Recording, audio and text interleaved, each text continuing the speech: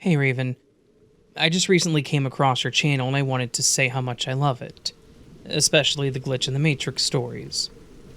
I've always had an interest in the paranormal, and I look forward to sharing my weird experiences with you in the community. There's so much that's happened in my life that it sometimes feels like I'm caught between different layers of reality. I know that sounds strange, but once you hear my story, I think you'll get a better idea of what I mean. As a bit of backstory, I frequently have precognitive dreams that come true, sometimes within days, weeks, or even years. It's like catching a glimpse of the future in my sleep. I can't explain how or why it happens, but it's been a constant theme throughout my life. It's one of the many reasons why I've come to believe that I have some level of psychic ability. But this particular story isn't about my dreams. I'll save those for another time. This is about something that happened while I was wide awake. A truly terrifying and surreal experience that makes me question what exactly I encountered.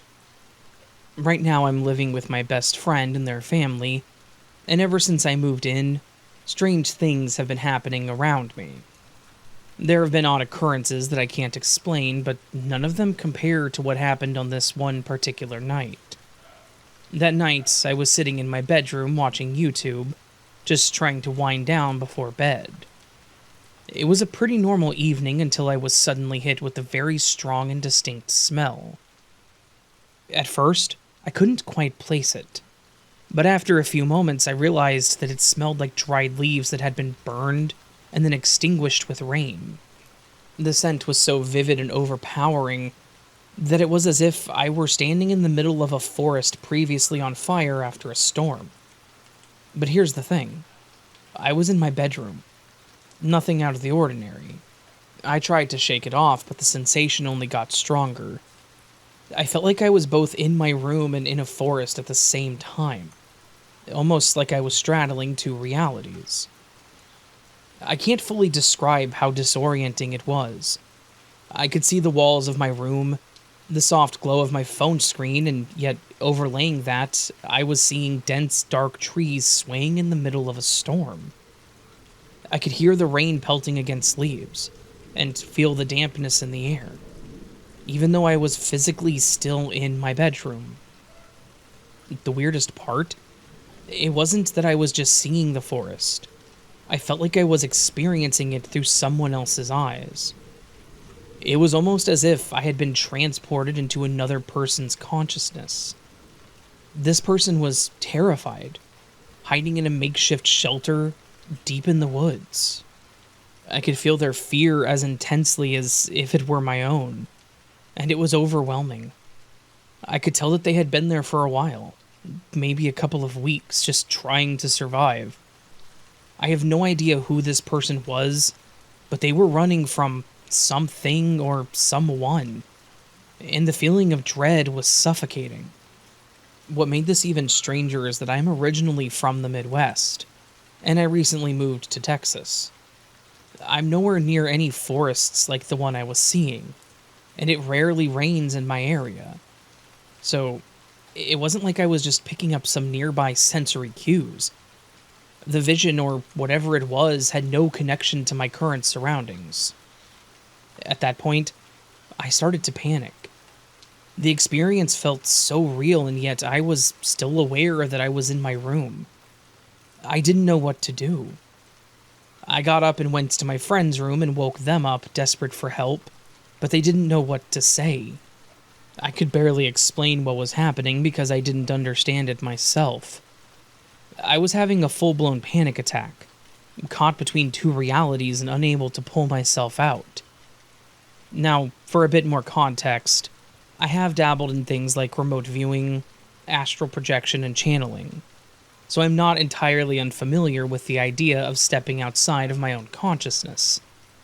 I've always believed in psychic abilities because, like I mentioned earlier, I've had precognitive dreams and gut feelings that ended up being accurate more times than I can count. But this experience was unlike anything I have ever encountered before. I don't know if I was somehow tapping into another dimension, another person's experiences, or something entirely different. I couldn't shake the feeling that this person, whoever they were, was in serious danger, and that I was supposed to help them. But how could I? I didn't know where they were, who they were, or how to reach them. The whole thing left me feeling completely helpless. Was I glimpsing into a parallel reality? Was I channeling someone's experiences in a different part of the world? Or was this some kind of message meant for me to receive? I have no answers, and honestly, I'm not sure I want to.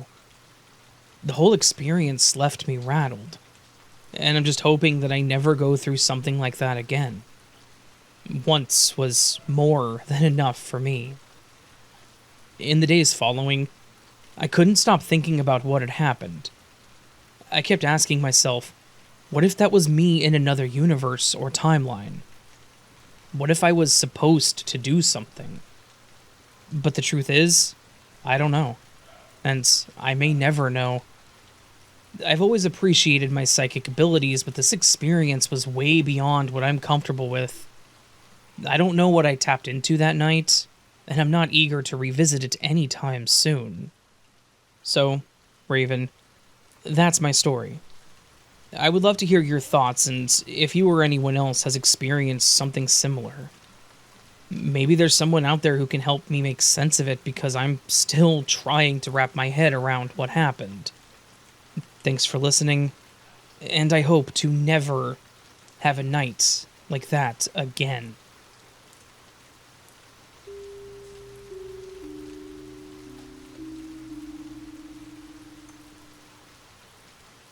Hey Raven, here's a story.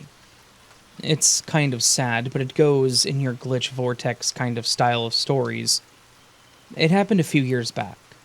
I'm still getting over it, but I thought that it's something you could read on your podcast. Some things, no matter how often they happen, always make me smile. Like pancakes. No matter what, the first one never works out. With Nate, it became this silly tradition. Every time we made pancakes, he'd snap a Polaroid photo of the terrible first one, and we would laugh at how demented it looked as the picture developed in front of us. We even had an album of them. It was one of those little things that made me love him even more. His ability to laugh with me, to find joy in imperfections. That morning, everything felt perfect. The sun filtered through the kitchen window, and Nate stood there, tall and grinning, dimples showing as he teased me about our latest pancake disaster. I loved everything about him. His warmth, his humor, his ability to make me feel like the luckiest person in the world. After breakfast, we added the latest Polaroid to our little album, and then headed to pick up our new puppy. The day was bright, one of those days where you would feel like the world is smiling on you. But then something strange happened. We were driving when this wave of nausea hit. Out of nowhere, it was overwhelming, like the air itself had turned against us. I had to pull over, my stomach was churning and my head spinning. And Nate looked just as sick, but beyond that, he looked confused. Like something wasn't right at all. Maybe we had driven through some kind of gas leak or something. I asked him if he was okay, and he nodded, but then he said something that made my heart stop. He thought that we were on our way to my parents' house for lunch. I stared at him, telling him no, we were picking up our new puppy. But he seemed so sure and so convinced that we had other plans. At first I thought it was just a weird miscommunication, but as the day went on, little things started to pile up. Things that I couldn't ignore. Nate ordered a latte at the cafe instead of his usual black coffee.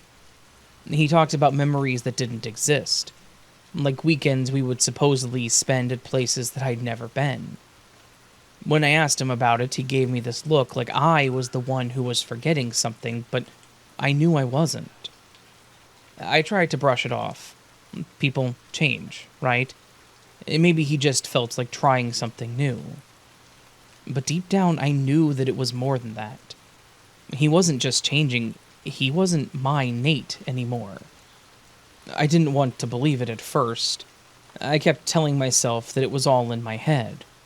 But every time he did something different, like the way he suddenly folded his clothes differently or used phrases I've never heard him say before, it felt like another crack in our world. Like a thread unraveling slowly. I started noticing things about him that used to be so familiar but now felt foreign. The way he smiled, it wasn't the same. His laugh didn't have that infectious warmth anymore. It was like looking at someone I knew but didn't know at all. And then there was his smell. It wasn't a cologne thing. It was his natural scent. The kind that every person has. The scent that's uniquely theirs. His was gone. Replaced by something unfamiliar. I could never seem to get used to it. It was just one more reminder that the Nate I loved wasn't there anymore. Eventually, I told him, I think we must have gone through some kind of vortex. You switched dimensions or realities. Normally, Nate would laugh at something like that.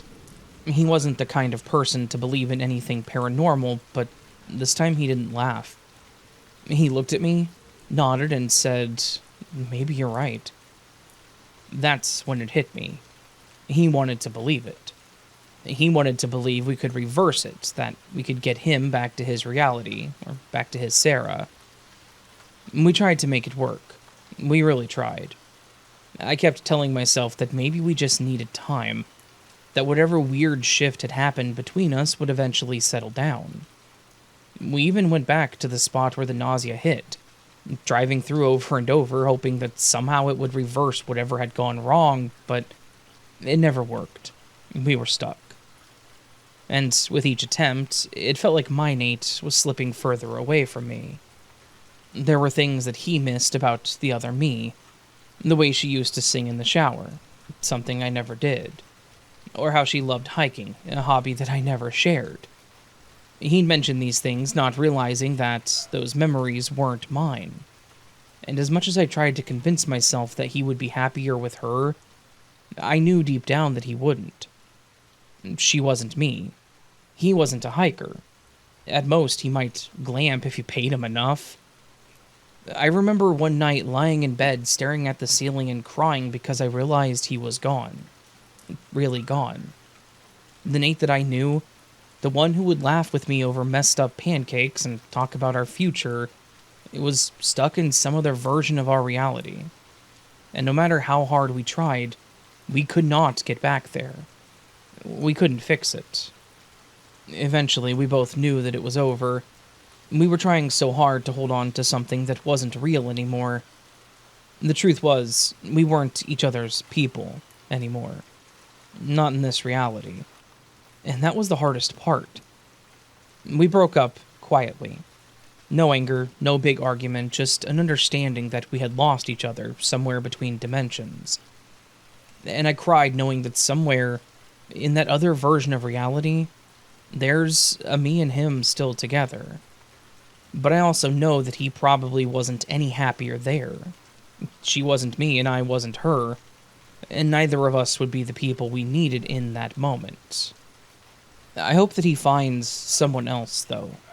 Someone who can make him as happy as we once were.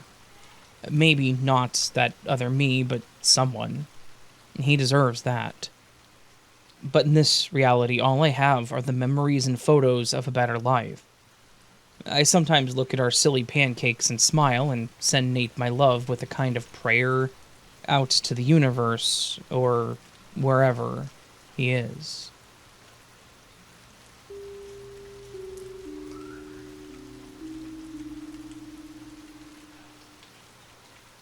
During the summer of, I think, 2019, me and my friend had gone out one night to get some dinner and a drink. We stopped off at this diner, bar. We sit down to eat, and we both immediately take notice of the odd vibe or energy we feel in the place. We both agree that it feels off here. As we sit and begin ordering/eating, we start to notice the weird conversations going on around us. I don't even think you can call them conversations. because everything we overheard did not make any sense at all. It was like everyone was just saying random words put together, and the other person would reply in the same way. That really made us start to feel like there was something really off about this place. We then noticed, to the left of us, a group of guys standing at the very end of the bar.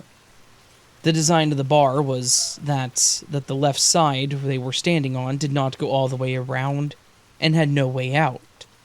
So you would have to walk back past us to leave or to get to the other side of the bar. So we take notice of these men on the other side of the bar, and they too are talking in weird ways, not making any sense, and just generally acting odd. My friend and I try to ignore and wait for them to walk past so that we can hear better what they were talking about. In the next few minutes, we look up again to see if they were walking back yet, and they were completely gone. Not anywhere in the whole place, and no one had walked past us.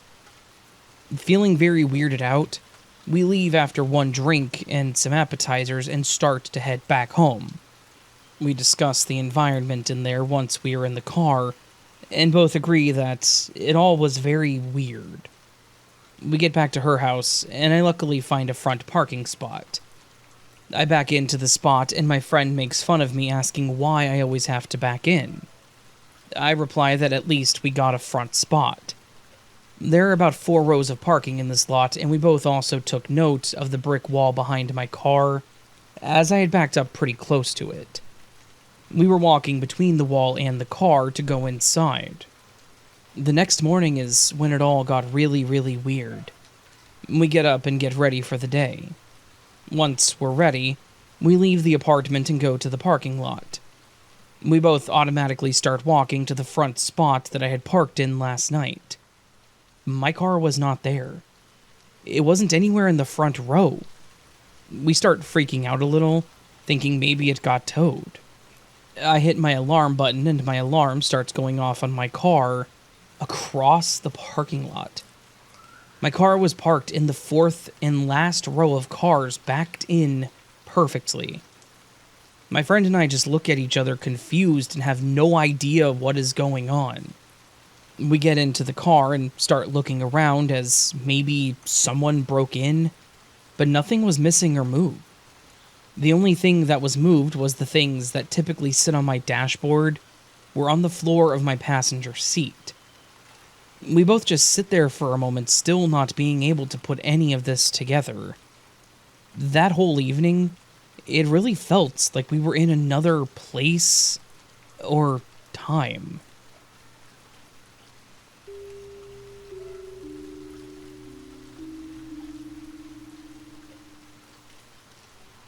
Fair warning, there are mentions of death and suicide in this post. If you're sensitive to those topics, please skip this one.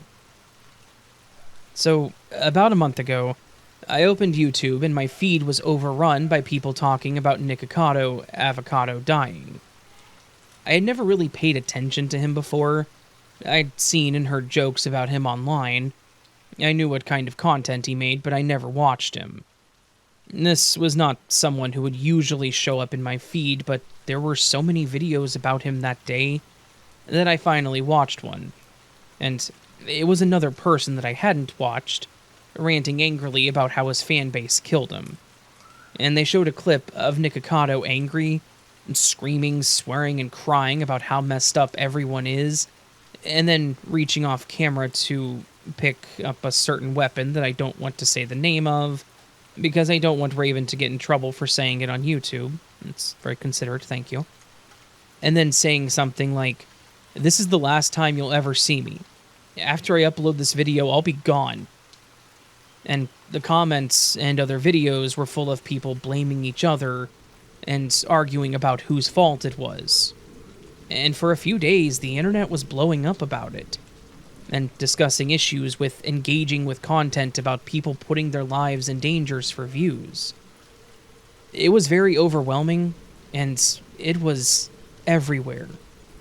I even remember seeing a news article posted about his autopsy being used in some college study to study the effect of obesity and overeating.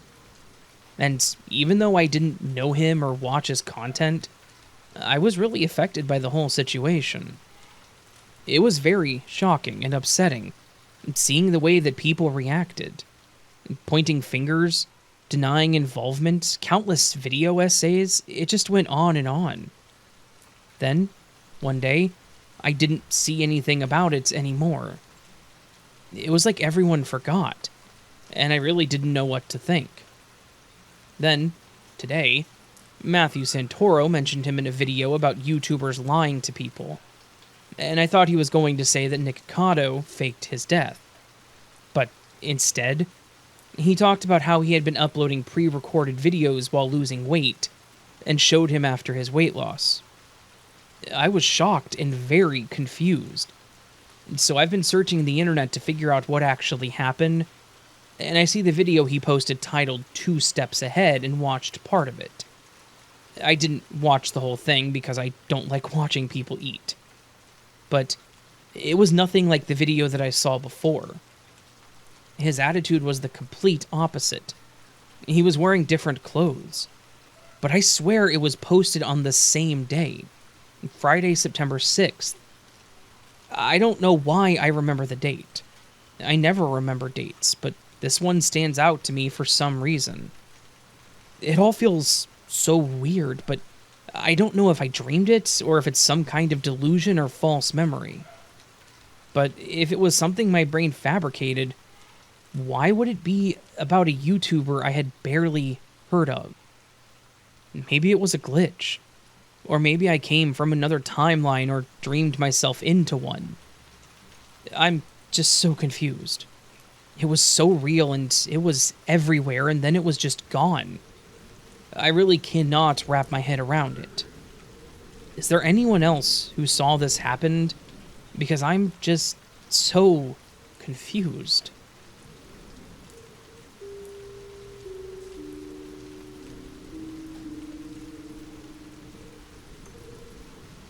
Big fan of your YouTube channel. Thanks for doing this. I know it helps a lot of people out that go through these odd situations. Anyhow, let me get to my story. I'm 35 now, but this happened when I was in my early 20s. I was going through a bit of a rough patch at the time, as I've had many in my life, and I will share more in the future with your approval, of course. I approve. But back to my story. I was having a long week. I don't recall the exact details, but I'll try to put in as much detail as possible. So, being in my early 20s, I was going through a rough time with my now ex-girlfriend. I was between jobs, and of course, there were troubles at home. One day, towards the end of the week, I saw a flyer for a car show in Las Vegas, and said to myself, why not? Being a Thursday, I'll work on my 63 Chevy truck tonight, and leave early Friday. Being that I live in San Fernando and Las Vegas is about a 4-hour drive, and me being an older truck, it's going to take me much longer. But it didn't really matter. I felt like I needed some time for myself, so I got to work, got done early, packed up some clothes for the weekend, maybe a bit longer. I wasn't sure. I always had my tools in my vehicle, and yes, my profession is that I'm a mechanic. Anyhow, I'm tired and I plan to leave early, and as far as I can remember, I've been to Vegas many times, as I was the youngest and my family, mainly grandparents, always found a way to take me. But that's a long story in itself, and I won't get into it today. So, Friday morning I printed out the map from MapQuest, and yes, I feel a little old just now saying that. You have to remember, when all this happened, it was over 13 years ago, and phones have come a long way since then. So I gas up, hit the road. About an hour and a half, I finally hit the desert area, and I'm excited. I'm cruising along in deep thoughts at times while I have my music in the background. It's a mixed CD that had everything from Bad Religion to Flux of Pink Indians, MDC, The Causalities, etc. I would keep going, but it was a lot of different bands. I'm coming up to Barstow. I fuel up again, grab some snacks, and a couple of regular drinks. Not beer or anything like that. I get back to the road, getting towards Baker's. Something started to feel funny when I was driving, so just out of curiosity, I took the next exit, cruised down the off-ramp, made a right, and chugged a little down the road. I pulled into a vintage-looking gas station, and before I knew it, I have two service guys in old-style work jumpsuits coming out and asking what they can do for me. And I happened to ask, were they filming a movie nearby? The two men looked at me and said, "Don't worry, we'll take care of you, just go inside and we'll do the rest." I was thinking that something seemed very off. People are never that nice, and I've never seen this place before, and I've been on this highway more times than I could count. I was trying not to freak anyone out. I just said, "Yeah, fill her up," and walked inside to grab a Coke. They were all in glass bottles, so I was like, cool. I grabbed a couple, got some beef jerky and smokes. I was a smoker then, but I would actually quit that same weekend. I get up to the front counter and ask for the smokes, and the gentleman said, "Those are going to kill you one day," and then asked if that was my truck outside. I said yeah, that I'd had it for a while now and that I'd been slowly fixing it up here and there when I can. And at that moment, he had the most confused look on his face, and stood there completely still for a minute and then asked what year it was. I said it was a '63 Chevy C10. He replied, "How much did you pay for it?" I responded and said that I paid $250 for my friend's dad. After that, he gave another long pause, and then said, "I think you paid too much for it." And then he asked me if I was headed to Vegas for work. I asked how he knew that I was headed towards Vegas, and he said in a toned voice, "Well, you're young, and you have alligator hands." I've never heard that before, but I found out later that it means I have tough-looking work hands. But back to his answer. He was like, "You have your work hands, you drive a truck, and you have a bag full of clothes, so I would guess that you want to start somewhere new or you're looking for work." I kindly just told him that I had a lot on my mind and was just going to get away for the weekend, and handed him $40 thinking that would cover my gas and drinks and smokes. But he handed me back $120 and about $10-ish, but in $2 bills and pocket change. I didn't actually catch what the bills were at that moment, but I still have at least one of those bills to this day. I head out the front door to my truck, and the attendants hand me my keys and again say, "Wow, nice truck." And then they tell me they checked the air pressure and topped off my oil and something was loose, but not to worry because they took care of it. So I get in the truck, start it up, and the radio at that moment was acting funny, so I kind of just shrugged it off, still thinking of the strange talk I had with the man at the counter. I put the truck in gear and take off, headed back toward the freeway on-ramp, and I get on to see that there were no cars. I was like, wow, what are the odds? That was way too easy to get back on the freeway. But after that, I didn't think much of it, so I continued driving, but then realized the sun was going down.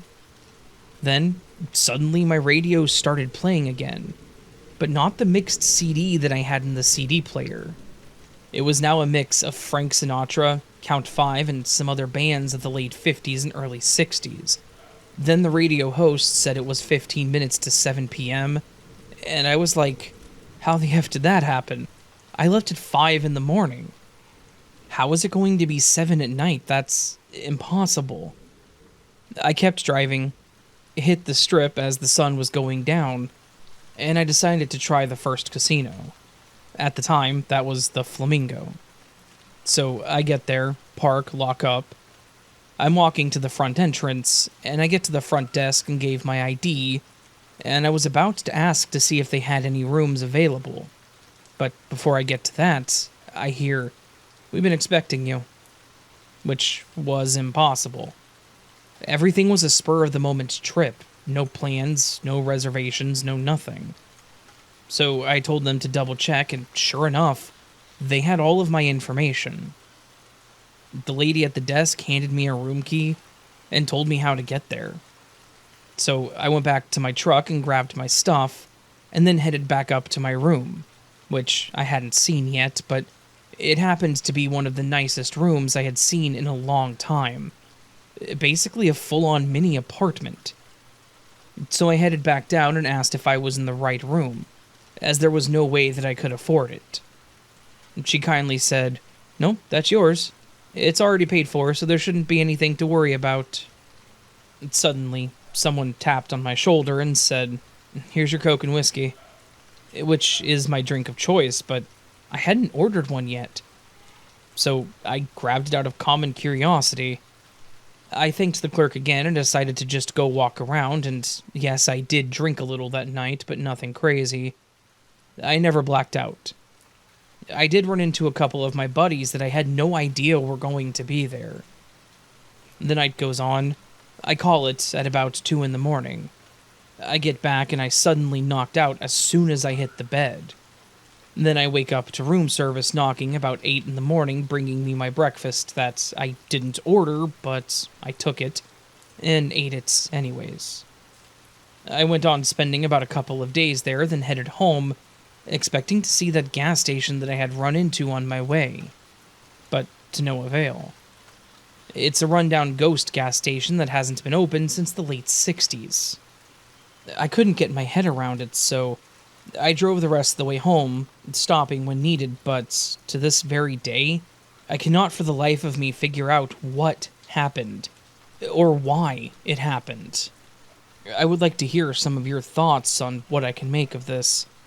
Sorry for it being so long, but that's as much as I can remember, and if any questions are asked, I will answer them the best that I can. Thank you, Raven, for doing what you do. It is nice to hear these stories. Reading stuff like that doesn't make me feel so crazy over my random life experiences.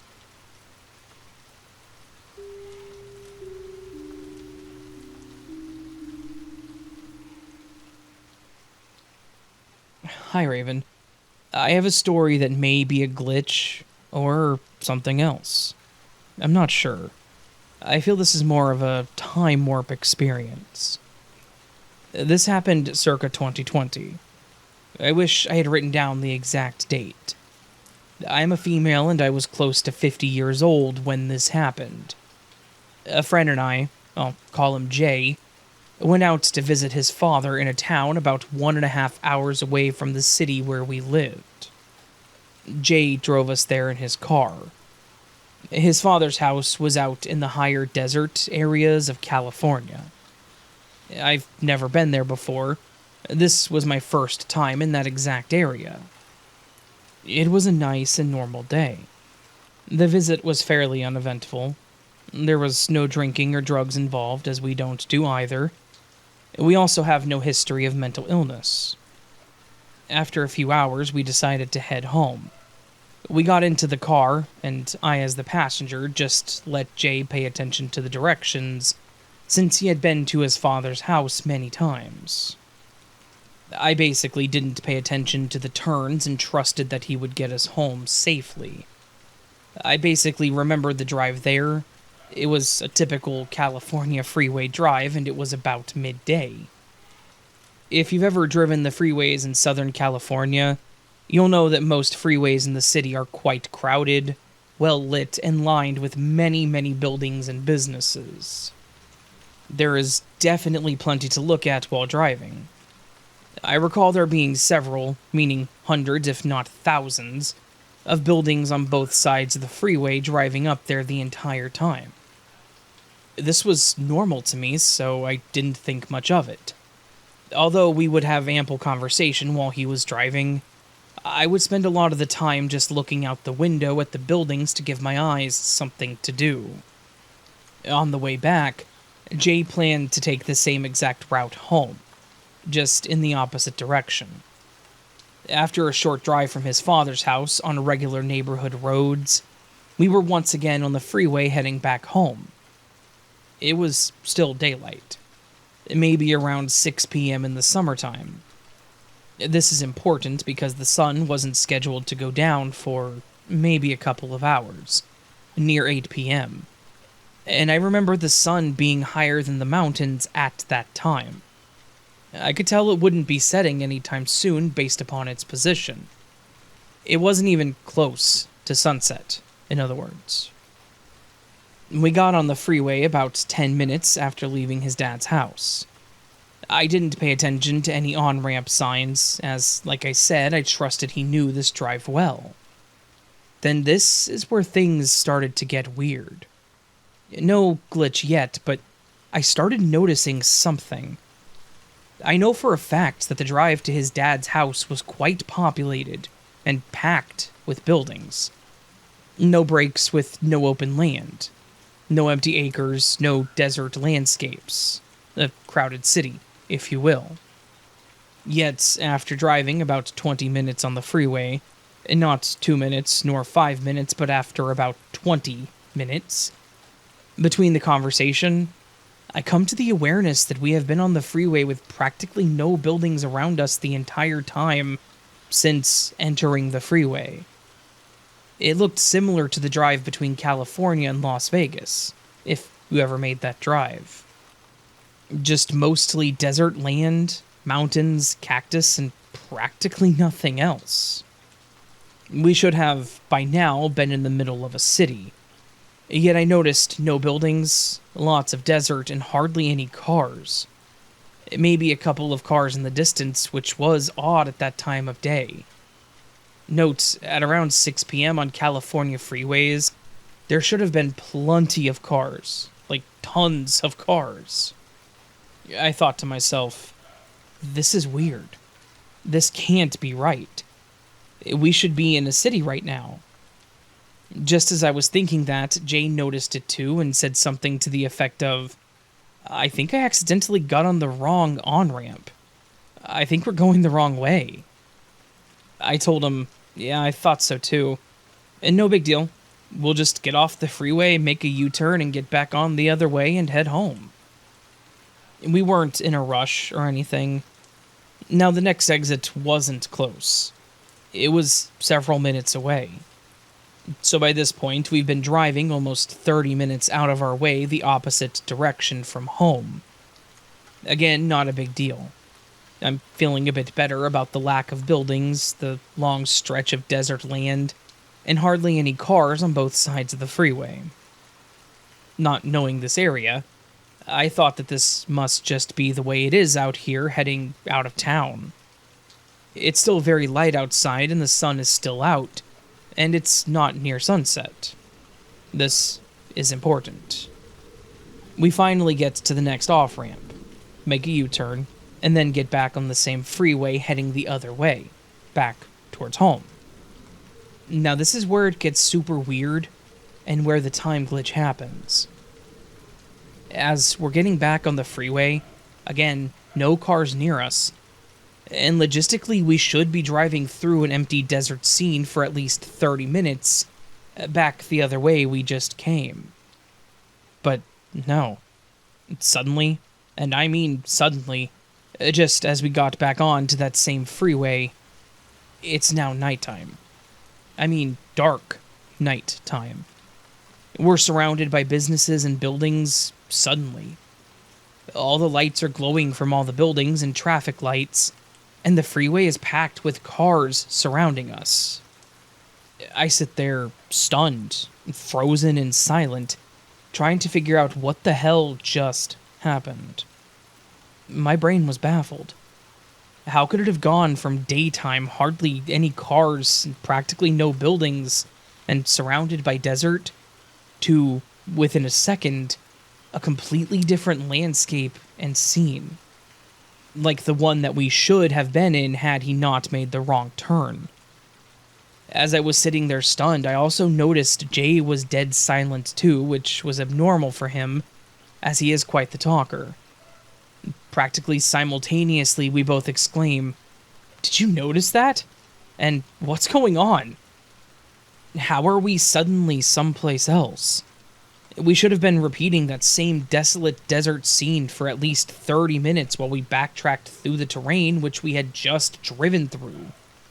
How did it go from daylight to nighttime within a second or two? Where did all these buildings suddenly come from?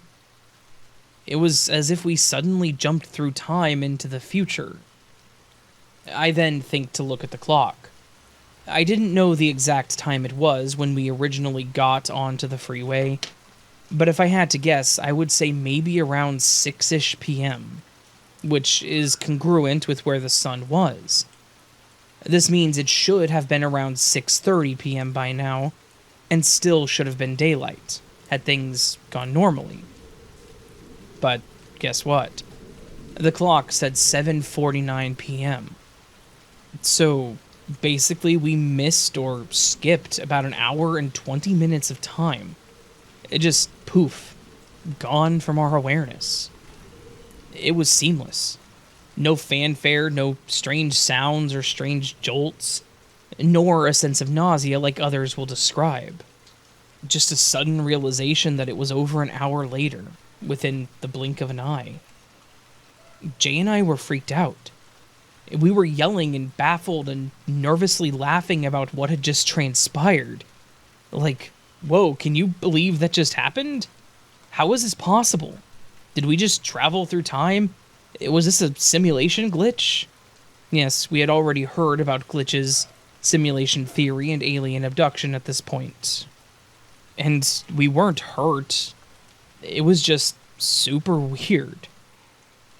I mentioned this story to others, and some say it was an alien abduction, but that just doesn't feel right to me. It feels more like a time warp experience. As if we were supposed to be driving 30 minutes out of our way for some reason, and the universe decided to just put us back on track, into the timeline that we should have been on. We made it home safely. We went on with our normal lives, but I will never forget this moment, and I'll always wonder how that happened. I will say in conclusion that it does make me feel a lot better hearing other people have freaky experiences like this too.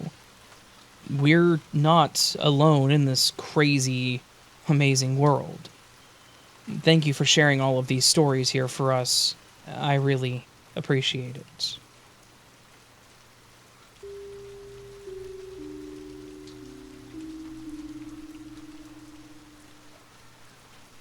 I was at London Liverpool Street, train station, where I had emerged from the toilets. Ahead of me, coming down the steps, towards me from the upper level, were two distinctive police officers who I paid attention to, given they looked so unusual. Not your typical police officers. On the left of me was a dainty woman in a uniform that seemed to barely fit her, and on the right was a thin, suspiciously young man, who looked like he was barely 20 years old, who had an old man-style Victorian-era sideburns. Both wore helmets and high-vis jackets, and I stared extensively at the man's unkempt Victorian-era sideburns. Now, I was under the impression the police force have regulations regarding hairstyles. When you see police officers on TV, they usually have very short hair, or are bald, and usually have well-kept beards. I tried to examine these thinking they weren't real police officers, maybe PCSOs, that's Police Community Support Officers. But no, their backs had the word police on it, not PCSO, and it's against the law to impersonate a police officer. I noticed as they walked past me that they appeared to be walking towards the exit from the station, which was a fair distance away, about 30 seconds worth or more of walking. I went past them towards the corner end of the station. My train was delayed, so I sat down to wait. In front of me was a sectioned off area of a train platform, with walls roughly where I expected my train to arrive. I sat there for about a minute, with wide vision of the area, and did not unfix my gaze, as I was impatient. I could not afford to miss this train, and I kept staring at the area. I did not look behind me, or down, or even look left or right. In front of me was a pillar. Behind it, a dark area with light. Above the pillar was a clock. To the slight left of the dark area was the last platform and rails. To the slight right, the stairs the police officers had come down. Whether it was open area or walled off, it did not matter. I had vision of the area. After a minute, from behind the pillar in front of me, walking in the exact same direction, were the exact same female and male police officers I saw earlier. Sideburns, small woman, high-vis jackets, everything. That wasn't possible. There were no doors around there, and I did not see them go around the pillar or go behind the stairs they came down. I had a wide, clear view. It was literally as if they spawned behind the pillar.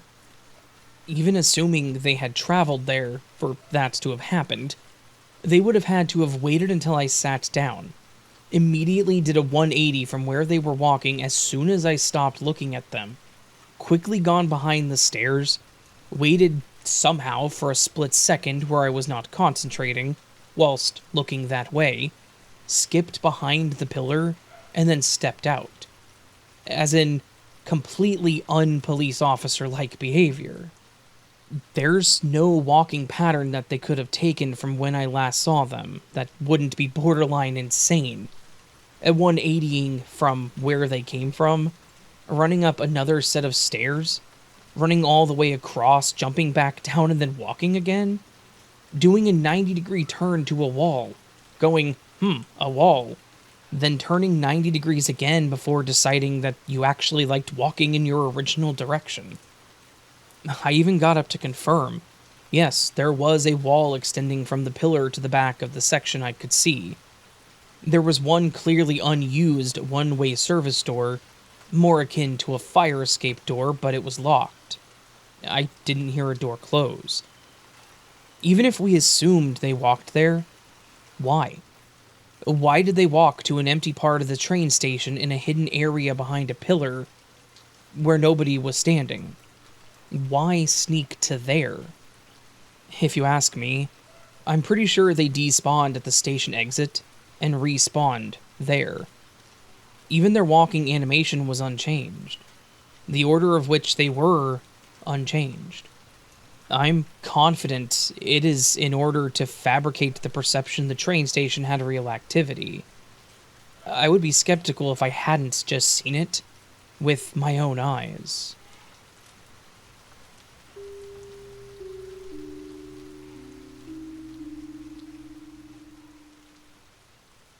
Hi, Raven and fellow listeners.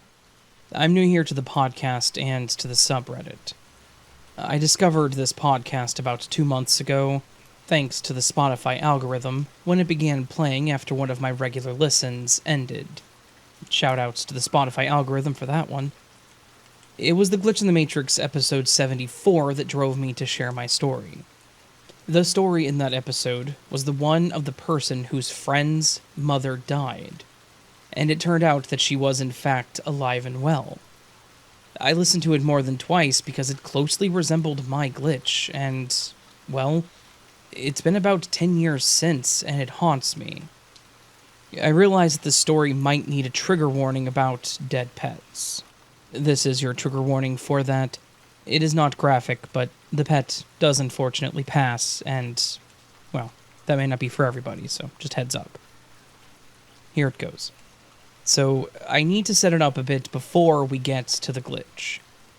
Around 2012, I was dating a leech of a human, and he needed somewhere to live because his parents kicked him out of their house. My parents let him stay with us for a few months, but this guy was a POS, and my parents asked him to leave after about 3 months.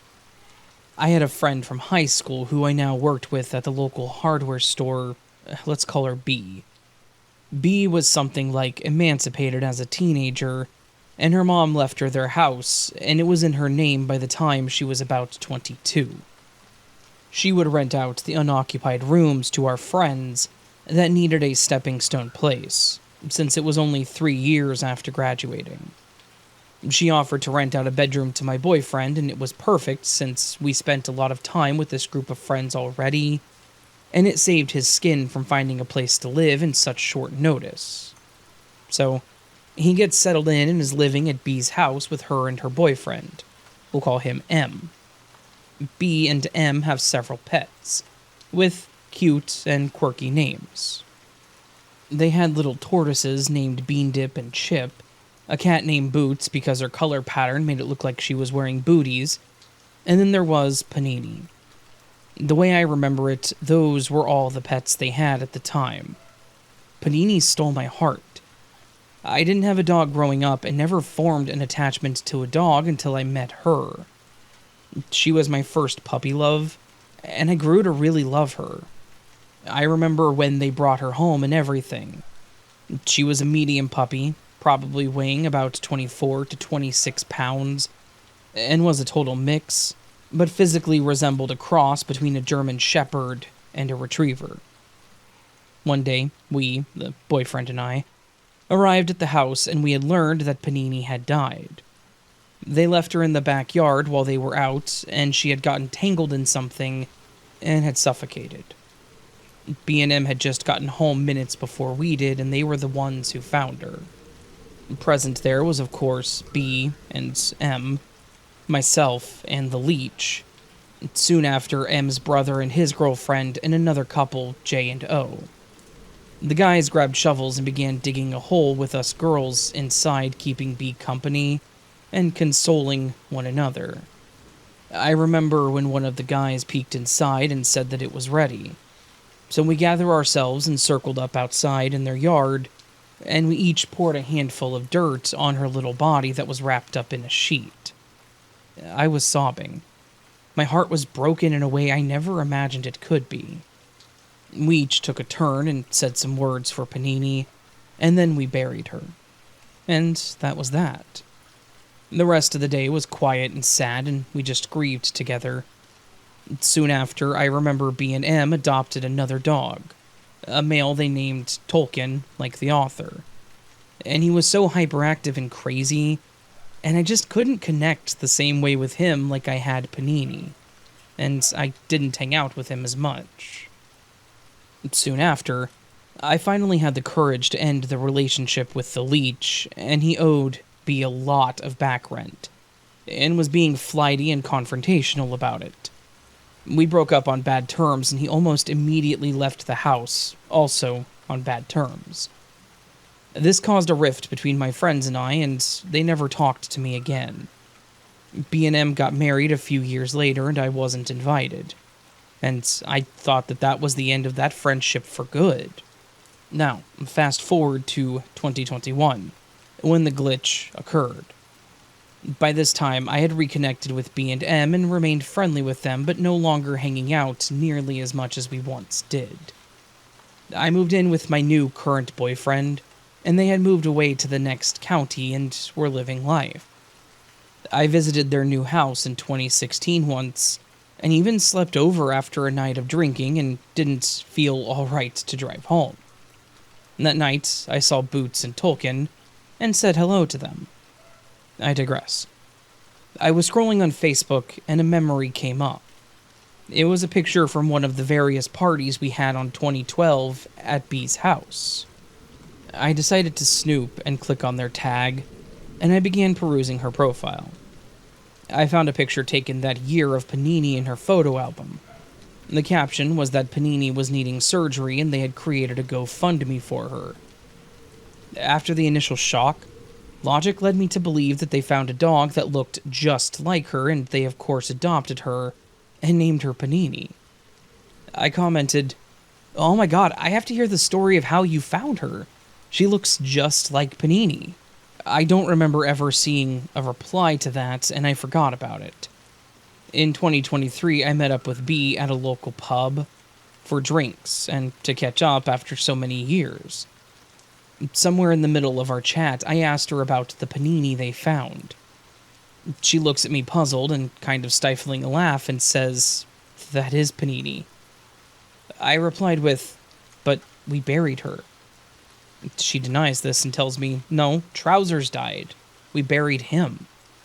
The name Trousers sounds familiar, but I have no memories of him or what he even looked like. After some back and forth on this, I retreated and I said, "Oh, I must just be remembering wrong." I was baffled. I was not misremembering. I grieved that dog, and I could never forget or confuse that. But to this day, she will claim that that's how it went. Unfortunately, we had another falling out, and I have no contact with B and M anymore. And short of unblocking and contacting the leech and asking him what he remembers 12 years later, I have to live with this confusion. Furthermore, that comment I made on Facebook is gone now. All other comments are there, but the one where I said, "Oh my god, I have to know the story," is gone. Even when I filter the 9 comments to show all, not just the relevant ones, my comment does not appear. Did I jump timelines to one where Panini lived and Trousers died? Why can I not remember anything about Trousers? The name only rings a bell, but I have no memories tied to it. I think about this maybe way too much. It's definitely the weirdest thing that has happened to me, and I cannot explain it. You don't forget your first puppy love and grieving it. I cried for days, and I remember when they got a commemorative rock with her picture, name, and date of death to put on her grave. This is something that truly perturbs me. I'm open to questions and thoughts, and I'd be glad to hear about it if something like this has happened to you. Thank you.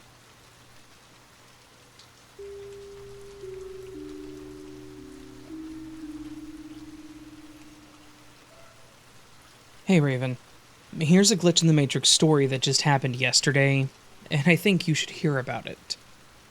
It was an average Saturday when I dropped my daughter off at the park to meet her friends. I settled on a bench with my coffee. I couldn't help but take in the scenery around me. The park was buzzing with energy, typical of a sunny weekend. Kids were playing, parents were chatting, and the distant sound of laughter echoed through the air. I noticed Amber walking over towards me. She's one of my daughter's best friends. She was wearing one of those crop tops that shows off her belly button, and those ugly Crocs that seem to be in fashion for some reason that I'll never understand. They're everywhere these days.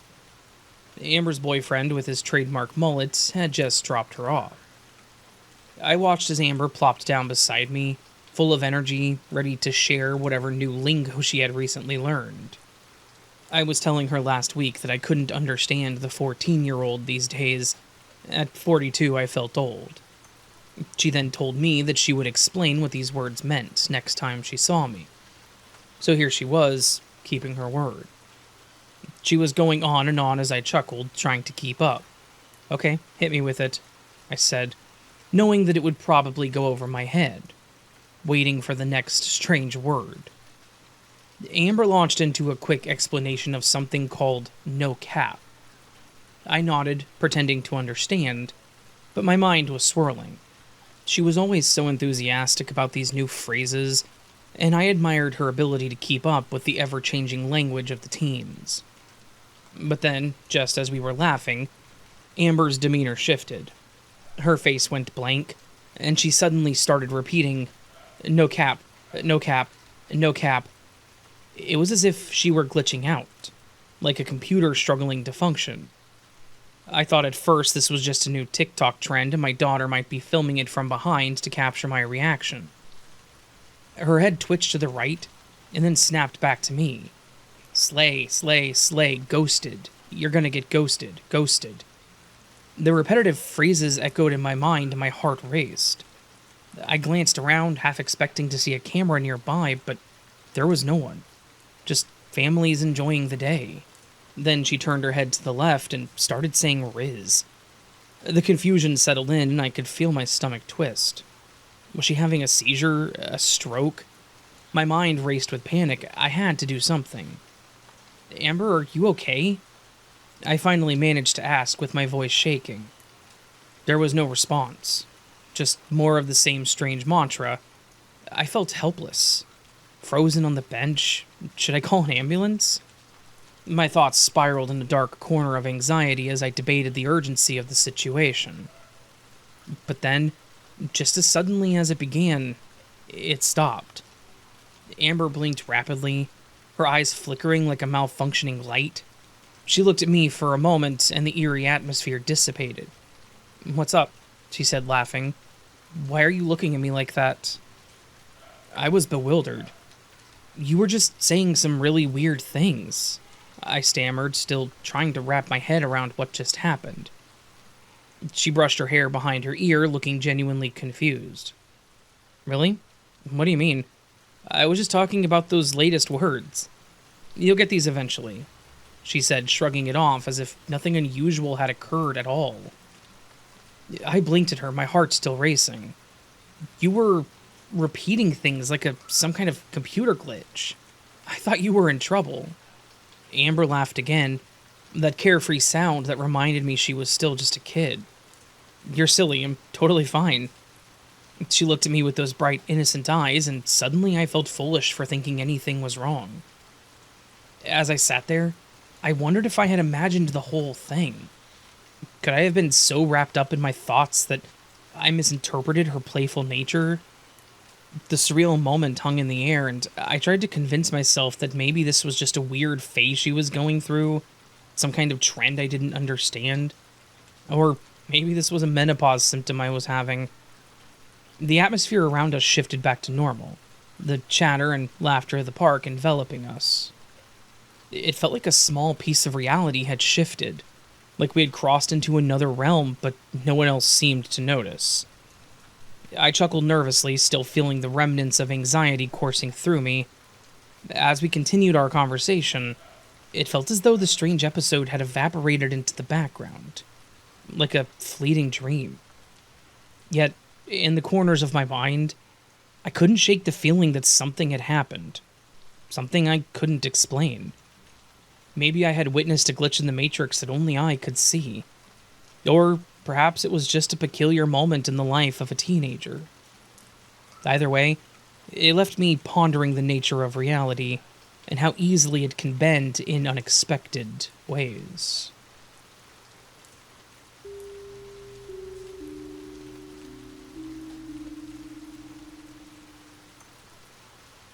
Hi, Raven.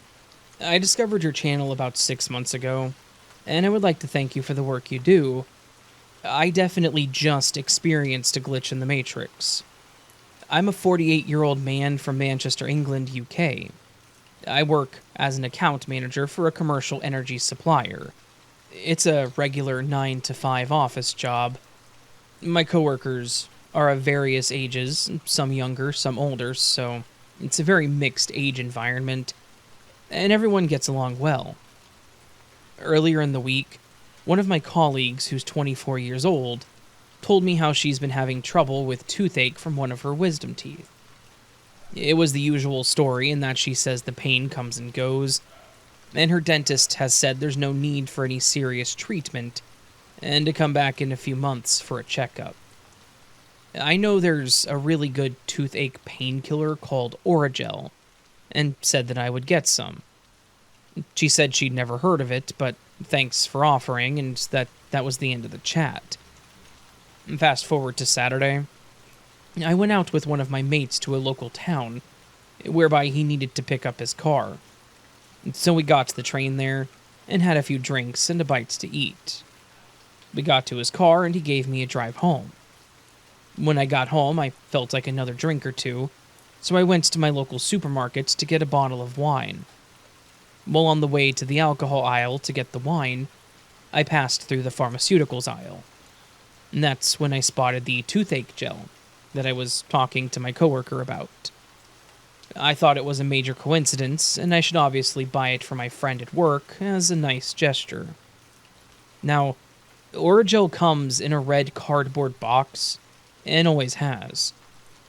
As I got it from the shelf, I noticed there was another version of Oragel in a blue box, which cost the same price, £4. I was confused and intrigued as I had never seen the blue version, so I was reading the content to see how it was different. There was no difference. I had the red box in my hand and read it, and sure enough, it was all the same ingredients as the new blue box. I thought, oh well, I'll buy the red box, but as I was still feeling puzzled, I looked back at the shelf to see the blue box version. There was no blue box version. And not only that, there was no red box version either. I stood there holding the red box in my hand, looking at the shelf where I had just picked it up from, in the line of boxes, and it was gone. The two sections of the shelf where the Orajel was sold had disappeared. There was no toothache gel in that store, other than the one I had in my hand. I stood there shocked and confused, as there was literally nowhere to put the red box back on the shelf. Feeling stunned, I went and bought my wine and toothache gel and walked out of the store. What just happened inside is impossible, and I'm back at home writing this while trying to make some sense of whatever just happened.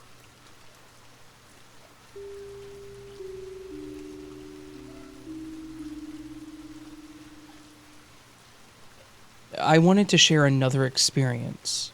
It was, quote, only a dream. But after realizing that I may have ended up in a parallel world, I think that this dream could have been a crossroad to change my reality once again, and even completely back in time to the past. My eldest son is now 18 years old. He's the son from my first marriage. The divorce was very stressful, and I was very preoccupied with my fears. The little boy practically grew up surrounded by emotional conflicts. I always felt sorry for him because he was going through all this emotional pain, and I didn't have the strength to enjoy the time with him when he was little and cute. And he was really incredibly sweet and smart. Then, I had this weird dream last year. In this dream, I was in an unknown city in an unknown apartment. There were lots of people in the apartment. Not just in the apartment, there were lots of people outside, too. It was like a city festival. It was in the evening or at night. I knew the people while I was dreaming, but not in real life. The strange thing is, in my dream, there was only my eldest son. My other two younger sons, who are from my second husband, were not in the dream. They did not exist. In this dream, my firstborn was sleeping on a bed in a small bedroom. He was grown up, as he is now in reality. I was in another room with other people.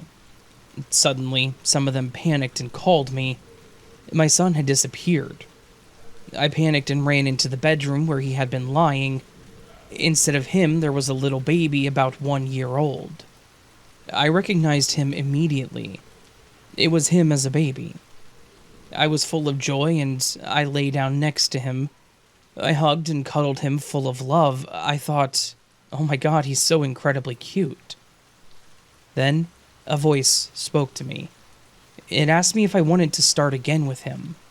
I had to decide whether I wanted him to grow up with me again, or whether it should stay the same. I thought about it, and I thought, oh my god, all this stress again? And then I answered and said, no, it should stay as it is. Suddenly, everything blurred, and when it became clear again, there, on the bed, was my son as an adult. Then I woke up in reality. I now think that if I had made a different decision in the dream, I would be in a different reality right now, in the past, so that I would no longer make the mistakes I made and would pay much more attention to my son. I told my son about this dream and asked him to forgive me for all the stress he had to go through with me. I asked him if this was real, would he have wanted me to make a different decision? He said, no, Mom, everything is fine. You don't need to apologize, it's all good.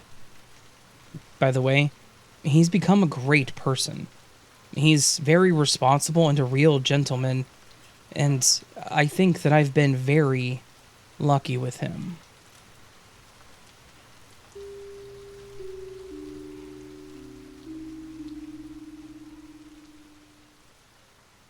Hello again, Raven. This is my second submission to your channel. In June of this year, I started having glitches/time slip moments out of the blue, and I've been stuck on your channel ever since. I've been trying to pinpoint exactly why my experiences started in the month of June, but I'm still not sure if there's any significance. Well, I did get broken up with, and it was a very difficult breakup to go through, which caused me a ton of mental stress. But I'm not sure if that's why my experiences started occurring.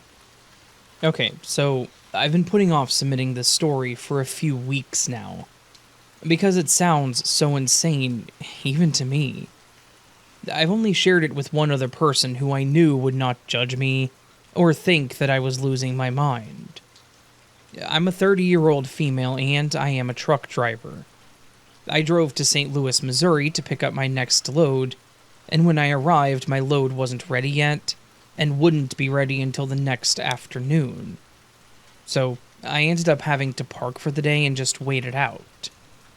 The area that I was in was very sketchy, but I was forced to park in this particular area because St. Louis is scarce when it comes to truck stops. So I found a small gas station with a small dirt lot for truck parking. I parked, stayed put in the driver's seat of my semi, and scrolled on my phone for a bit just to pass time. I immediately noticed there was a silver Suburban parked to my right.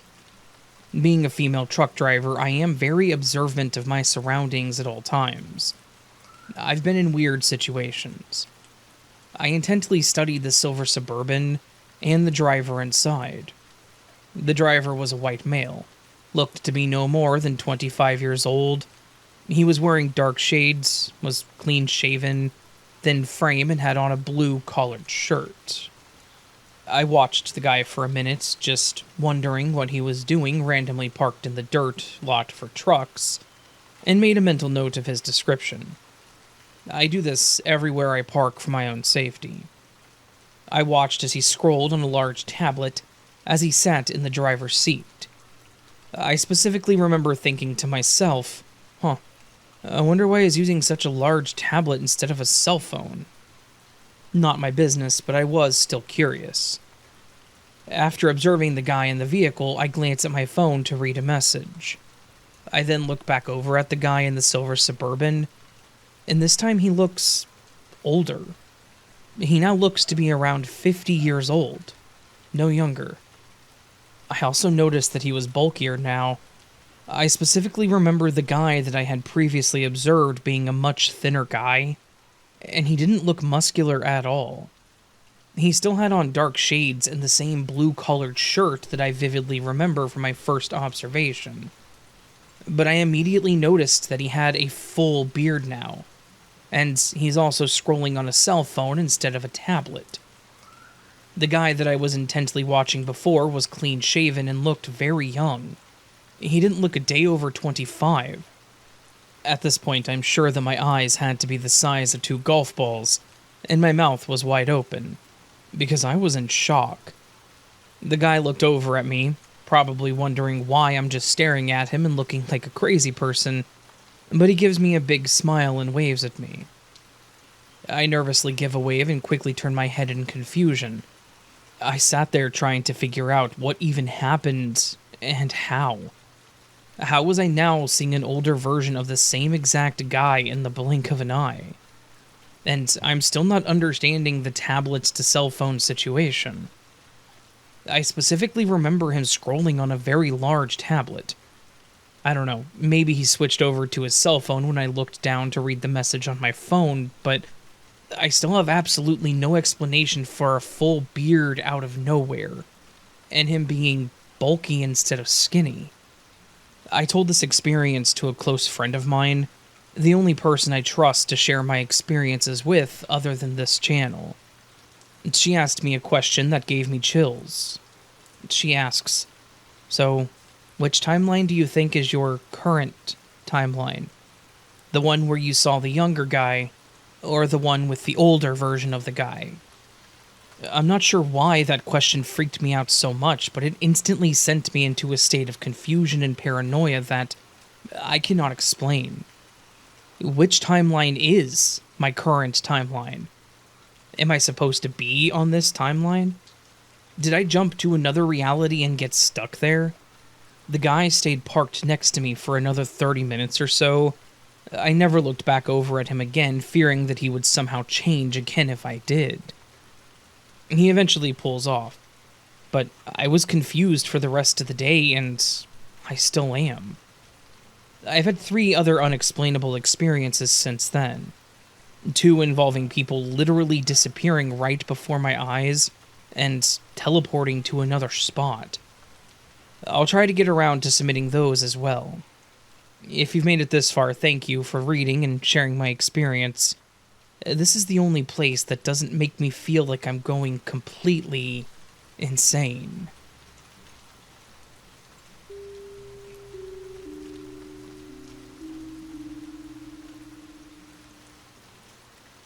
Hello, Raven.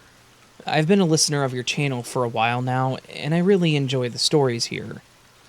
I was actually listening to some older videos when I was reminded of a strange thing that happened to me a few years ago that may or may not have been a glitch. I was around 19 at the time.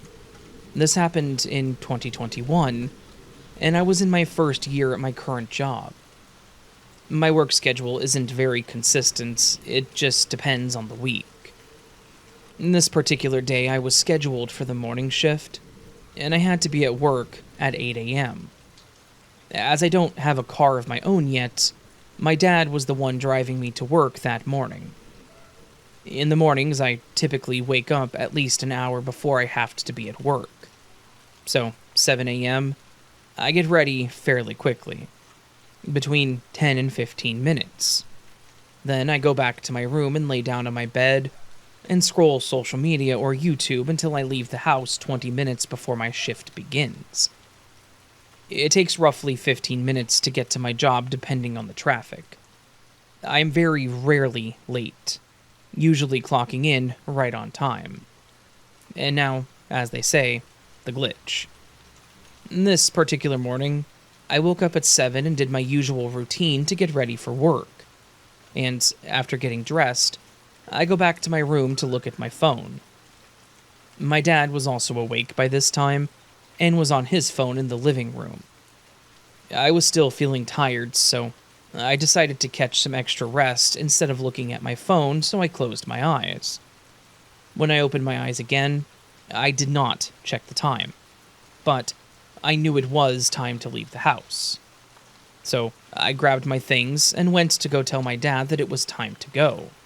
We head out and eventually get to my job around the normal amount of drive time. I tell him bye and head inside to clock in for the day. Everyone greets me as usual. I clock in and I start my tasks for the morning.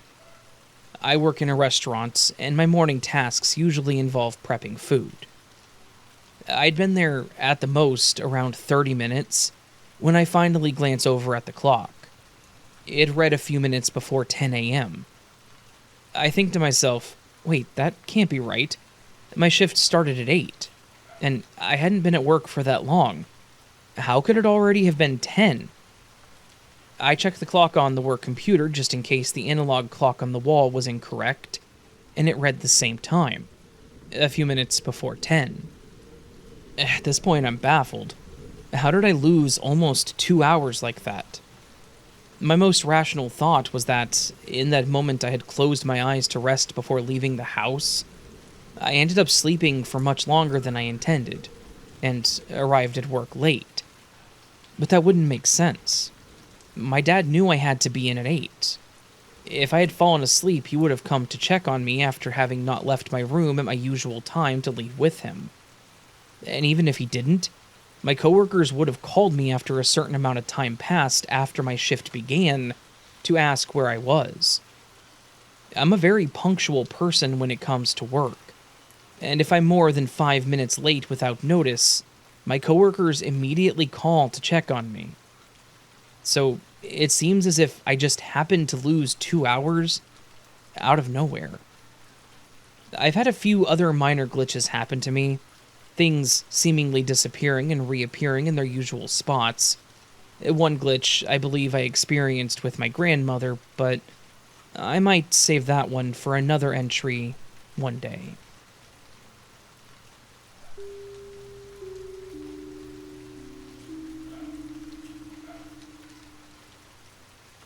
Hello, Raven. Let me start by letting you know how much I enjoy your channel and thank you for all the effort you put into it. Thank you. I've been meaning to submit this for such a long time, but it just mentally exhausts me to relive it. This might not seem like a big deal, but to me it is. Even a bigger deal than giving birth or dying, because those can be explained. And this experience that happened to me just cannot. This happened in November of 2016. It was Thursday, November 10th. I got up to get ready for work just like every other day, got dressed, went downstairs, marked the day before off the calendar and went into the kitchen, but something wasn't right. I went back to the calendar and just stared in shock. Instead of it being Thursday the 10th, it was Thursday the 11th. How could that be? I get paid every Friday and knew the next day was supposed to be the 11th. It was the election year between Donald and Hillary, and my roommate voted on Tuesday the 8th. I remember. So I asked him what the date was on that day, and he said it was the 9th. I'm very open-minded and have had a lot of weird things happen to me in my life, so I just went with it. What else could I do? Anyway, I finished getting ready for work and waited outside for my boss to pick me up as usual. I'm her only employee and we clean upscale homes. While I waited, I kept checking the date on my phone and it stated that it was Thursday, November 11th. No getting around it. So my boss picks me up and I casually ask her what the date was and she said the 11th. As we were driving, I noticed that she was acting really nice, which was very odd because she's naturally a bit mean-spirited. Very strange indeed. At the house, the calendar said the 11th too, and I didn't have to do the usual dirty work all by myself because she actually helped. I was truly flabbergasted. When we were done, we stopped at the usual store and I stood outside smoking a cigarette and looking at the sky. It had rained the night before, and also we had a little shower earlier. Well, it was eerie. The clouds, instead of moving in the same direction, they were going in a different direction, which I have never seen before. It was amazing. I had absolutely no doubt that I was in a parallel universe. I never realized when the shift occurred. Anyway, after she dropped me off at home, my roommate took me to my mother's house because I help her to take a shower and wash her hair every Thursday. So I asked her if she has ever voted as late of a date as the 9th ever before, and she asked me what in the world I was talking about. And I said, well, today is the 11th. To which she said, no it's not, it's the 10th. So I went to look at her calendar, and sure enough, it was back to the 10th. I was back. I don't know when it happened, I never felt or noticed anything. A smooth transition there and back. So the next day my boss picked me up and I asked her if I had asked her what the date was the day before, and she said, yeah, I told you it was the 10th, why? What's wrong with you? So, back to her snarky self. I was back for better or for worse. Anyway, I consider this a gift. I promise on everything in my soul that this is the truth. Like I said, it may not be a big deal to anyone else, but it certainly is to me. Thank you, Raven, for finally letting me get this off my chest. Many blessings to you and all of your listeners. And one more thing, truth really is stranger than fiction.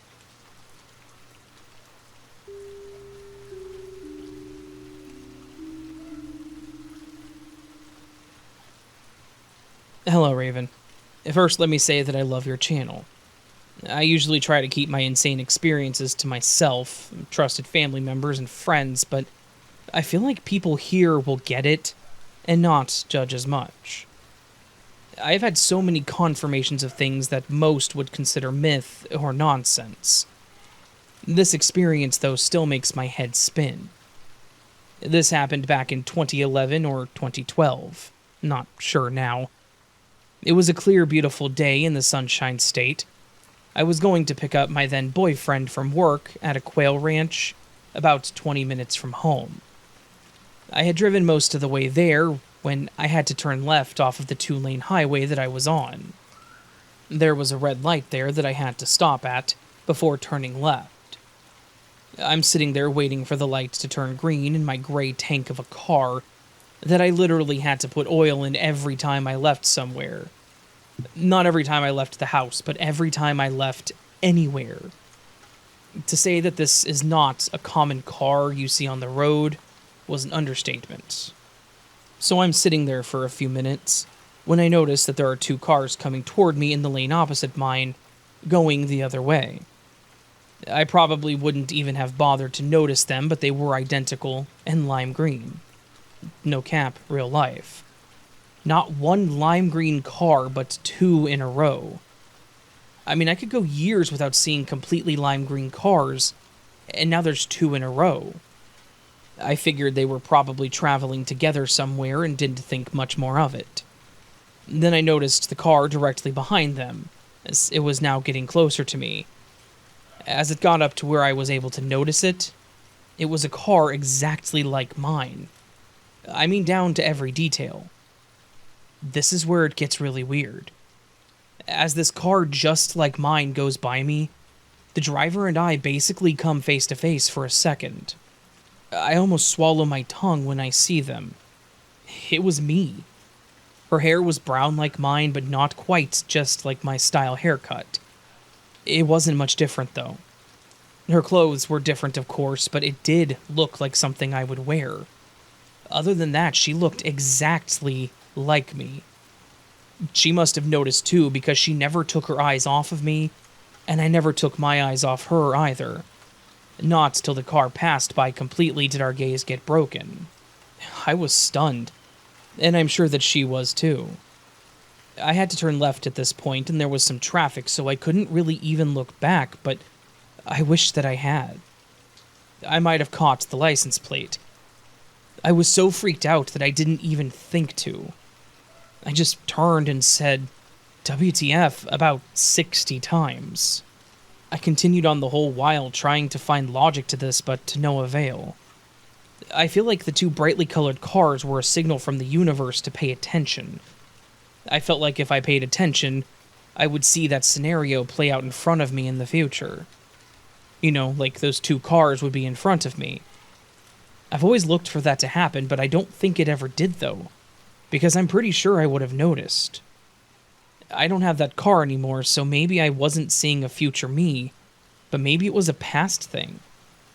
But I feel like I would have remembered that even if all this hadn't happened yet. I'm pretty good at seeing both the past and the future, but maybe this wasn't that. Maybe it was a doppelganger thing. I don't know, but it severely weirds me out to this day. It sucks that I may never know what that was that I saw, but it just reiterates what I said in the beginning. It confirms, for me at least, that reality is far stranger than fiction could ever hope to be.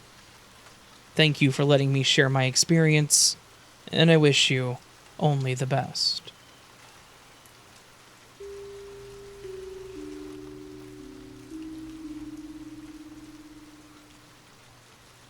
Hi, Raven. As always, thank you so much for your content. I absolutely love listening to your stories. Thank you. I'm an Australian woman and a long-time gamer. I don't drink, smoke, or take recreational drugs. Gaming is my hobby, downtime, and fun. At the moment, I'm obsessed with Elden Ring and Palia, as well as Valheim. But the biggest commitment I have ever had to any game is World of Warcraft. I subscribed in November 2004 and have never unsubbed my two accounts. I love Warcraft and always will, despite the many controversies and terrible story and lore decisions by the dev team, but that's another story. Warcraft is an MMORPG, and for those who don't know, that means massive multiplayer online role-playing game. It can be very social, but over the years, most of my friends stopped playing, and I either play alone or with my sister. I'm fine with this. I'm extremely asocial and quiet, and am comfortable with being alone. In Warcraft, I have more than 80 characters. Over 20 years, it's been easy and fun to make them. try new classes, races, and specs. And I adore transmog, dressing them.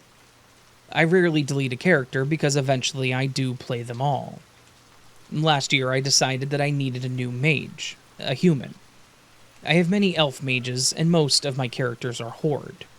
There are two factions, Horde and Alliance.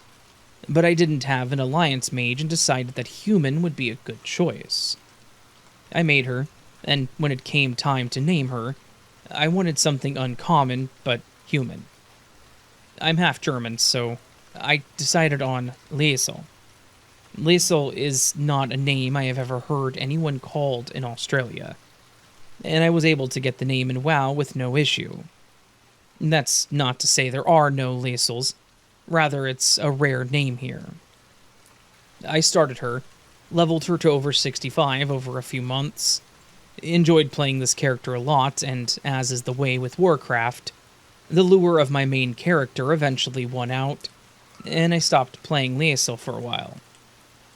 A few months ago, I was playing my main and thought I should log Liesel in. I hadn't thought about my human mage in a while and was logging off my main and going to the character selection screen to log Liesel in. I was interrupted by my phone ringing. No one rings me. Well, other than the occasional scam call, but I'm careful regarding online privacy, so even this is rare. I looked at the number and saw that it was a call from Western Australia, across the country. I decided to answer and said a tentative, "Hello? Liesel?" a man's voice demanded.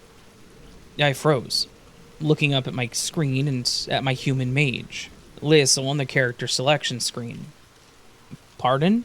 I asked. "Is Liesel there?" he said loudly. "No, I'm..." and then he hung up. I wanted to call back, but was feeling quite panicked. Who was he? And why was he looking for Liesel as soon as I thought my mage... Liesel? I don't even understand how this can be a glitch. What is the purpose of this? Am I Liesel in another reality logging in my character who has my name? My windows always have blackout curtains because I like to game in the dark.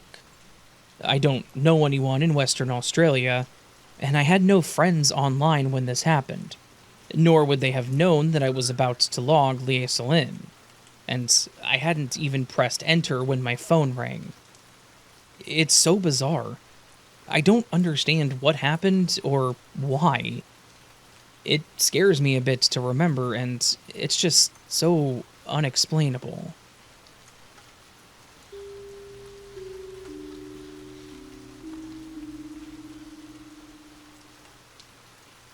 First of all, I'd just like to say that I love these Glitch in the Matrix stories, and really look forward to listening to them each week. And keep up the good work, Raven. Thank you. I've experienced a lot of unusual things over the years, from premonitions to synchronicity, but most of these I would class as glitches. My most recent glitch happened on my way home from work a few months ago. I work in London and use several modes of transport to get to and from work. The last part, on the way back, involves getting a bus which drops me a couple of minutes from my house. On this particular day, as I walked to the bus stop to catch the bus, I passed a middle-aged Sikh man and a teenage girl, who I assumed to be his daughter. It's not unusual to see a Sikh man in London, but they do seem to stand out a bit more than other people because of their turbans. The man was wearing a royal blue one, which made him stand out even more as I hadn't seen one of that color before. I'd say that I'm probably a bit more observant than most people, and am very aware of everything around me. It's just the way that I am. Anyway, after passing the Sikh man and his daughter, I walked to the bus stop to wait for my bus. I was standing at the end of the bus stop looking down the road to look out for the bus, but I could also see the path next to the stop and see the people walking up to it. After about a minute at the bus stop, I was astonished to see the same Sikh man walk past the bus stop with his daughter.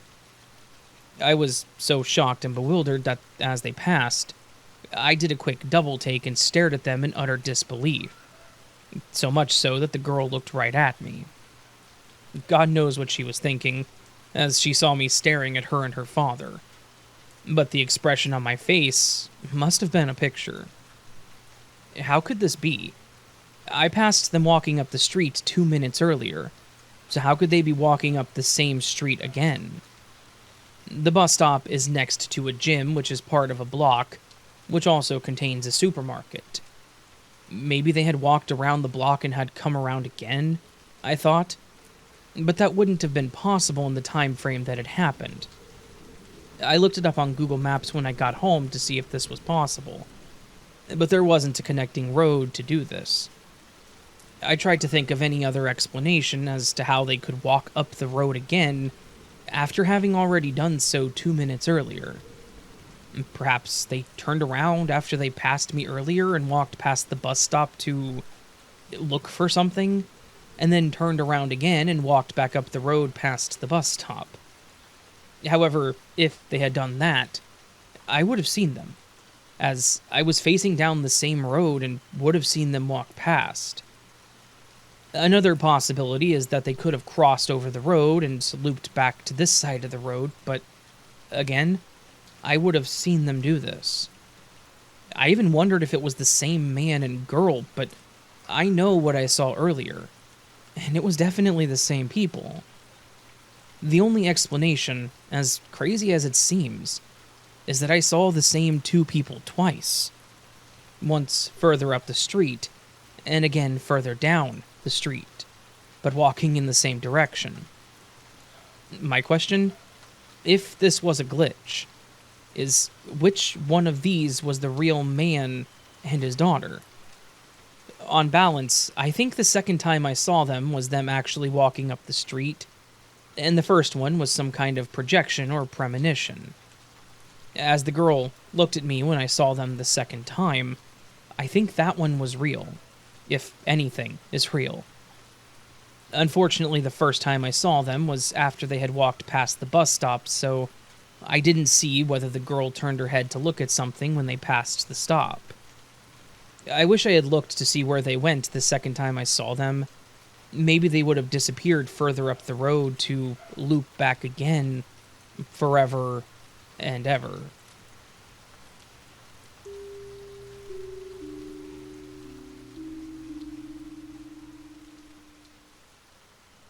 I don't remember exactly when this happened, but I know I was in my late teens. At the time, my family didn't have much money, so we would often go to thrift stores when we needed clothes or something like that. During one trip to the thrift store, I found an enormous bag of mixed postage stamps.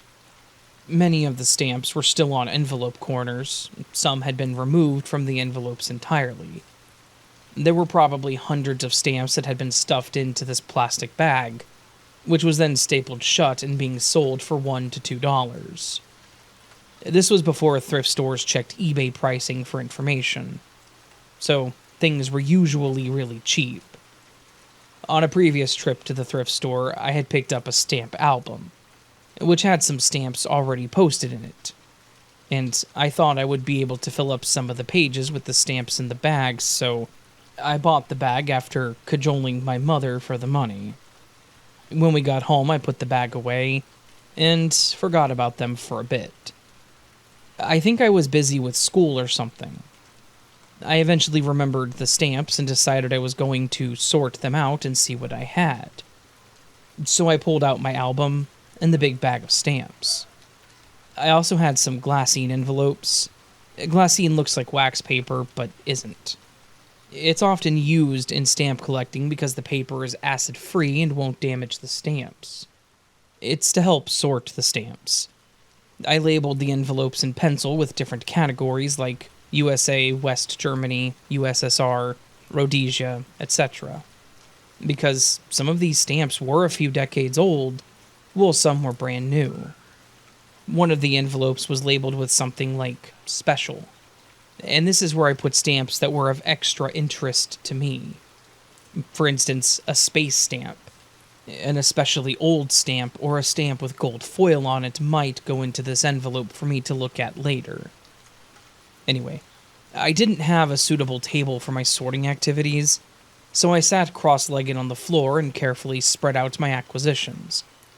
These special envelopes sat on one knee while the other envelopes around me in small piles as I slowly sorted through the bag. About halfway through the bag, I found a stamp that I thought was interesting.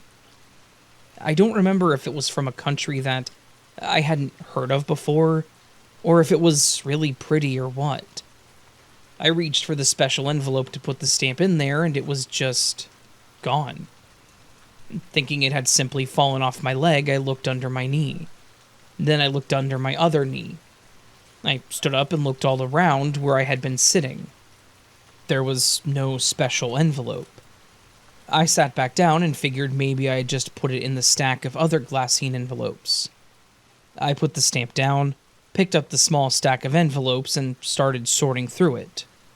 No special envelope. I asked my mother to come look and help me find the envelope.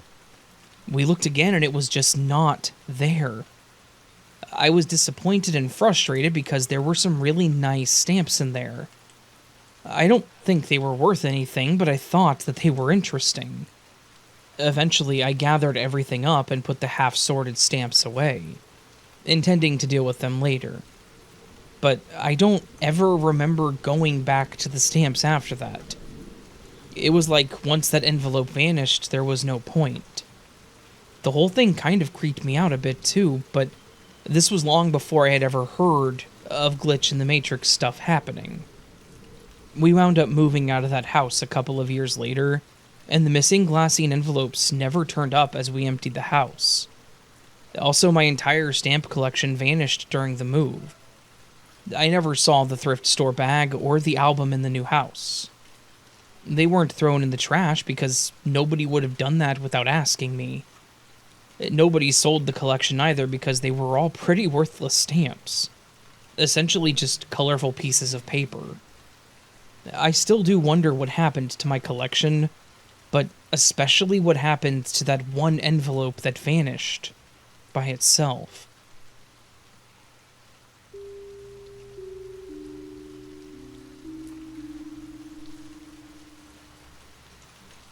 Hi, Raven. I've been an avid listener of yours for more than a year now. I'm really weird because I don't ever listen to music, and I only ever listen to your Glitch in the Matrix stories, or the scarier ones when I'm with my boyfriend, because I can't listen to them when I'm alone. Your stories bring me a lot of comfort, as I struggle with anxiety, and listening to your stories always makes me feel like I'm in a safe place. So, thank you, and keep making these. Thank you, and I will. Anyways, on to the story. I've never really had anything paranormal or extraordinary or even glitchy happen to me. Maybe one or two things in the past that could be paranormal, but not to the extent that I could say for certain. But today, I am almost certain that I experienced my first glitch in the Matrix. This is sort of a short story and probably considered boring, but it was honestly so weird and I have no explanation, which has never happened to me before. Some background that probably doesn't pertain to the story but leads to it. I'm 24, female. I live with my boyfriend who's 25 and male, and I work as a loan officer at a small local credit union. Today was an especially long, tedious, and frustrating day. I'd been waiting for work to be over so I could get gas and fill my tires with air, waiting for payday, which was today. The workday finally came to a close, and I jumped into my 2008 Honda CR-V to drive to the closest gas station. I was already planning on buying a new tire pressure gauge since the last one my boyfriend let me borrow went missing. This might be a small glitch in itself, but I've bought 4 this year since my tire has a small leak, and I consistently have to fill it with air, and all of them have gone missing without explanation. I chalk it up to me being disorganized, but who knows. I went into the gas station, purchased a water bottle since I left my reusable one at work on accident, an air freshener for my car, and the new tire gauge. Mind you, I used my debit card inside the gas station, which is always in my wallet, inside my purse. I went back to where my car was parked by the air pressure station. I got in the car for a minute to take the air freshener out and pull out just my debit card so I didn't have my whole purse with me while going from tire to tire. I pulled my wallet out, which is a bifold wallet and fairly large, and one of my missing tire pressure gauges was sandwiched in the wallet. Like, I pulled my wallet out and it was right in the middle of the bifold. It was so weird because I had just barely pulled my wallet out inside the gas station and nothing was in it. I also know it wasn't the new one I just bought because it was still in the packaging on my seat. I had gone through my purse just a few days ago looking for my chapstick, and I fully dumped my purse out on my bed at that time. If the gauge had been in my purse, I absolutely would have seen it when I dumped the contents out. I also know for a fact my boyfriend didn't happen to find it and stick it in my purse because he has a much better memory than I do, and he would have remembered. He told me that he didn't see any of my gauges and never put it in my purse. It was such a weird moment when I pulled my wallet out and saw the gauge because I truly had no explanation for it. I kind of sat there stumped for a second trying to make sense of it in my head, but couldn't come up with any resolution that made sense. I know for a fact it was not in my purse. My boyfriend has no reason to lie about putting it in there, and nobody would have or even could have slipped it in. When I saw it in my wallet, which I had just used moments prior, I seriously had chills all over my body.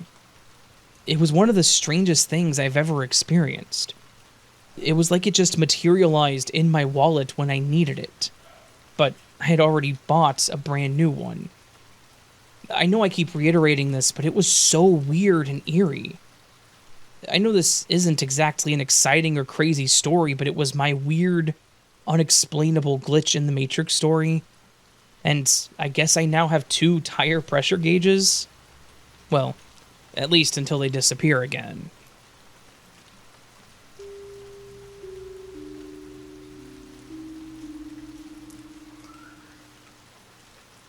This happened to me when I was about 11 years old. I grew up living pretty close to my elementary school, so every morning I would walk by myself to school, usually about a 10-minute walk. As I was leaving my house, my mom and I noticed this homeless man who had just walked past my house. He didn't look dangerous or anything out of the ordinary. It was just a little odd to see anyone walk down our streets so early. As I started to walk to school, I stayed a good 10 to 15 feet behind him. I remember very clearly that he was a black guy, wearing a heavy blue raincoat, baggy jeans, a black beanie, and a bluish umbrella attached to his backpack. At the end of my street, there is a turn that only goes right, and part of this turn is obscured by an old, big, evergreen tree. As we make that turn, I see him turn first, and for a split second, like normal, his body is blocked by the tree while he's making the turn. Not even 5 seconds later, I make the same turn and I don't see him anywhere. I looked to my neighbor's house to the right, and he wasn't there. He wasn't further down the street, since I had a clear view of it and had seen him just turn. I even walked back up to look around the tree and he still wasn't anywhere. There was literally no place this man could have gone with how quickly he went. I could only conclude that he vanished once he turned the corner.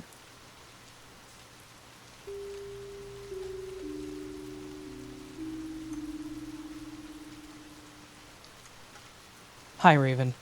I've just recently started following your YouTube channel, and I have a doozy of a story. So I don't know if this qualifies as a glitch or something else. I've been thinking about it for a while now. I'll try to keep it as brief as I can, but it's a story that dates back to my birth. Before I go on, I don't take any mind-altering drugs regularly, and I rarely drink. I was born in a hospital in a town on the Arkansas side of the Mississippi River. I won't reveal the names because, well, I don't like to spread too much information on the internet. I was born in April, and I was the first boy born at the hospital in the year I was born. Here's where I think the glitch might have happened. According to my birth certificate, my mother is not my mother. Without revealing anything, her maiden name has 6 letters. The name on my birth certificate has the same first 2 letters and last 2 letters. The 2 in the middle are different. Now, that wouldn't be too weird, but I've begun wondering if the me that was born to be in this world would have died at birth. I wonder if I was moved here as a replacement.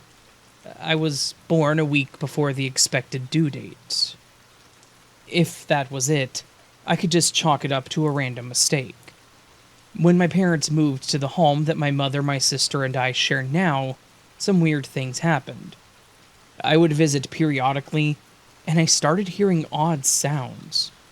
Late at night, I swear I can hear people walking in the kitchen. I usually get up to check on it, but no one's there. Add to that, swearing I hear someone walking on the roof. I know it could be a squirrel or other animal, but this sounds like someone wearing work boots. Then there are the voices. I've heard someone clearly say a name when I get out of the shower. I was alone at the house. It might have been someone outside, except it was in a normal tone of voice. If it was someone from outside, they would have to yell for me to hear them. The other most notable one was last year, before my father passed away.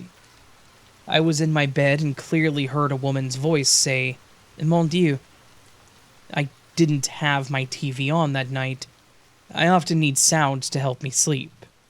It was not my mother's nor my sister's voice. Even if it was, they don't speak French. The only foreign language either of them speak is Spanish. My mother taught Spanish for a number of years. The drawback is that, as an exchange student from Colombia told her when I was still in high school, she speaks it with an Arkansas accent. I only knew the word because I had just been in a stage production of Murder on the Orient Express, and that is my favorite exclamation of Poirot. Now, one other incident with the voice tells me that I'm not just hearing voices in my head. When I was in college, I was a non-traditional student who had gone back to college after a long break. I was renting a room from a couple, let's call him J and her K, and I was in the hallway on the way to the bathroom, when I heard a woman's voice say my name. It was not either of the people that I rented from. On my way back to my room, Kay opened her door and asked me if I had someone visiting because she had heard the same voice I had just heard. I've since told friends who express interest in going on ghost hunts to take me with them if they want to hear something. I also wonder if these voices and sounds I hear are echoes of other dimensions. And I wonder if my whole life has been one big glitch.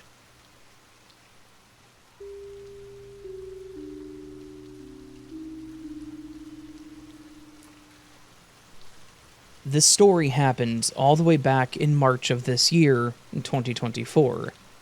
Specifically at roughly 1 in the morning on the 24th. Since it happened, I've just accepted that it's a very weird thing that happened to me, but when it happened, I was both weirded out and initially terrified. And in case you read my recent comment where I brought up the haunted house I lived in until June, yes, it happened there. But before I describe what happened, I need to not only describe the dream that made it so bizarre in the first place, but also, I unfortunately am obligated to preface that understanding it requires not only tolerance, but at least a basic understanding of a misunderstood and marginalized group that I belong to. It's a double-edged sword because on one hand, it's an opportunity for me to teach people about us, but on the other hand, it makes my story seem suspiciously like a fabrication intended to do just that. Which, I would like to point out, gets significantly less suspicious when you consider that something you see frequently in your waking life would logically have a high chance of appearing in your dreams. And it officially belongs to this community since at least October 2023. Here it goes. I am a furry. And no, that does not make me sexually interested in non-human animals. In fact, one, I'm agisexual, So I absolutely hate the thought of myself being physically involved in something sexual, no matter how arousing I find someone. And two, I hate people who are involved with animals more than almost anything in the world. But even after informing you of that fact, if you don't like furries, then just skip my story. Now I can finally get back to my story. Again, this happened on the morning of March 24th, 2024, and again, my dream will be borderline necessary to understanding why this event freaked me out so much. In this dream, I had a mother and siblings, but although I can't remember what they sounded like or what their names were, I'm pretty sure they weren't my mother and siblings from real life, because we were literally all fursuiters. And considering that I already said I was, I'm sure I won't need to explain what that is. Anyways, another thing completely different from my real life is that we were all living together in a camper or trailer, just having fun in the wilderness or something like that. I also think I have vague memories of us watching Walking with Dinosaurs, because I'm pretty sure I can recall seeing that show's Ophthalmosaurus, particularly the one shot where the babies are in a cave that have perforations in the ceiling, being penetrated by sunlight. This isn't relevant, but I just wanted to bring it up for the sake of being comprehensive. And I know that, like the furry thing, it's also kind of suspicious to an outsider, because I adore that documentary, but again, it gets less suspicious when you consider that I see and think about it a lot when I'm awake. Though not as much now as I did from 2018 to 2020. But at some point, a pair of fursuiters who seemed masculine, I'm not necessarily going to call them men because they could have been something else, approached us, which my brain may have concocted because of me hearing so many scary stories of people meeting strangers in the wilderness. They specifically asked my mother for her compliance in what I believe was a business transaction, and she declined. They seemed okay with it at first, but things couldn't be further from the truth. After we had all gone to bed, this fanciful dream became a horrifyingly realistic nightmare. Those same exact two fursuiters had broken in. The next part is undoubtedly what I remember the most clearly, but ironically is the hardest part to describe. What happened next felt like, I don't know. It was as if a photograph had been downloaded by my brain, and it took over my entire vision, like I couldn't look to the left or right, and there was nothing visible behind or to the sides of it. The photograph is still burned into my memory. It was clearly from a security camera, despite the fact that it was placed further down than what I would expect from one, and because it was taken at night, when all the lights were off, everything was dark, colorless, and grainy. And the main subject of this photograph was horrifying. One of the two people from earlier were standing there after breaking in, staring straight into the camera lens. And you know what the worst part is? Their suits' heads' eyes had eye shine, exactly like a living animal. And whilst this photo was eclipsing my vision, I heard an angry, masculine, middle-aged voice saying, "The police keep catching these damn furries breaking into people's homes." Then I awoke. And here's finally where my story becomes worthy of being in one of your videos. When I woke up, I was facing the wall that divided my and my brother's room from what we call the back room. And the two walls of this room that faced the outdoors were almost entirely made of windows. Not only that, but one perpendicular to the wall I was facing had metal, for lack of a better word, bars on the outside. No doubt for better protection if anyone decided to break in. And, speaking of breaking in, I legitimately awoke to, I kid you not, the sound of that glass being pounded on extremely forcefully over and over again. In fact, it was so forceful that my bed was literally shaking. And you know what the downright creepiest part of this story was so far? Somehow, I was not remotely frightened. If that enough doesn't sound implausible, I first learned about home invasions in early 2022 thanks to Jacksepticeye. when he was playing a video game called Fears to Fathom, and I was so freaked out that day I was a little bit on edge. But after I think a few days, I was no longer scared. In fact, I also wasn't scared when my abusive older brother, who I hate more than anyone else in the world, would wander out of the house at night to sleep outside.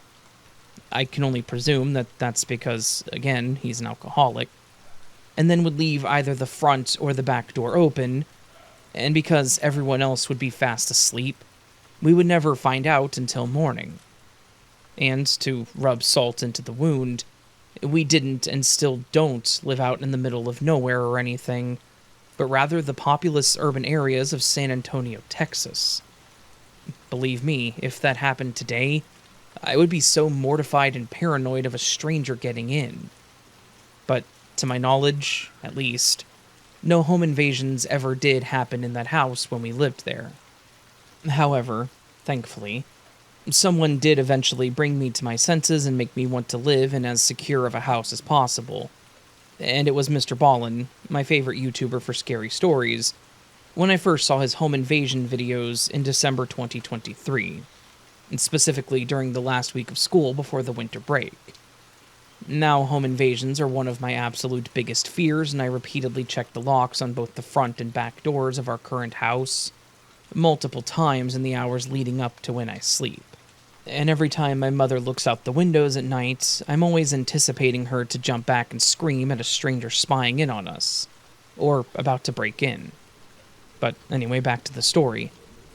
Not only was I not remotely scared of the powerful, constant banging on the glass in literally the next room, but in fact, I clearly remember feeling annoyed that I couldn't go back to sleep. And I was instead intently staring at that wall out of, again, annoyance, waiting for the noise and shaking to stop. And then it was like a light switch had flipped, and instantly the silence of the night was deafening. That is, until a few seconds had passed and I heard a police car's siren whizzing past the house. This may sound trivial, but remember the voice at the end of my dream literally said, "The police keep catching those damn furries breaking into people's homes?" Additionally, something I would like to bring up is that this could not have been me just still dreaming, because I explicitly remember staring intently towards the direction of the noise, and when the police went by, I was still staring there, and there had been no transitions in my vision aside from, of course, my eyes gradually acclimating to me awakening. And I know that describing all of this took a while, but it probably only lasted 10 seconds at most from when I awoke to when I heard the police car. Then, after I heard the siren, I was snapped out of my feeling of annoyance and suddenly came to my senses. And I freaked out so hard that I had dreamed of a break-in, followed by mention of the police, and then woke up to slamming on the glass, followed by the sound of a police car. And not only that, but I had a petrifying thought. What if the break-in had been successful? I didn't know what I should do because I legitimately did not know if what I had experienced was real or not. But the evidence seemed to suggest that it was. So I stammered out something to my brother, who was in the same bed, about me having a nightmare that suggested I should check the house. I probably sounded crazy, if he could even understand what I was saying, but I didn't care. I then went through every room, except our grandparents' room because we never went in there, turned the lights on, and looked at every nook and cranny, waking up my mother in the process. Because of how the place was structured, the last room to check was the back room.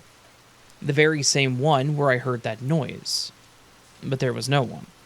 And no sign of damage on the glass, despite the fact I literally just heard it being repeatedly and forcefully pounded on.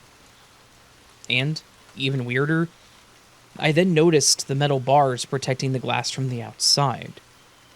This observation brought up 3 questions. 1. Who could possibly want to repeatedly slam their body against those? 2. How could they hit the glass so strongly with those in the way? And 3.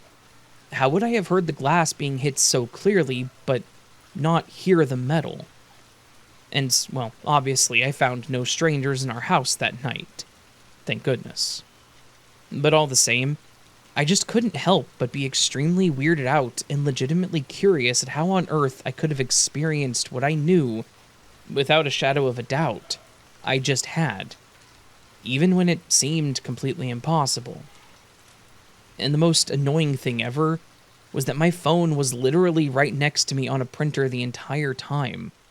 But because I was so annoyed when the event was actually happening, I didn't even think to film it. But something important to note is that during late 2023, remember that this happened in March 2024, I started watching videos about scary true stories. Everything from Sasquatch sightings to pervert encounters to glitches in the Matrix. And as I was lying down in bed at 1 something in the morning, I know because I checked my phone after searching the house, and trying in vain to fall asleep again, I realized that what I experienced was probably the latter, because there was no way the banging could have happened with the metal protecting the unbroken glass. But also, I can't see how I could have dreamed hearing and feeling the slamming against the glass and shaking of the bed. All while my eyes remained opened, and I noticed no big difference aside from the sudden silence. And so I theorized that I awoke in a universe where the metal was not protecting the glass and someone was breaking in. But then I eventually transferred into a universe where there was metal protecting the glass and no break-in had been attempted.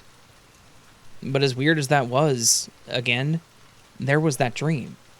And this wasn't the first time a dream of mine had become a nightmare predicting the future. The first one was in 2019, and I'd like to describe it, but the story is already long as it is. But the fact that it had predicted 2 things that would happen right afterwards is bizarre, and proved to me that even though I'd already been 100% convinced of the existence of the paranormal, now I knew for certain of the existence of the paranormal. And I haven't even gotten to the most horrifying part of this entire ordeal. My brother was sleeping in literally the same bed as me. And when I asked him if he heard anything, and my entire immediate family has realized that he has the best hearing out of all of us by a landslide, or if he had felt the bed shaking, he said that he hadn't. And that was really scary. I still don't know what to make of this, other than that it was most likely a glitch in the Matrix, but even though I can remember it so well after almost a year, I'm still scratching my head as to how and why this could have happened. Oh, and despite the horrible home-invading fursuiter my brain invented, I still love the fandom, and even more so now than ever before. I still don't want to experience anything creepy about it, though, and I really hope that that nightmare, and its accompanying glitch, it wasn't a premonition of anything that will happen to me in the future.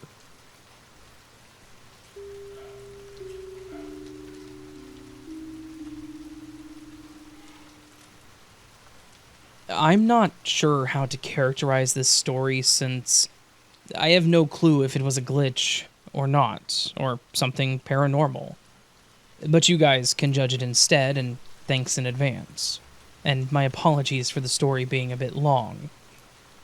Some background details first.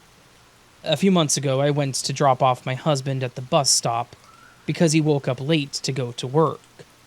So we both get ready in a rush, and when we're about to head out, he decided to bring the dog. Mind you, this is past 5 a.m. or so. Our dog is a chocolate lab mix. He's a big boy and his name is Rio. I wasn't okay with the idea because it was a short trip, and I was moody because he disturbed my sleep. On top of that, my husband decided to bring him in the car without a leash or collar. We always have small arguments regarding the collar situation, because sometimes there are squirrels around, and our dogs tend to chase them. Anyway, we headed out with the dog to the bus stop. I let it be because I wasn't in the mood to argue. I just wanted to get back to bed. And as soon as I leave my husband at the bus stop, I make my way back home. When I get home, I try to take my dog out of the car, obviously without any sort of leash, trying my luck to convince him to go inside without issues. He usually does it without problems.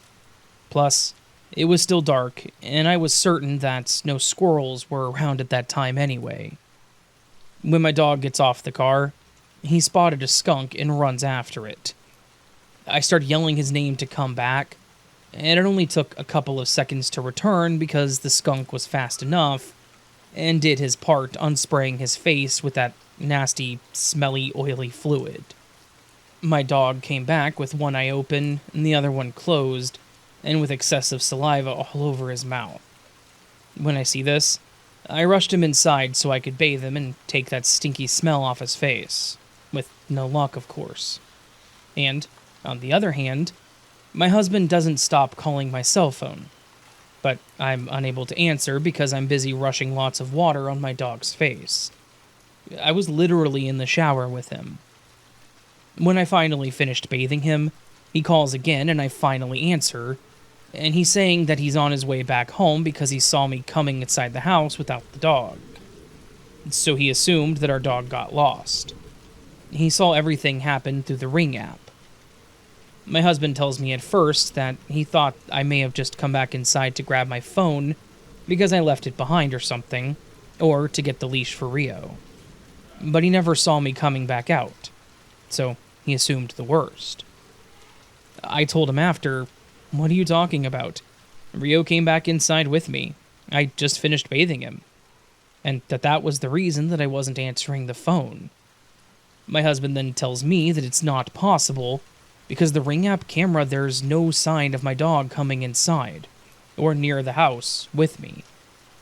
My husband has the tendency to always check the Ring app to make sure we made it home okay, by the way. Anyway, Daniel, my husband, kept arguing that it seemed not possible, that the camera does not show it at any angle. Note, my husband is not a believer of the paranormal or anything tied to it. He brushes off everything that is not explainable, or tends to not question things like this. Anyway, I then explained to him that when Rio was making his way back inside the house with me, he was running a bit right next to me, and sort of ahead. Then I told him to go to work because we were okay. So he did. Afterwards, I started to think what my husband meant by not seeing him on the Ring app. So, I went to the camera recording history in the app and, yep, Rio is seen running out, but never coming back. I came out calling his name and jogging back inside on my own as if I was by myself. I know what you're probably thinking. Maybe a camera glitch, and that it was dark. But everything is pretty clear in the camera. And Rio was not able to rush or run fast either, because he couldn't see clearly due to the skunk spraying his face. I swear my dog was next to me jogging back inside the house, but Ring does not show it. How? I thought that maybe I imagined it all, but how? I never went back outside. Rio was next/ahead of me, and I can see him at the very moment. I did see him. I swear it. I also have the video and will be sharing it as well. Also, after getting inside the house, you can hear me arguing with Rio a bit in the video. I know, he's a dog, but I was just nervous. I've shown the video to my friends and some family members, and they think the camera was just being glitchy. Yeah.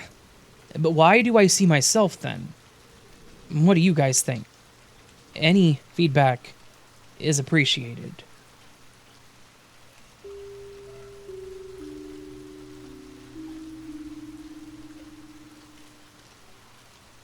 Hi, Raven. I would like to start by saying that I absolutely adore your channel. I've been listening for about 3 weeks now, and I've been binge-watching mainly the glitch content, which I think is relevant to the story. But anyway, my glitch happened literally today, just a few minutes ago at the time of me writing this. For some context, I'm a 21-year-old female, and I live alone with my dog, Brooke, my 9-month-old Labrador. I was sat on my bed on FaceTime with my boyfriend. We're long distance right now. We met while I was on a trip in the US, but I'm from the UK. Not super relevant, but I thought I would clarify. My boyfriend and I were talking about some deep things. It was a personal conversation, and due to this, I was hitting my vape, as he was.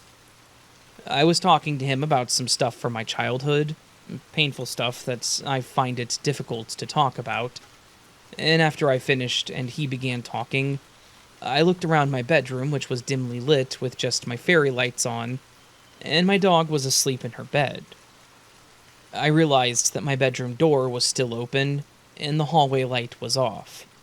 Which, for context, I'm not afraid to admit that I'm terrified of the dark.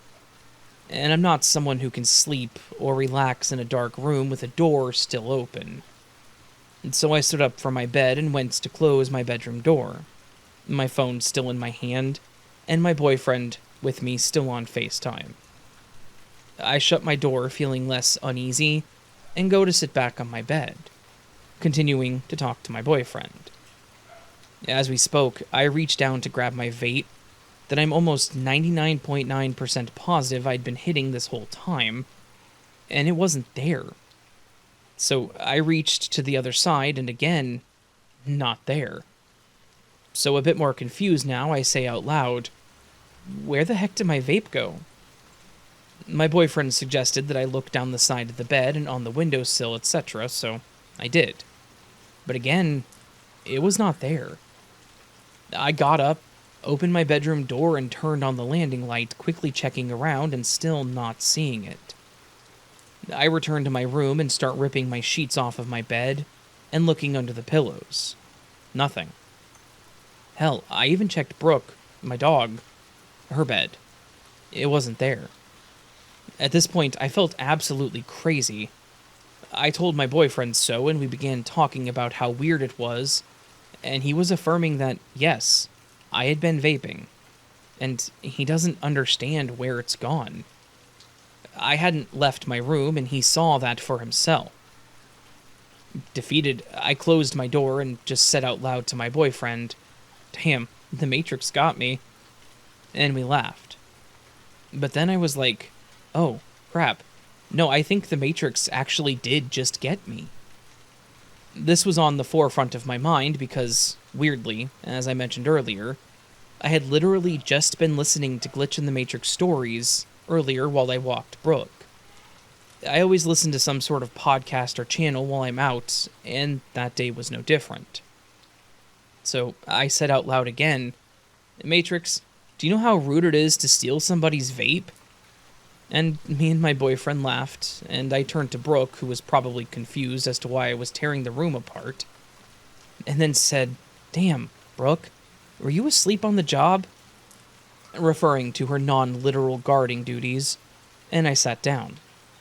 Brooke jumped up with excitement, as dogs do whenever you use a silly tone, so I went to turn the bedroom light off and returned to my bed, when my boyfriend said, "I guess you gotta go check downstairs." I looked at him like he was crazy.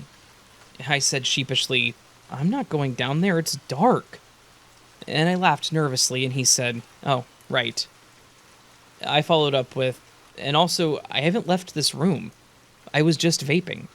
I don't see how it could possibly be downstairs."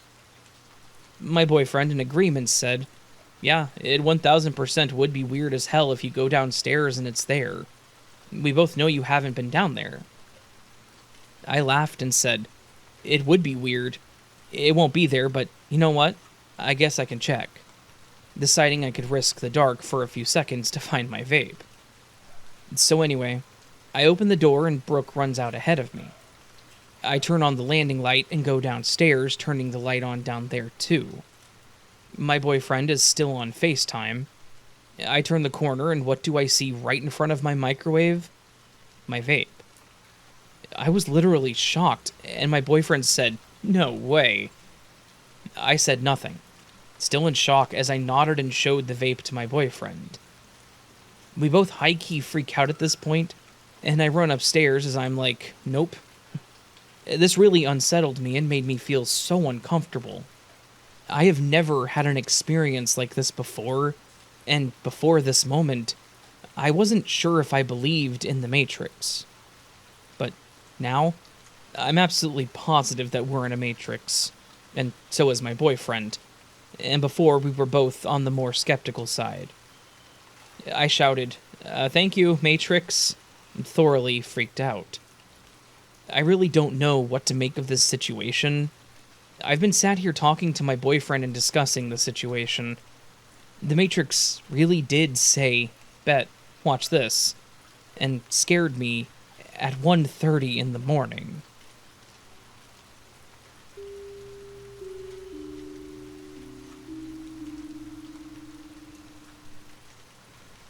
Hey Raven, love your channel, and thanks for helping me sleep at night. I have a weird glitch / creepy story. I was in high school, and every weekend I would spend at my then girlfriend's house. I spent so much time at their house that her mom would jokingly refer to me as her other son. Her mom was divorced and very independent.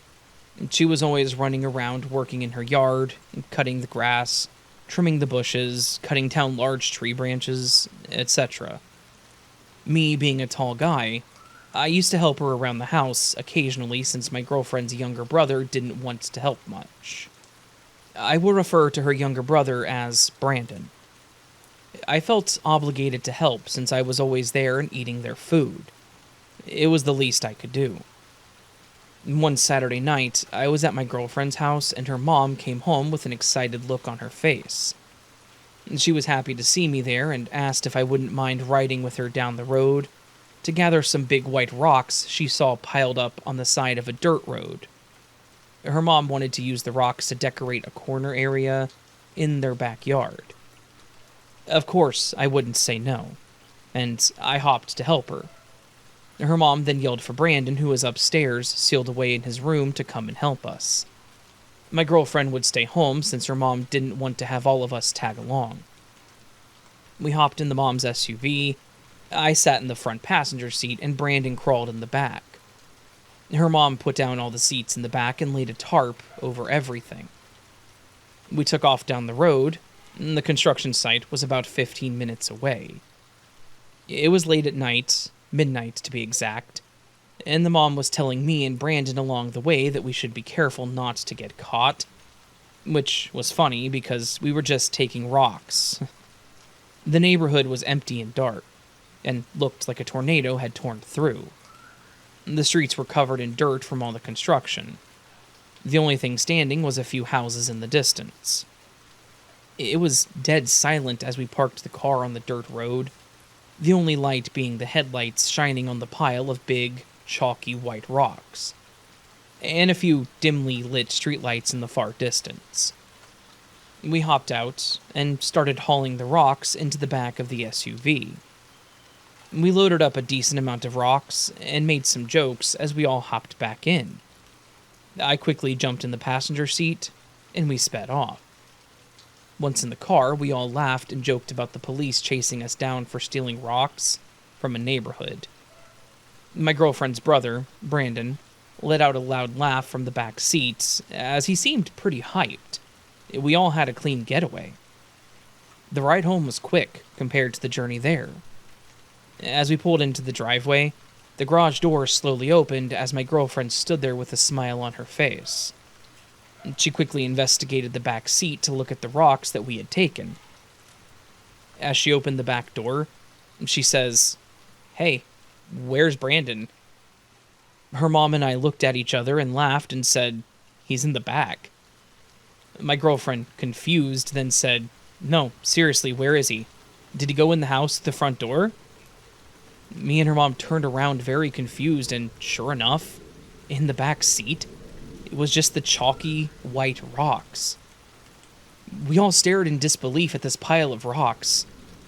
Her mom then said, "What the hell? Where did he go?" My girlfriend was convinced that we were playing some kind of prank on her. We all just looked at each other waiting for one of us to confess to playing the prank. We stayed in silence for about a minute, and then her mom's cell phone rings. It was an unknown number. She then looks at us in confusion and picks up the phone. She says, "Hello?" And we could faintly hear Brandon on the phone saying, "Mom, can you come and get me?" Her mom and I had chills running down our spines. We were so confused. Her mom then asks where he was, and he replied, "I'm at the construction site. Why did you guys leave me?" Her mom quickly hopped back into the car, heading back to the construction site, confused. I stayed back at the house with my girlfriend and explained the whole situation to her. The creepy thing is, me and her mom were carrying on a conversation with Brandon the whole ride back. I remember hearing his distinct laugh. It was a funny squeal-like sound that he would burst out with when excited. I heard that laugh from the back seat. My girlfriend's mom heard it too. So then, the question remains. Who did we have a conversation with? Who did we hear laughing from the back seat? I ran things through my mind over and over, thinking that we made up the conversation with Brandon in our heads, possibly. But how did we both hear it? It turns out, we did leave Brandon by accident on that dark dirt road, unknowingly. Him being just as confused as us, having to walk to the nearest house and knock on the door at 1 a.m. in the morning asking to use the phone. The family then opened the door for Brandon and then called the cops. Rightfully so, since some teenager was knocking on their door claiming his mom left him in the middle of the night. The mom had ended up putting the rocks back and tried to explain to the police that it was an accident leaving her kid behind. I, to this day, have no idea who we were talking to that night. I remember Brandon boasting and laughing about how we had a smooth getaway. Well, it turned out to be a not so smooth getaway.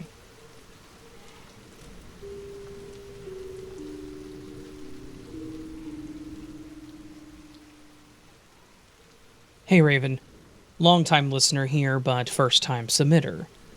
I have two stories that are seemingly small, but that I can only explain as being glitches, as nothing else makes sense. The first story I have has been read on another smaller glitch channel before, so if anyone here has heard it before, that would be why. I travel a lot as an out-of-state college student. Between going home for the holidays and visiting my long-distance, at the time of the story, boyfriend. Side note, we didn't break up. We just recently got engaged, making him my fiancé now. I always travel in and out of DFW, and specifically out of the same gate, as I'm usually only flying to and from the same place, on the same airline. All of this is to say that I really know the airport, and especially this terminal. When I first started flying out of this terminal, it was pretty cruddy and run down. But within the first year of traveling, it had been completely renovated to a gorgeous, almost futuristic-looking terminal. Prior to the renovations, the one thing I hated most about the terminal were the bathrooms. There was a single women's bathroom in the area, with only a handful of stalls. A majority of them didn't lock, and the ones that did had such wide gaps by the door that I swear I could stick my hand through the gap and shake someone else's hand. Plus, make eye contact with the person in the stall next to me, if we happened to stand up at the same time. After the renovations, the bathroom was amazing. All of the stalls are floor to ceiling now, and it's just super nice all around. Anyways, there was a time post-renovations that I had just got to my gate and had a bit of time to spare, so I went to use the restroom. To my shock, when I entered the bathroom, it was not the glorious renovated bathroom that I had grown to love, but the rundown janky bathroom from before the renovations. I was truly confused and a little bit disoriented by it. I stepped out to see if I was in a different terminal this time and hadn't realized it somehow, but sure enough, it was the nice new terminal. I went back in, quickly did my business, and got out of there. A few weeks later, when arriving back at DFW from my trip, I was coming into the same terminal. I got off my flight and went to the same bathroom again, but this time, it was back to its nice renovated self. Did I somehow step into a time portal bathroom or something? I'm not sure, but it truly weirds me out. This second story takes place around Christmas of 2021, but I swear I can replay it in my head like it was yesterday. That's how weird it was. My siblings and I were all home for the holidays. We all were, slash, still are, in college and grad schools in different states. Since this is one of the very few times we were all together in the same place, we were catching up and wrapping presents. My sister and I were sitting in her room with the door shut, so that no one would see what we were wrapping and spoil their presents, and our brother would come in intermittently to join us. We had probably been wrapping presents for about an hour or so, and we had a pretty good system down, where we would take turns wrapping a present, the other person helping to cut the paper and hold edges down when needed, so the other person could tape. We were having a conversation, and I had handed the scissors to my sister, as it was her turn to wrap a present. She cut the paper and then set the scissors next to her for a second, so she could pull up a picture of someone to show me. We continued wrapping presents and then set it off to the side when it was finished. I pulled out the length of the wrapping paper that I needed, and then asked her to hand me the scissors. She reaches to her side but realized that they weren't there, and said that she must have already handed them back to me. I looked around on the floor, but they weren't by me. So I lifted up the wrapping paper as I thought, maybe, I had rolled it out over the top of them. But they weren't underneath it. We looked at each other puzzled. I proceeded to look under the bed, thinking that one of us could have accidentally pushed them under, but they weren't there. This turned into a 20-minute search of her room. On top of the bed, the dresser, nightstand, checking under the paper again, etc. Literally everywhere. But they were nowhere to be found. She asked me if we had possibly wrapped them in the previous present, as we'd been pretty engrossed in our conversation and could have overlooked them. So, we unwrapped the previous present, but no, they're not there. We were both starting to feel pretty weirded out. Our brother then knocked on the door and came in. We explained the situation to him and he joined our search party.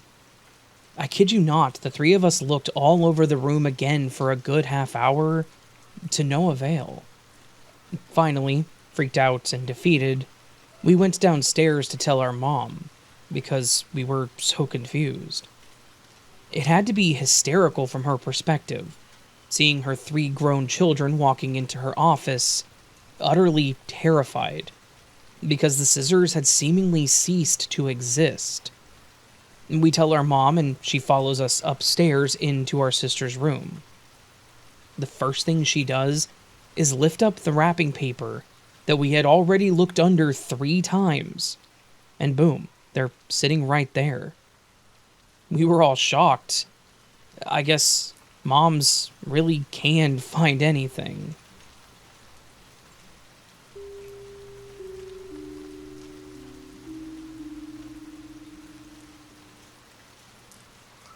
I don't understand most of what I'm about to write. I was born in 1981, but I have lived much of my life many times. I would like to say that it all started a long time ago, but it's not true. It started sometimes later and sometimes earlier in my life. I feel like I've been alive for thousands of years, but it's always been between 1981 and 2043. As far back as I can remember, I was always able to manifest all of what I've wanted, or should I say what I needed. You know people who talk about the secret and positive thinking? Something similar. Imagine if every time you think of something happening, it happens, positive or negative. At first it wasn't anything extraordinary.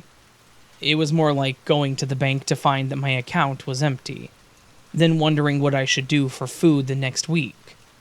Then, as I look for a solution, I see that someone lost money on the ground.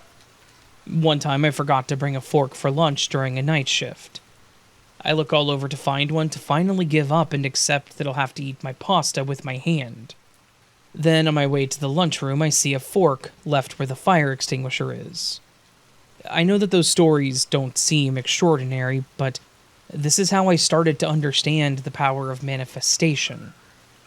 It's almost like having a guardian angel that gives you what you need when you need it. I wasn't rich, and I didn't want to be. I wanted to be happy. But happiness is hard, and the power of manifestation can happen in negative ways. In 2006, I was in Banff. I took the bus to go to Calgary. In the bus, there was a beautiful woman. The type of woman that I couldn't stop looking at. And I felt as if I knew her. An automatic connection. I didn't know her and was way too shy to even talk to her. When my bus stops, I left the bus and went shopping in downtown Calgary. On my walk towards downtown, she was on the other side of the road. Then, an hour later, I saw her at the Starbucks. Our eyes crossed, and she seemed stressed. It was weird. It was as if I could feel something, as if it was a reason for why I was there. She then crossed the road and went to a hotel. I then decide to do something that seems crazy. I decide to test myself. I knew that she was in the hotel, but at that moment, I couldn't see her anymore. So I decide to walk and listen to my inside feelings.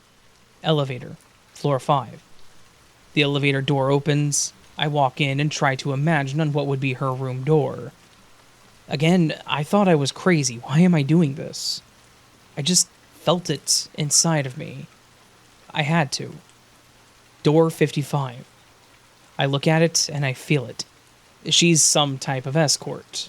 I could see it in my mind. I could see men abusing her. I could see him taking advantage of her. I could see him killing her. Or was it all just my imagination in my head? But inside of me, I wish that I could be her man. She needed me to be that man, so that I could give her love, protect her. If I could enter that man's head, then I could change the story. Maybe. Do I just imagine the story, or do I use something I know? At that moment, I can see myself doing exactly that. It was as if I was in some type of trance. Again, am I crazy, or am I able to take over this man's brain? I'm connected to them, to her, to him.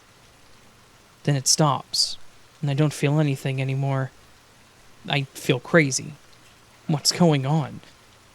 I run to the elevator and go to the lobby. I later see her get out of the hotel, but I now don't feel anything anymore, other than the satisfaction and accomplishment. But what happened to me? I walk for a long time in the town the rest of the day, not understanding myself, not knowing what was true or not. I took the last bus to go back to my house in Banff. I later found out that that woman was killed with her daughters in 2016, by the exact same men. It was as if I couldn't stop it from happening. I like to think that she had an extra 10 years on her life. Another time, in 2015, I'm driving a truck of CO2. I lose control and roll over in the ditch. My tank explodes and the cold white vapor enters my cabin. I'm suffocating and dying, and I can hear people yelling. Then I wake up and was now 8 years old. Sometime I woke up at 52 years old. Each time knowing what the world should be. I can see people who have accomplished great things in other timelines now being very ordinary. So I have given myself a mission to help them, to be this angel. It's impossible to imagine how hurtful it is to see someone who you know as a country's leader now being a street junkie. I know my story sounds a little bit like Groundhog Day, but it's not the same. It's not always the same day. It's hard for me to remember past timelines. Sometimes 25 years can happen without timeline changes. It's like thinking of something that happened many, many years ago, but technically it didn't happen yet. And maybe it won't. I also wonder what happens to myself when I move to the next timeline. Do I always die? Or does life continue on for myself, but my mind moves? I don't understand why it happens. It feels like I've been alive for thousands of years. 1,000 years between 1981 and 2043. I know that others will deny this story to be true, and honestly, I don't know who would believe me.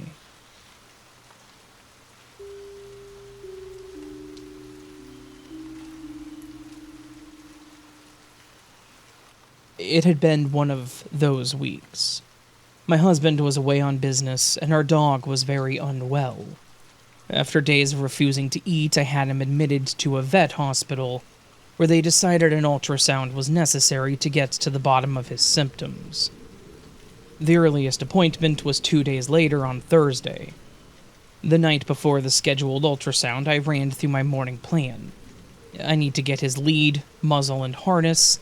I need to have him at the vet by 7:40 a.m. This should give me time to check him in and still make it to work by 8:15. It'll be tight, but I can do it.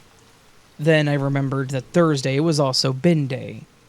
Normally my husband handled the bins, but with him away, it was up to me. The last thing I needed after the week I was having was rubbish overflowing down the side of our house. I was about to get ready for bed when I thought I should take the bins out now before I change into pajamas. You know how those nagging feelings go. The realization that a million things could happen between now and the morning. So I threw on a dressing gown and slippers, went outside into the damp, drizzling rain, and wheeled the bins from the backyard to the end of our driveway. The next morning I woke up, showered, dressed, got the dog to the vet, and even managed to get to work on time. I congratulated myself for being proactive enough to take the bins out the night before, despite the dark, cold, and damp. It was one less thing to worry about on Thursday morning. A good decision. That evening, when I went to collect our beloved Pooch after his ultrasound, the vet gave us some unexpected news. I was in shock when I arrived home with the dog, and I didn't even think to bring in the bin. I honestly don't even recall seeing it. The next morning, I left for work as usual. In the afternoon, when I returned home, the bin was still on the verge. Oddly, I didn't remember seeing it before I left, but there it was, sticking out like a sore thumb. It was the only bin left sitting on the verge in our small 9-home cul-de-sac. Feeling a bit guilty, I wondered if my neighbors were gossiping about my laziness for not bringing it in on collection day. I quickly walked down the driveway to collect it, expecting to grab a lightweight, empty bin. Instead, it still weighed a lot. It was full. It hadn't been emptied. A pang of annoyance hit me. After all of my efforts to get it out early, how did the rubbish collectors miss it? I dragged it back behind our gate, causing the thought of struggling for a week to find space for our household rubbish. Determined to get to the bottom of it, I resolved to check our security footage. Here's where things started to get weird. Comfortably seated on the couch, I pulled up our 8-camera motion security system on my mobile phone and loaded the footage from Thursday, the day the bin should have been collected. To my absolute confusion, there was no bin at the end of our driveway. In all of the recorded Thursday footage, our driveway was empty. I stared at my phone for a long time, searching and researching, double-checking and triple-checking the date. Nothing. No bin. I checked all 3 cameras that record the end of the driveway, and there was no bin there. So I went back to Wednesday. I clearly remembered taking the bin out at 8:23 p.m. It was the day before the dog went to the vet. Before we found out he had a life-changing illness. But according to our security system, there was no footage at all between 8 p.m. and the early hours of Thursday morning. I passed 3 security cameras on the way from where our bins are stored to where they're set out for collection. Yet there wasn't a single frame of footage showing my late evening, dressing gown-clad, slipper-wearing self delivering that bin to the verge. Completely perplexed, I fast-forwarded through the footage from Wednesday afternoon through all of Thursday. There was footage of me and my 2 boys arriving home from work on Wednesday afternoon. There was footage of me and the dog leaving the house on Thursday morning, as well as us arriving home after his day at the vet. There was footage of my 2 adult children leaving for and arriving from work. of the postman delivering mail and of random cars and vans passing our house. But the bins? It didn't exist. It didn't exist until just after midnight on Friday morning. Our cameras are motion censored, and while it seems they captured everything except my trip to the Verge on Wednesday, they did trigger just once on Thursday night/Friday morning.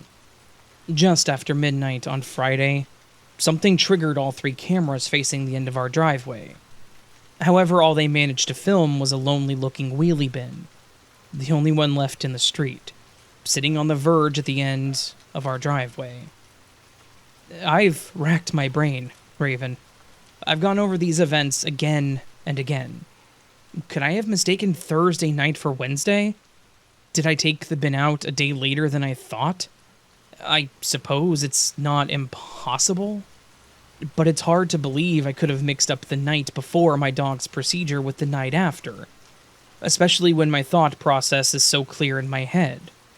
I have to take the bin out tonight because I don't want to be late for the vets tomorrow. It seems a silly thought process to have if I had returned home from the vet just hours before. And then there's the fact that no footage of me wheeling the bin out exists. Not on Wednesday, nor on Thursday, despite the fact that the trip requires me to pass not 1, not 2, but 3 motion sensor cameras. No, there's only one logical explanation, if logic can even be applied to the situation. It was a glitch in the Matrix. I may have taken the bin out at 8:23 p.m. on Wednesday, but the bin actually didn't arrive on the Verge until 12:06 a.m. on Friday, August 2nd.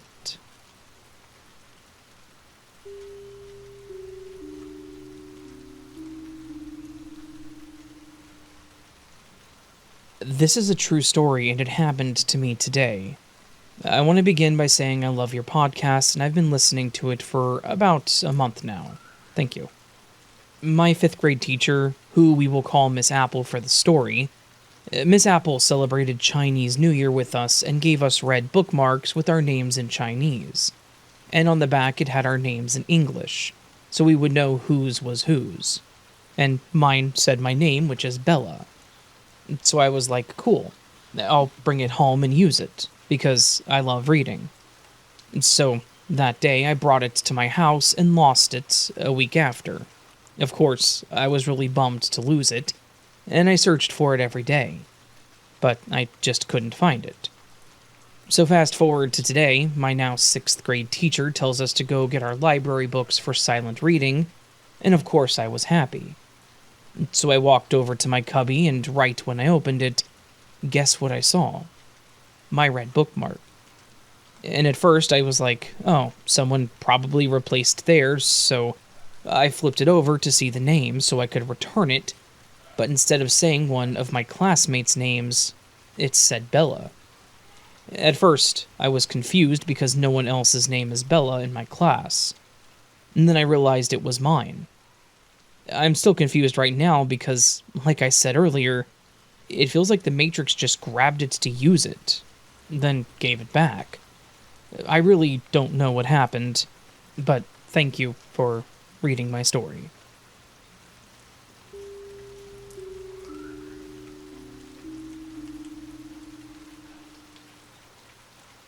Hey Raven, this is my 2nd story that I'm submitting. I loved hearing you narrate my last one, and while this one is different, I thought it would be just as interesting for your listeners. I listen to you every night before falling asleep, and I love your channel. Thank you.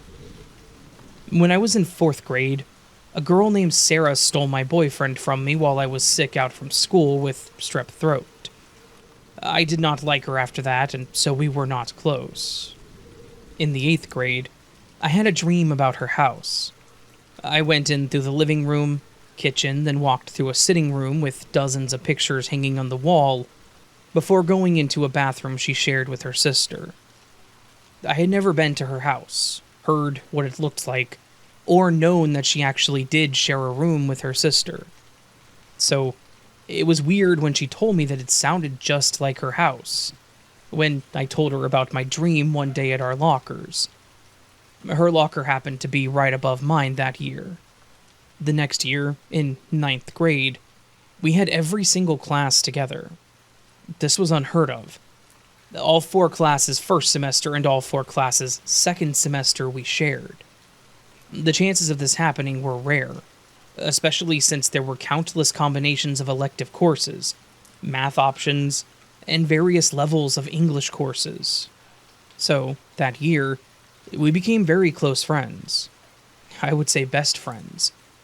We discovered our birthdays were only 6 days apart, too. I ended up spending a lot of time at her house having sleepovers, and was shocked to see that her house looked just like it had in my dream. We stayed best friends for many years. We were in each other's weddings, and even started working together for a period of time. Eventually, busy lives led to us not seeing each other much, but we kept up with each other on Facebook. Fast forward to 2018, we were both pregnant with our second child. We ended up delivering the same day at the same hospital, just hours apart. She wasn't even supposed to be at that hospital, but ended up there for some reason that I can't remember. After I had my son, I asked the nurse to stop by her room where she was relaxing with an epidural before she delivered her daughter. Exactly a year later on the same day, she had her third child. I just feel there are too many freaky coincidences with this. What are the chances? Even though we aren't as close today, she will always be such a special friend to me, and will always have a special connection.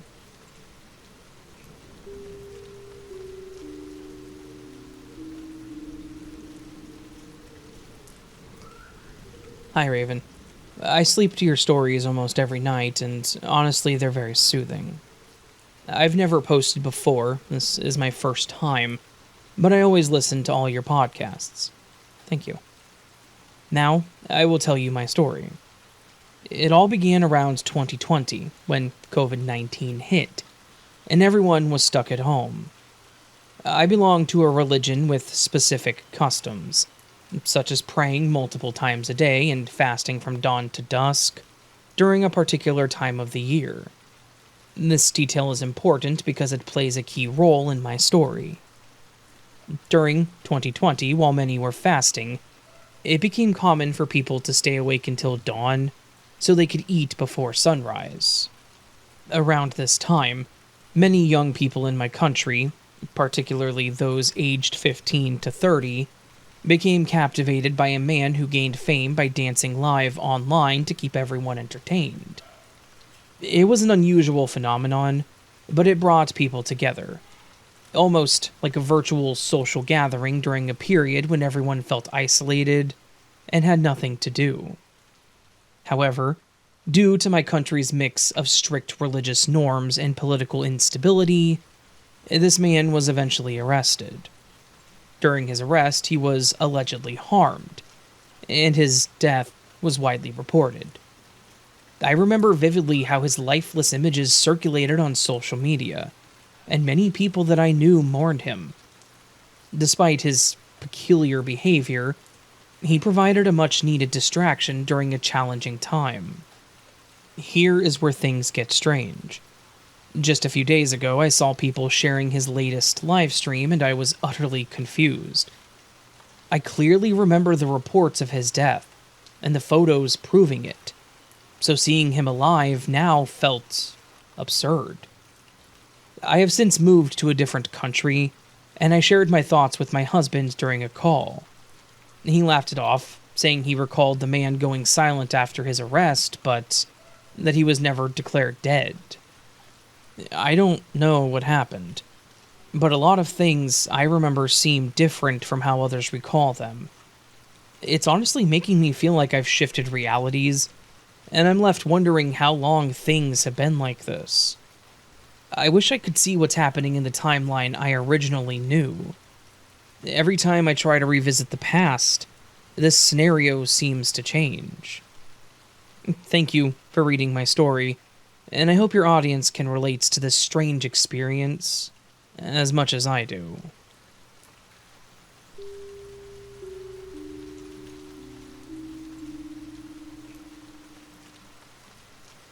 Hi, Raven.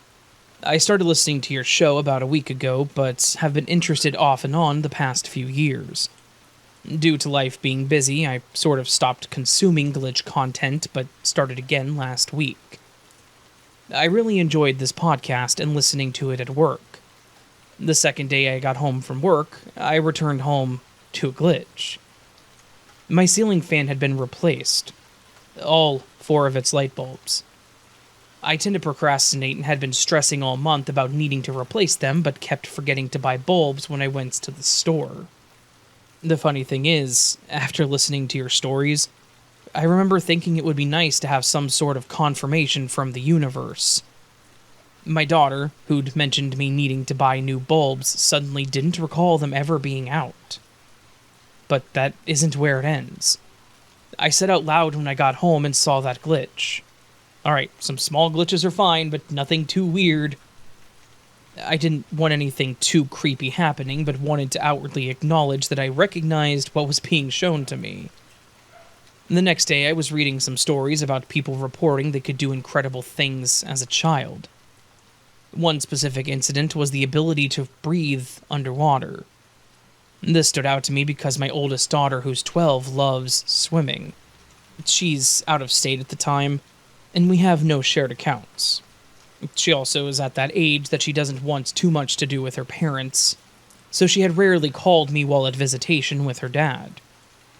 2 p.m. the same day, I spent a lot of time reading about children breathing underwater. I had noticed 2 missed calls from my 12-year-old. I called her back thinking it must have been an emergency. What she said left me a little stunned, but not scared, and intrigued. She announced to me randomly that she was able to swim underwater, and it's like I'm breathing air. She wanted me to contact a scientist or someone to figure out what was going on.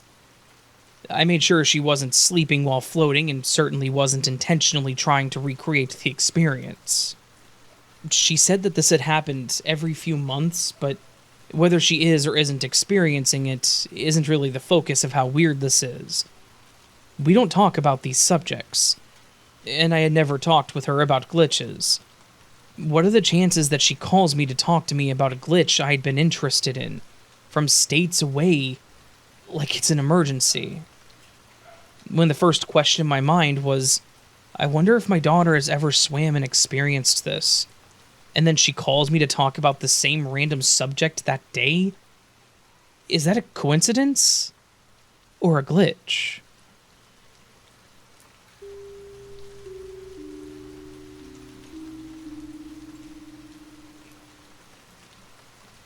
I've been sitting on this story for a while. I've sometimes questioned if it was just misperception, but I can't understand how else this might have happened. At the time of this story, I was 19 and a student in my county's community college. I live right near a local highway with 2 lanes running each direction, and it is the first major portion of one of the 2 routes I would always take to get to school. From where I live, it takes about 20 to 25 minutes, depending on traffic, to get to the college. One particular morning, I was moving a bit more slowly than I usually do, and therefore running the risk of arriving late to class. I don't remember exactly what I had for my first one on this day. It could have been a test or a lab or something of the sorts, but it didn't matter. I value being on time in general, and so I found myself rushing out the door. As I reached the right turn onto the highway, that's where things got weird. I looked to my left to make sure no cars are coming. But sure enough, about 20 were barreling down the highway, including a giant semi-truck, as the light a few hundred yards back from the spot onto which I was turning had turned green a few moments before I arrived at the stop sign. Since they had a couple hundred feet to go, and I was pressed for time, I decided to barrel out onto the highway in front of the barrage of cars. Now, I'm normally a pretty defensive driver, and I wanted to make sure I didn't cut anyone off or upset any of the other drivers. But when I looked in the mirror, there was nothing. The onslaught of cars against which I was racing had suddenly vanished. My first reaction was to be skeptical of what I was seeing. Perhaps, although not likely, they had all turned into the gas station lot right before the spot from which I turned. But there were two problems with this theory. For one, they were all going way too fast, and there were too many of them for all of them to enter the gas station lot that quickly. And secondly, I could see the gas station lot in my rearview mirror, as there was nothing obstructing it. And it was pretty empty, save for one or two cars, and definitely no semi-trucks. I really wasn't sure what to do with what I had just experienced, so I carried on with my day as if nothing happened. I'm 26 now, and still living in the same place. I don't think about it often, as it wasn't incredibly consequential to my life, but every now and then I look back on it as one of the strangest things I have ever experienced.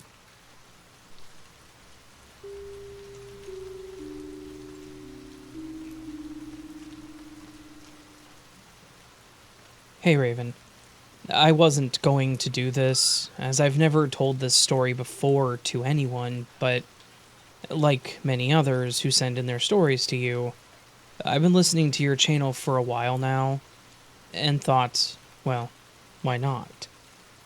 So, too, unlike most of the others, there was nothing unusual about or around me when this happened. In other words, there was no sense of any unusual foreboding. No sudden stillness or feeling of any shifts in time or the atmosphere around me. Nor any sudden change in the weather, say, or any equally sudden change in the light hue or anything like that. I think you get my drift. Anyways, to get down to it, I live in Regina, Canada, and have worked as a steelworker there for a very long time. I'm an average dude with no major hang-ups. I have a stable home and a decent network of good friends. So, basically, my big party days and going out regularly are behind me. I work, pay the bills, and mostly putter around my house or polish my car on my days off, and can even reinforce my basic sameness and tranquility by saying that I even have a cat and goldfish now. I'm not saying that I'm a total bore, but I just want to emphasize that I have a simpler, more stable life than other times in my past, when I was much more of a hellraiser. And actually, I think most of us as we get a little older can totally relate to this as well. Okay, so now I've laid the groundwork with just one other caveat that, as a steelworker, I've been working 12-hour graveyard shifts on a rotating schedule as well. So needless to say, when I get off a shift, it's straight to the shower and then to bed to crash.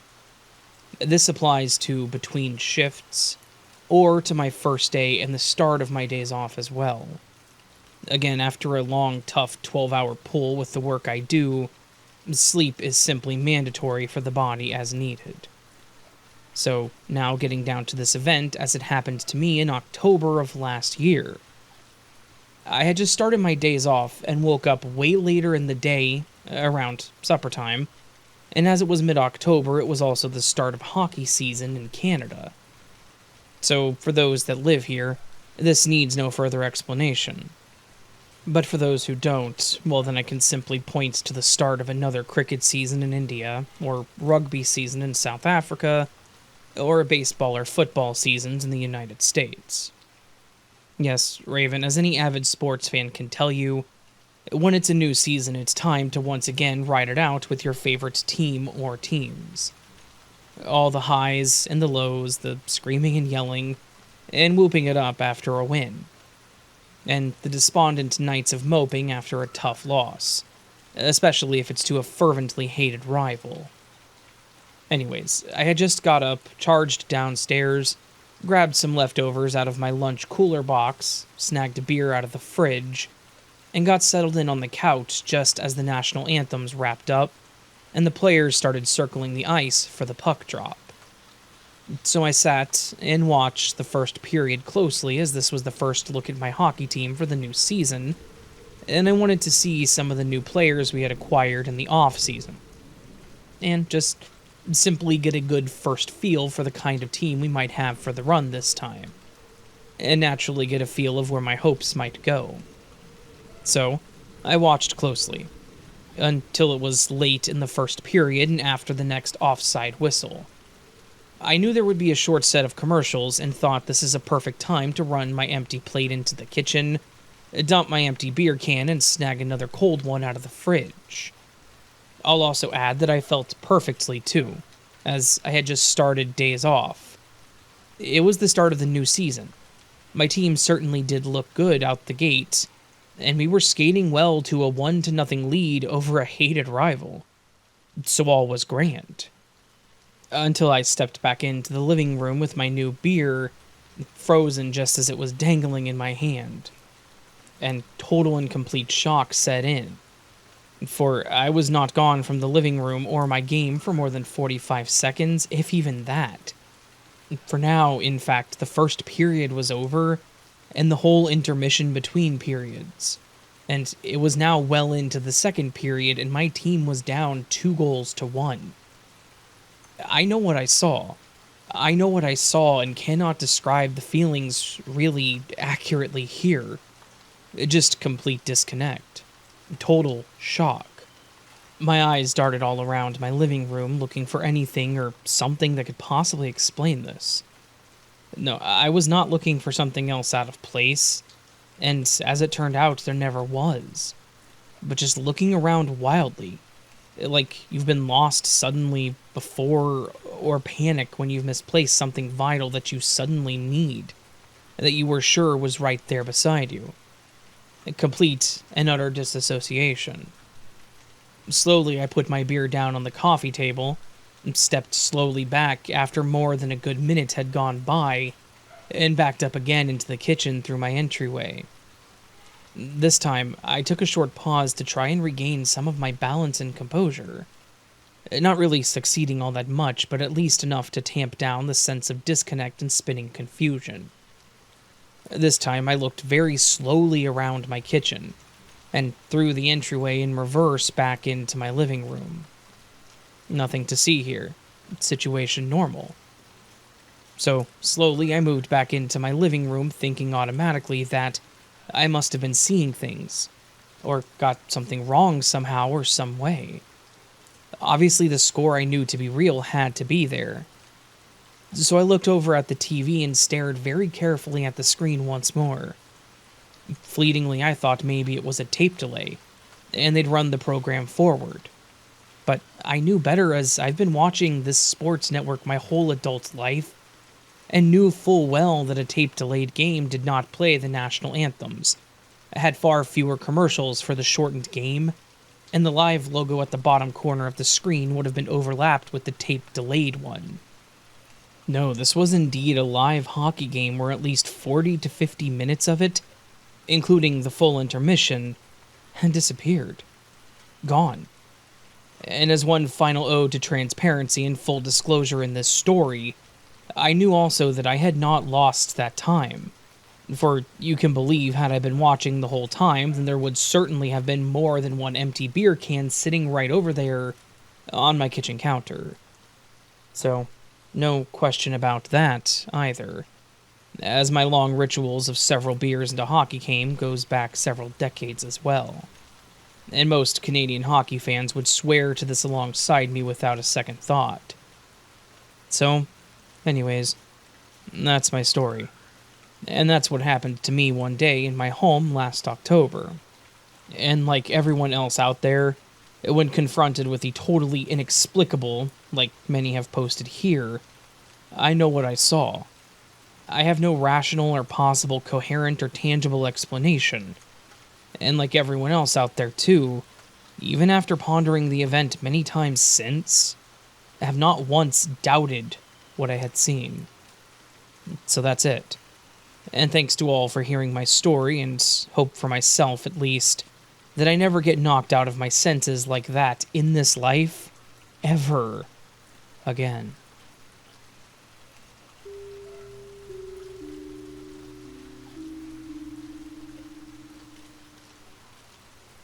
Hello, Raven.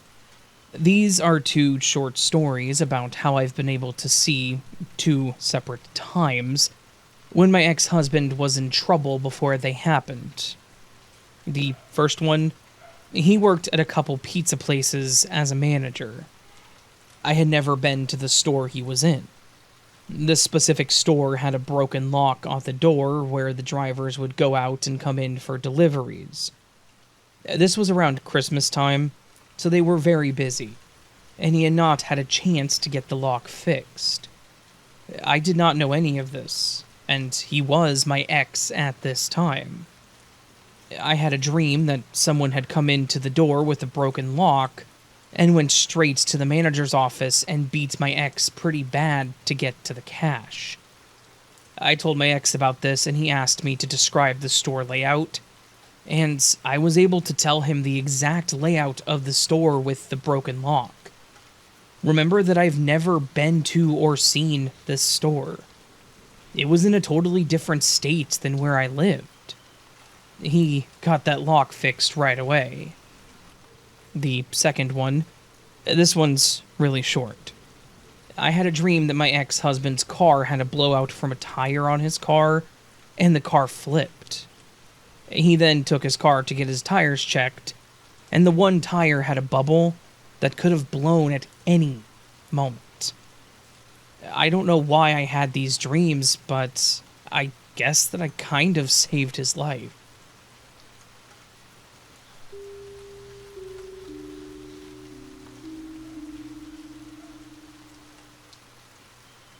When I was a child, my mom started dating a football player. He wasn't too famous or anything, more of a local celebrity. She came home one evening with a cut rose that he must have given her on their date. And she displayed it in the glass cabinets, and life went on. Eventually, they got married, we moved across the country twice, and the years went by. Although it isn't relevant to the story, I really didn't get on well with her new husband. He was verbally abusive towards me and worse to her. Anyway, we moved house quite a bit. Years went by, and all the time she kept this shriveled, dead rose in the glass cabinet. One night, they had an explosive argument in the kitchen, and I woke up the next day to find the rose in a glass vase by the sink. I suppose she had put it in view to remind him of their first date. It was almost black at this point, petals shriveled and beaten. I remember thinking that it somehow mirrored their dying relationship, which, I guess, looking back, was a profound thought for an 11-year-old. At the same time, I was kind of impressed it hadn't completely disintegrated in the glass cabinet after 6 years and several house moves. Perhaps a week later, I was in the kitchen cleaning some dishes when I noticed something that did not make sense. Water had condensed and collected in the glass vase, and the rose was somehow looking more full. The bottom of the blackened stem was green and small. White roots were creeping around in the water. When my mom came home from work, I pointed this out to her. She was just as shocked as me. This rose had been dead for years. There is no way any life was left in the thing. More weeks passed, and the rose grew out more of its fresh green stem, a few leaves, and eventually my mom potted it in soil. A healthy rose bush grew from under the dead, shriveled rose, that rose remaining at the top, never losing any of its blackened petals. Now, I'm no horticulturist, so perhaps this can be explained by science? Even so, it amazes me that something can survive for so many years with no nourishment or care. I thought roses were meant to be temperamental things. Annoyingly, the rosebush was destroyed the year my mum finally found the strength to leave her ex-husband. His poor dog, which he left outside all the time, got bored and ripped the thing up. I remember seeing the crumpled mess of thorny branches topped by that rotten dead rose lying on the patio. I didn't know if I felt sorry for it or relieved.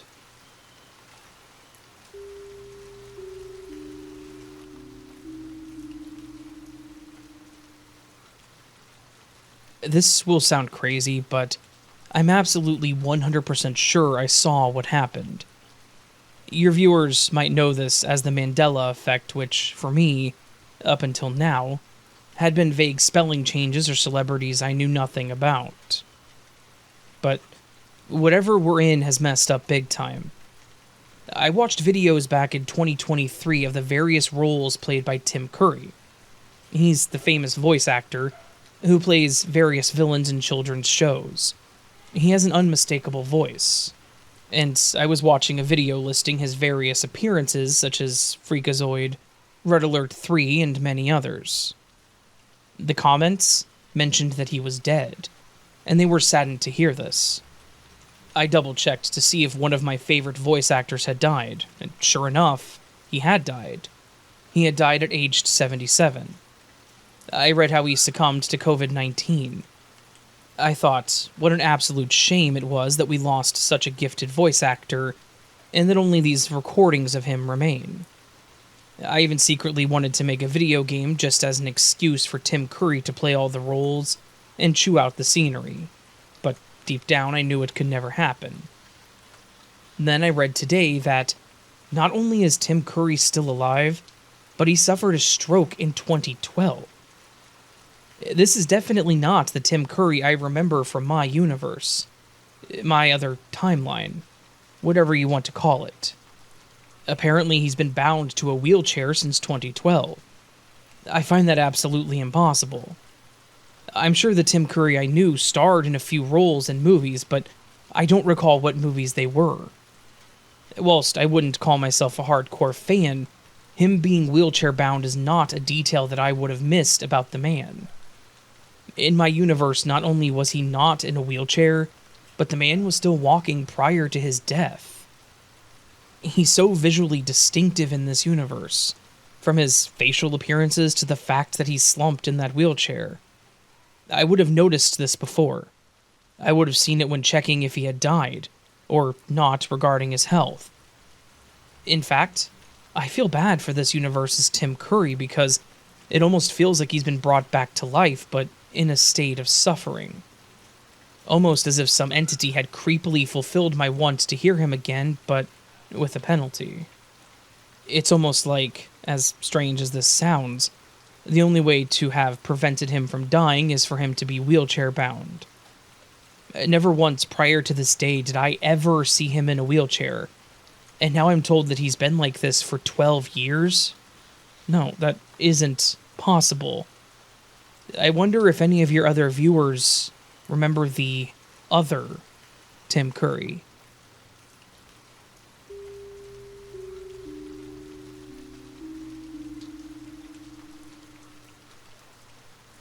My husband and I experienced a sudden shift to day, or something else, at about midnight one night. We were outside late smoking in my driveway. It was dark because it was the middle of the night. Suddenly we saw a wall of light approach us from far off. Not like a flash or explosion, it was a wall of light. We could see it approaching despite happening in theory at the speed of light. Then it was upon us. It lit up our entire neighborhood like it was day, but oddly it felt like we were both in this light, and we felt it pass through us. Then it passed behind us and was gone. I checked our security camera. It indeed showed the entire world lit up like day, but it was so fast in real time. Like a sudden blip that, when I paused the video and found the point in time it was dark, then light, and then dark, it was literally one frame of the video footage where everything was lit up like day. I saved the video and the screenshots. I sent the screenshots to my mom and then realized the light created no shadows. It also didn't alter the shadows formed by our security light, where that light shined behind us, towards the cars parked in front of us. Like the source was from everywhere, all around us. Just as if we were in the light source. There were no shadows from us, none of our cars, not even below the cars or in front. So the source was neither above us nor in front of us like a flash. The source was everywhere, for that split fraction of a second. Yet we had been able to see the wall of light approach, as if it had a physical edge. And we were able to see in the moment that all was daylight for just a moment. Daylight without shadows. It was a significant enough length of time experienced by us both to take this all in, despite seeing on camera that it had been so fast that only one single frame of film caught it. What was that? How can that be explained? Had it been a brilliant flash of light or explosion, we'd have seen the shadows created. Was it alien, paranormal, or otherworldly? Was there an atomic bomb and we shifted realities? I doubt that, as we had video evidence in our new reality if that had been the case. I don't get it. There was no temperature difference. There was no sound. We were just suddenly in a pure light source for that moment in time, as it physically traveled through us, around us, and was then gone. Any thoughts or rational explanations?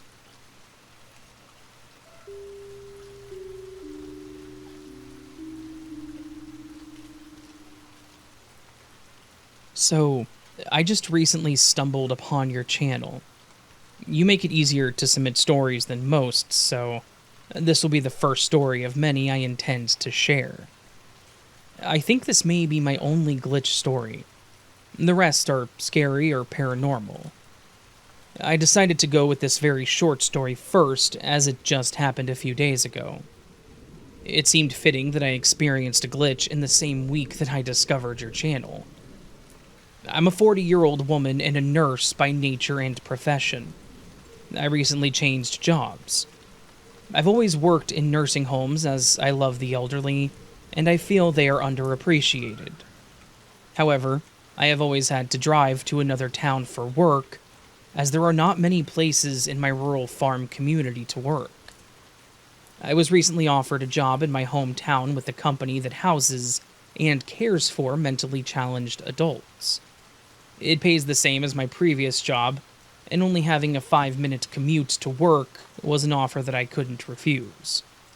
There are 3 houses that some of the clients live in, and 1 community building for day service, where we provide activities and socialization. The building that provides day service was to be my first place to learn. There is an hour in the morning and hour in the afternoon where there are no clients in the building, only staff. So during the first hour, I was sort of walking around the building, familiarizing myself with everything there. I began looking at the pictures on the wall, and realized I knew several faces in the group picture I was looking at.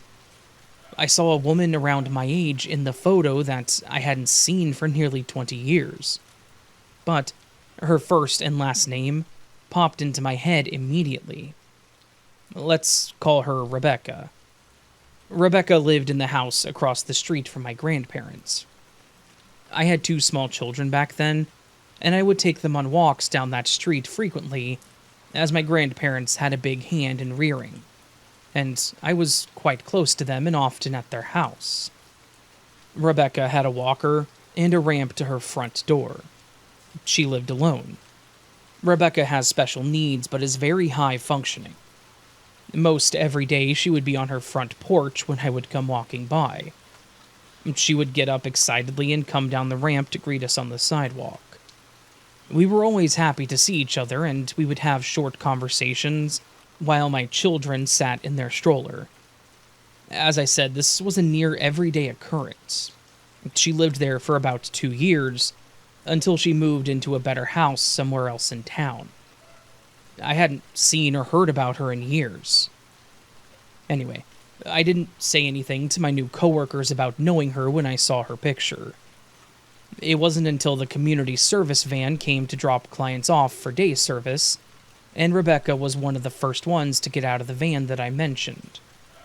As soon as I saw her approaching the door, I turned to my boss and said, "I know Rebecca, and she used to live across the street from my grandma and papa." My boss looked at me strangely and asked me where that was, because Rebecca had just moved here from another state. and she had always lived in that other state. We live in Kansas, and I was being told that she just moved to Kansas from Iowa that year. My boss even asked Rebecca if she had ever lived in Kansas before this year. She said no. She lived in Iowa with her mom her entire life. My boss told me that I must have been mistaken. Rebecca does not live in one of our community homes. She lives with her mother, who confirmed that she has always lived with her and never stepped foot on Kansas soil until this year. But then, how could I be mistaken? I knew her first and last name, just from seeing a picture. I knew her voice. And I never, and I mean never, forget a face. My grandparents are both deceased now, and both of my grown children were too young at the time of our short meetings to remember her. But I did ask my mother if she remembered Rebecca, the girl who lived across the street from Grandma and Papa. And my mom's response was, "In that house with the ramp out front, she had a walker, right? The girl was about your age with special needs?" So that confirms that I'm not the only one who remembers her. This is by far the craziest story that I have, and this may not seem weird to some people, but my mind is blown. I remember her, clearly. As I already stated, I knew her first and last name before anyone could even tell me. She had the same speech pattern that I remember, the same inflections, the same voice, the same face. Everything about her was the same, except that now her hair is longer than it was before. That's the only difference. How do I have all of this in my memory if it never happened in the first place?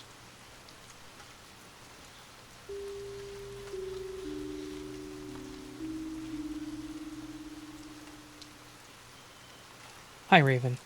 I'm so glad to hear that you're feeling better. Thank you. I've been binge listening to these stories, and it inspired me to give you one about a small glitch I experienced earlier this year.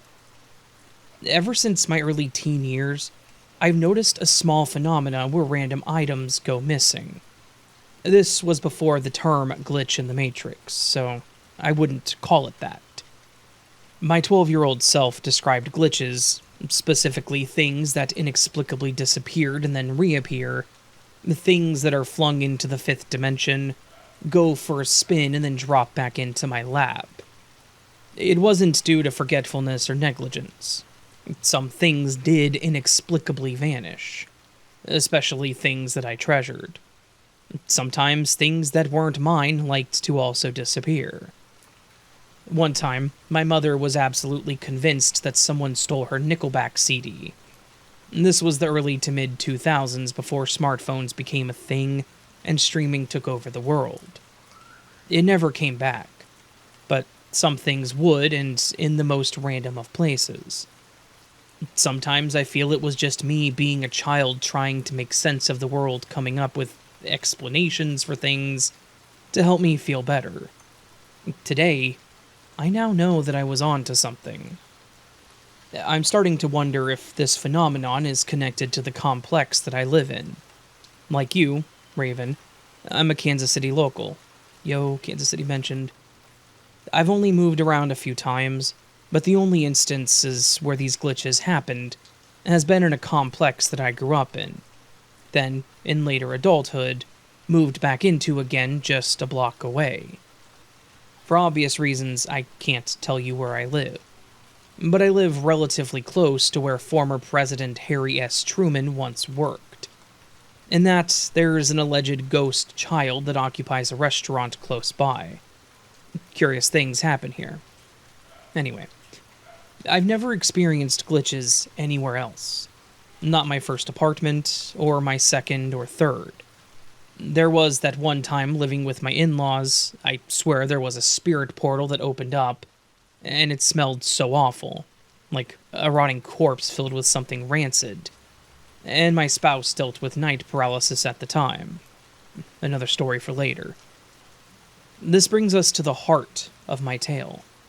The latest sacrifice given unto the fifth dimension or glitch as I describe now in 2024, I had these wireless earbuds that comfortably wrapped around my ear. They are a bit larger than regular buds, and subsequently easy to see, easy to find. I could shake my head or do a handstand and they would stay on. They were so nice. I used them frequently to listen to podcasts and music, and often did so while folding laundry in my bedroom. Nothing like listening to scary ghost stories while folding socks, right? One evening, I finished putting up said socks. I was exhausted from a day on my feet doing housework all day. I threw myself into bed and took my glasses off, sitting them on the side table. Then, my earbuds. Except I missed my mark, and one of the earbuds dropped to the floor. With my blurred vision, I watched it fall. I saw where in the general area it fell. In front of the dresser, close to a wall and beside the side table. Annoyed, I got out of bed, put my glasses back on, and turned on the side lamp to look for it. Like I said, these earbuds are large and hard to miss. They shape around your ear, so it's not like it can get trapped in a small corner somewhere. It was gone.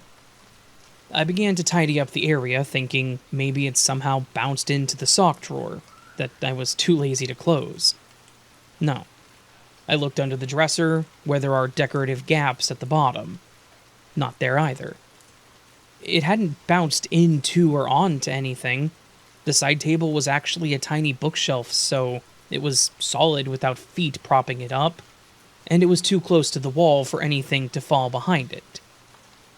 I started detail searching, and nothing.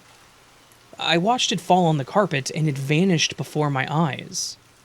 I saw it happen, and when it did, something deep down told me it was gone for good. I just had to try hunting it down before accepting the truth. It had flung itself into the fifth dimension. Why did it have to happen to all of my favorite things? It was the left one, the dominant earbud that connected to my phone, so the right one was useless to me. I still keep it on my side table just in case the left one decides to come back to me, but I'm not holding my breath. I have since bought a replacement pair, and I make a mental note to keep them together and in the case when I'm not using them. That was the fatal flaw I had made that day. I didn't put them in their case. If I had done that, who knows? Maybe the glitch wouldn't have happened. Thanks for reading my story, Raven, and wishing you well.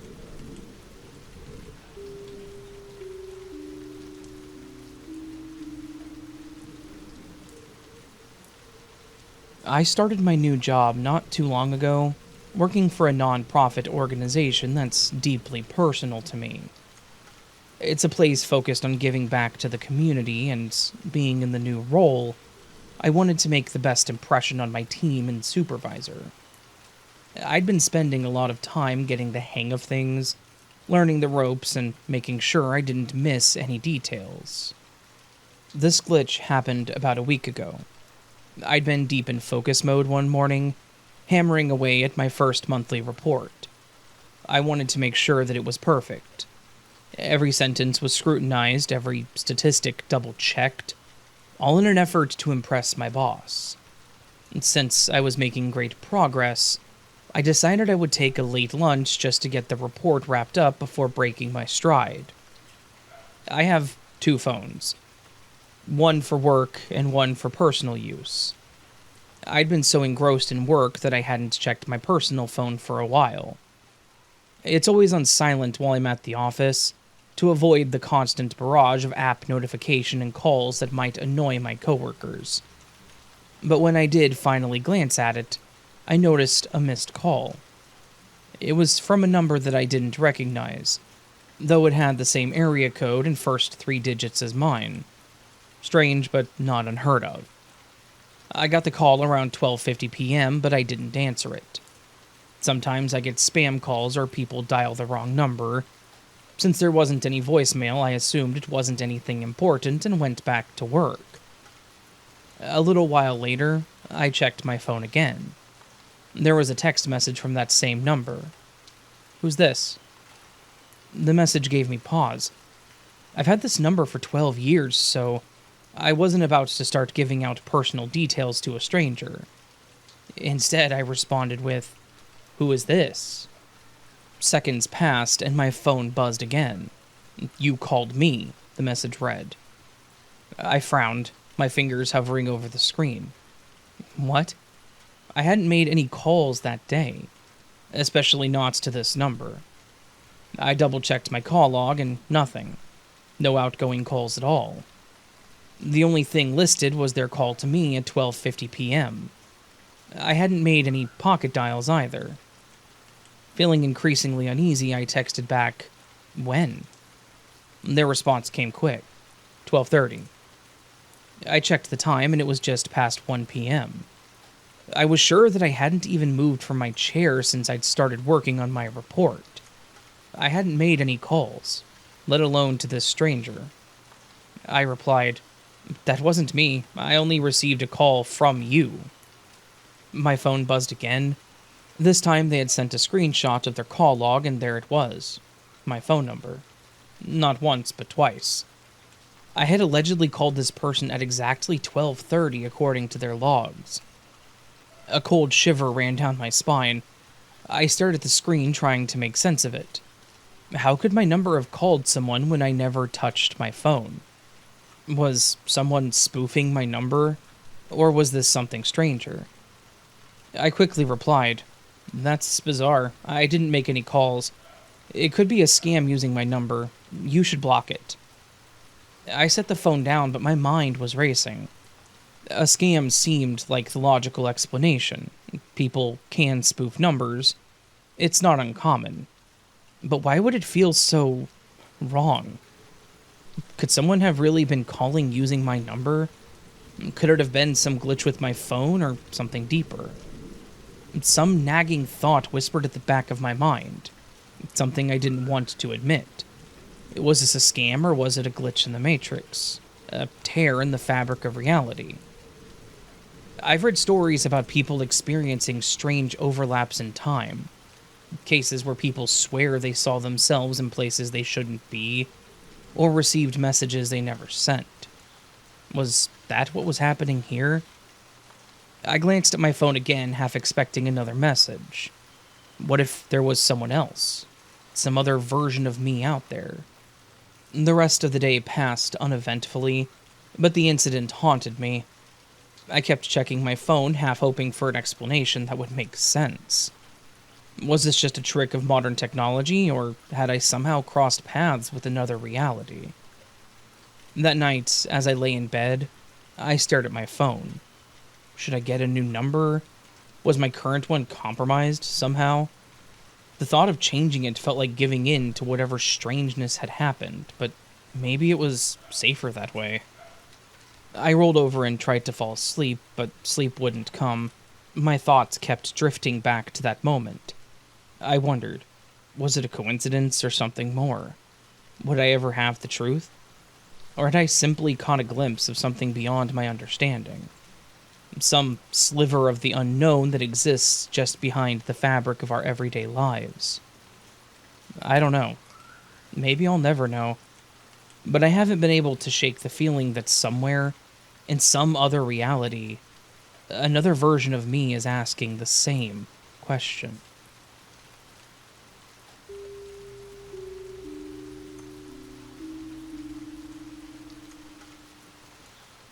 When I was about 16, I walked into the living room and my parents had just started to watch a movie. My mom asked if I wanted to watch it with them. I looked at the TV and without thinking I said, "I've seen this movie before." My mom looked at me, calling me out on my lie. The lie that I didn't mean to tell, and she said, "How could you have seen this movie? It's the first time it's playing on TV." Without missing a beat, I turned to the TV and then back to her, and word for word, I said the next 3 sentences that the woman in the movie was saying.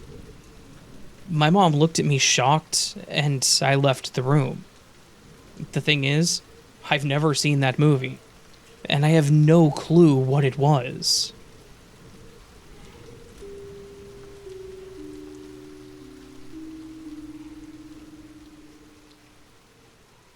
Hi, Raven. I'm a big fan, especially of your Glitch in the Matrix stories. I wanted to share my own experience with you. This morning, I was sitting in my living room looking outside to see what my dad was doing.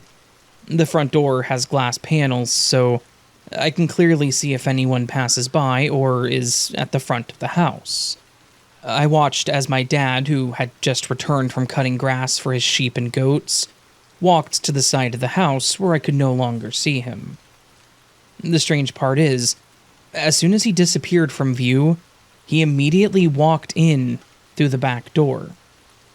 I was so confused. I glanced again through the front door, knowing that it usually takes about 1 to 2 minutes to walk from the front of the house to the back. Given my dad's usual pace, it's impossible that he could have covered that distance so quickly without running. And even if he had, he would have been out of breath. Yet he walked in perfectly normal, calm and unhurried. It left me wondering, did he somehow pass through a portal or something?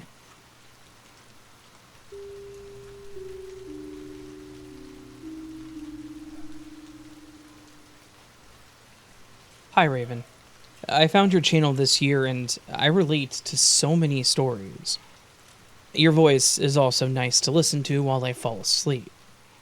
Like many storytellers, I have many stories that I have to send in, but it's nighttime, so I'm skipping the scarier stuff for now. When I get time, I will send it in.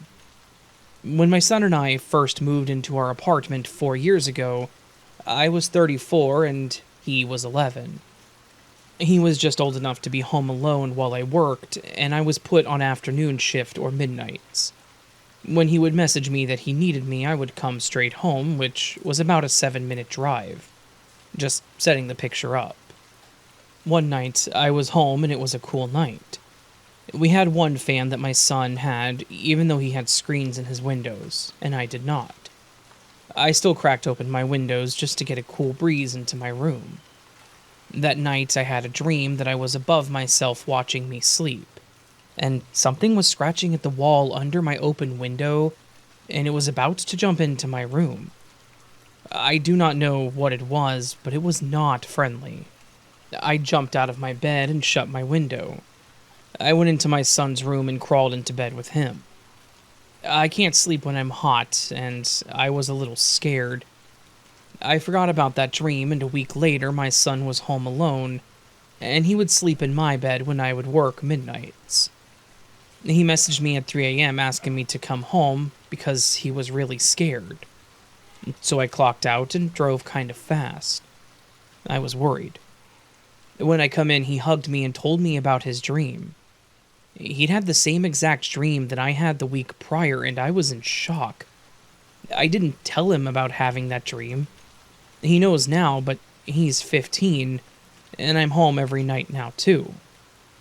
We had the same dream down to us both jumping up and shutting the window with our eyes shut.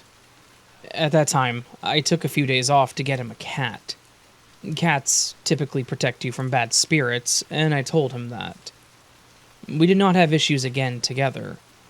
There have been a few times that I've had sleep paralysis, and I believe my son has too. The other issue is things go missing and then show up out of the blue. I had a press-on nail pop off in the past week, and I set the nail to the side to glue it back on, and when I grabbed the glue, I had nails in all of my fingers, even though I was looking at the nail that popped off on my side table. There are so many glitches, but these are the least scary. I also have paranormal stories, but I live in Appalachia, and we don't talk about those at night.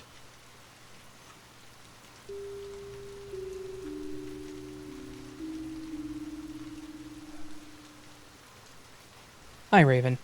I recently became one of your listeners, and I have a few stories I could share, but I believe this is the first I should. The story is for no one younger than 13 years old. Background story.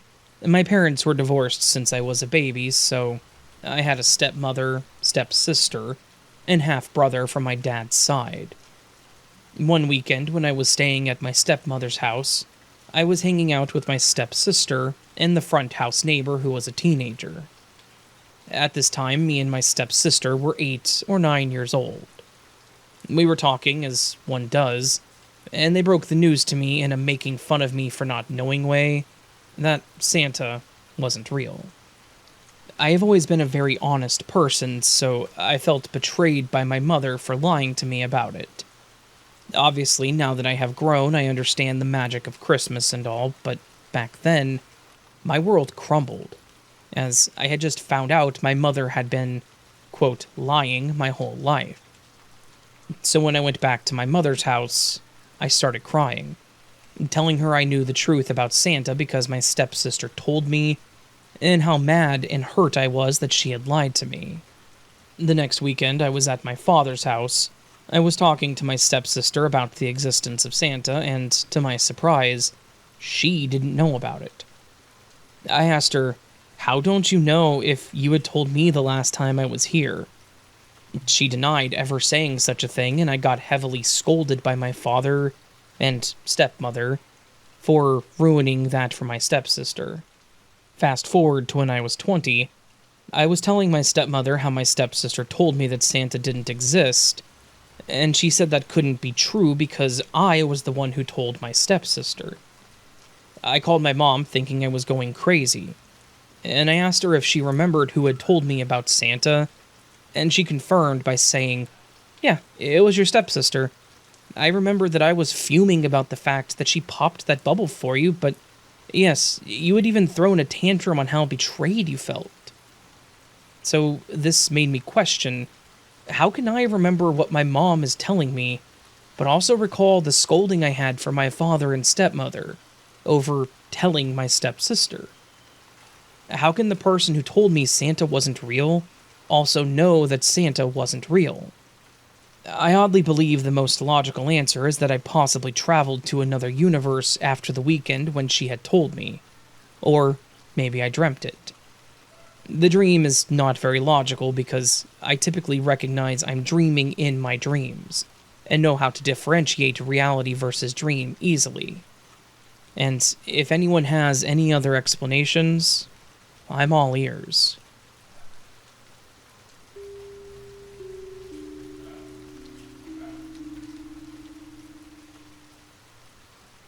Hi, Raven. New listener, first-time caller. I love everyone's stories, especially the glitch stories, and actually found your channel by searching for them. I believe a glitch possibly happened to me last week. I wish I could say it's an exciting occurrence, but it's pretty mundane. It has stuck with me nonetheless. A little background. My city picks up trash once a week and recycling every other week. We have one bin for each. Last week, on the day prior to our trash pickup day, my boyfriend and I couldn't remember if it was the week of recycling pickup as per usual. No problem. Our city's website has a lookup page which allows you to enter your address, and it tells you whether you are recycling group A or B. The homepage indicates whether we're on week A or B for pickups. So, you would look up your group, and then check what week it is. We are group B. I have to check the website periodically because, for whatever reason, it's hard for us to remember this. So, I visited the city's website. But I found a somewhat different interface. Similar looking, but not the same.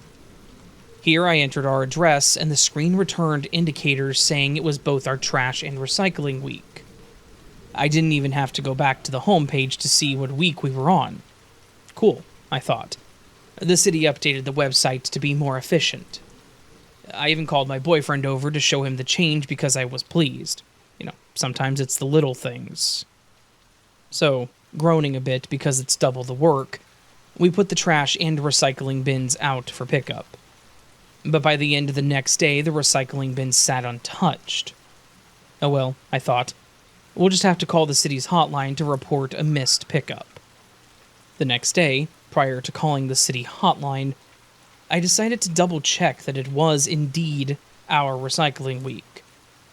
Upon visiting the website, I found the old version of the city webpage. It indicated we're on recycling week A. It wasn't our recycling pickup week after all. We're thoroughly confused. as we both saw the city website indicate that it was our recycling week. Our city's name isn't common, so there's no way I accidentally visited another city's webpage, one that happens to look similar and had our address in it.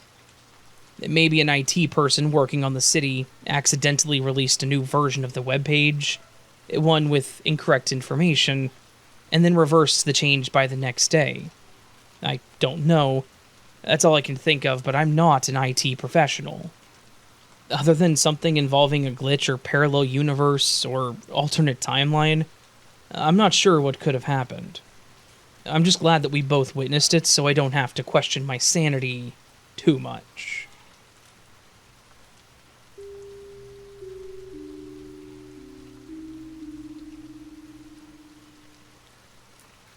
My story is hard to classify as a glitch, as it hasn't happened yet.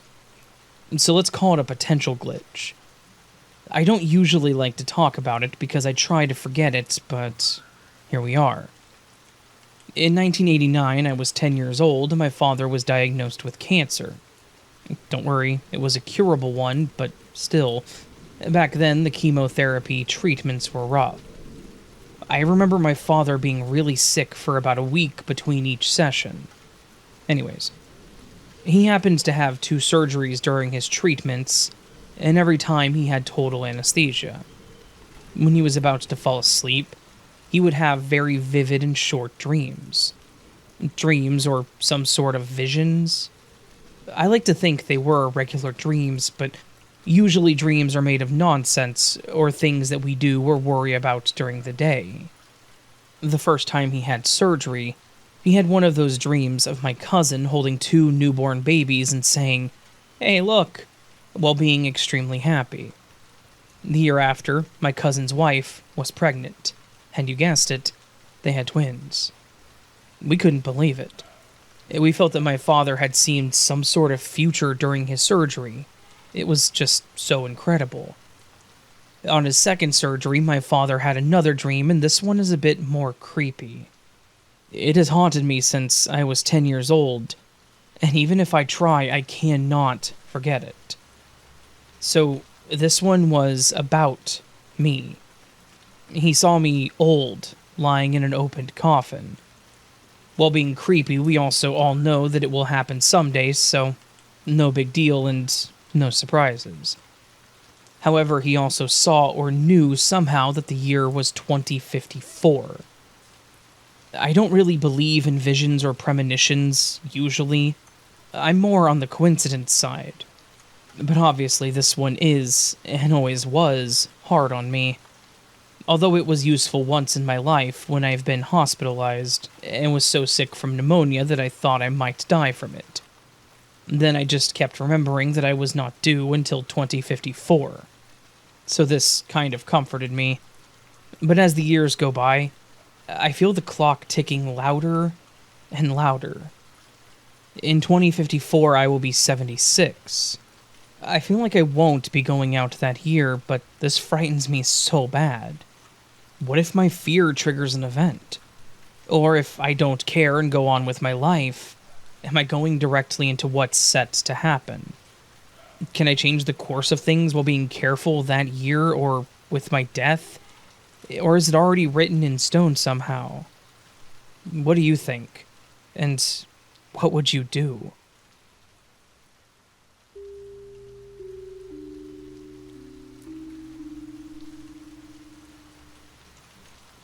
Hey Raven, I just recently found your podcast and I love it. My story is short and sweet. I will preface by saying that I do tend to lose things more often than any 31-year-old woman should. My husband, for Christmas, a few years ago, got me a pair of AirPods. I use them every night to fall asleep as I like listening to podcasts. One morning I woke up and did the normal thing of putting my AirPods back in their charger. Well, I was able to locate the right AirPod, but the left was missing. I tore the bed apart looking for it, but it was just gone. Defeated, I just assumed it was gone forever. I wasn't even able to find it with the location. Flash forward about 2 weeks from the time I lost it, I was lying in bed and stuck my arm under my pillow and felt something. To my surprise, it was my missing AirPod. I'm shocked. I thanked the universe for giving it back.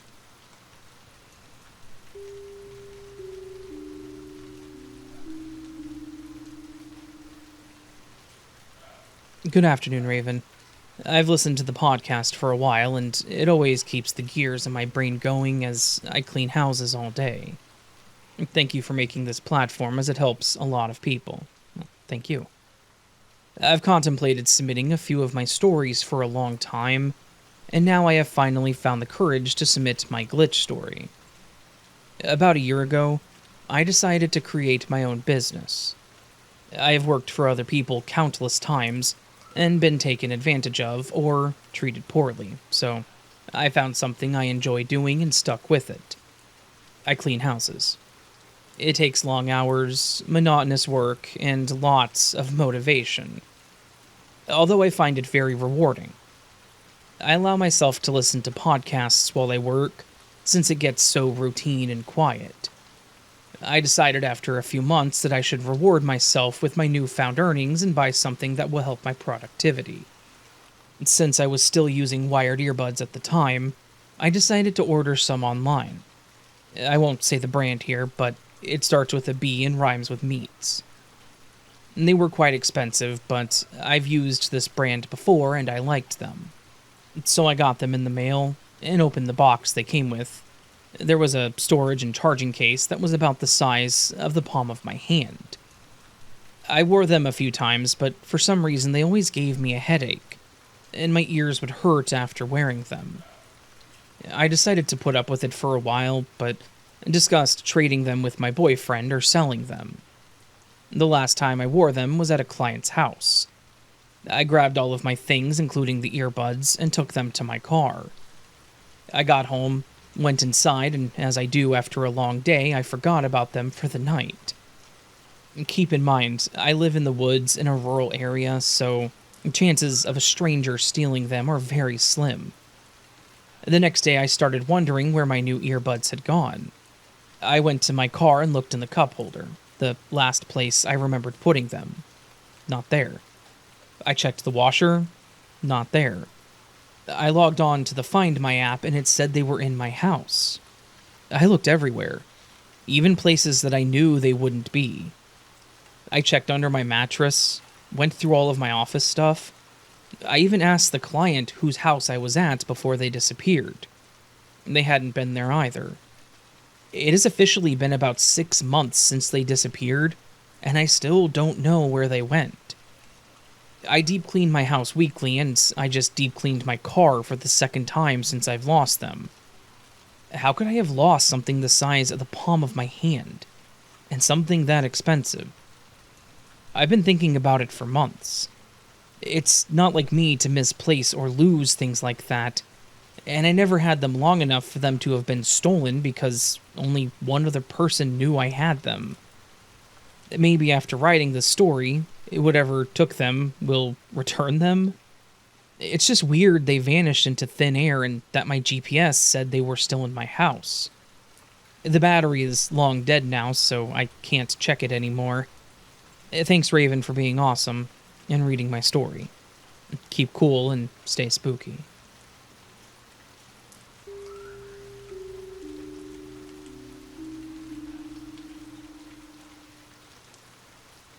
First off, Raven, your podcast helps my creative outlet.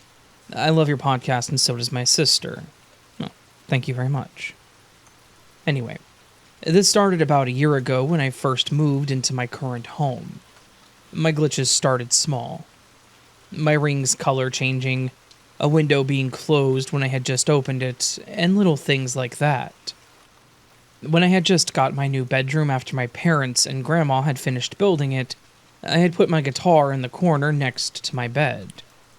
I had gone upstairs for dinner. My grandma and my little sister had left for their grandma date an hour prior. My parents and I were all upstairs. After dinner, I went downstairs to finish moving in, and my guitar was back in its box. My bedroom is next to the crawl space, but it's boarded up, so nothing could have put it in the box. I do have a cat, but she's small, and even if she wanted to, she could not have put it back in that box.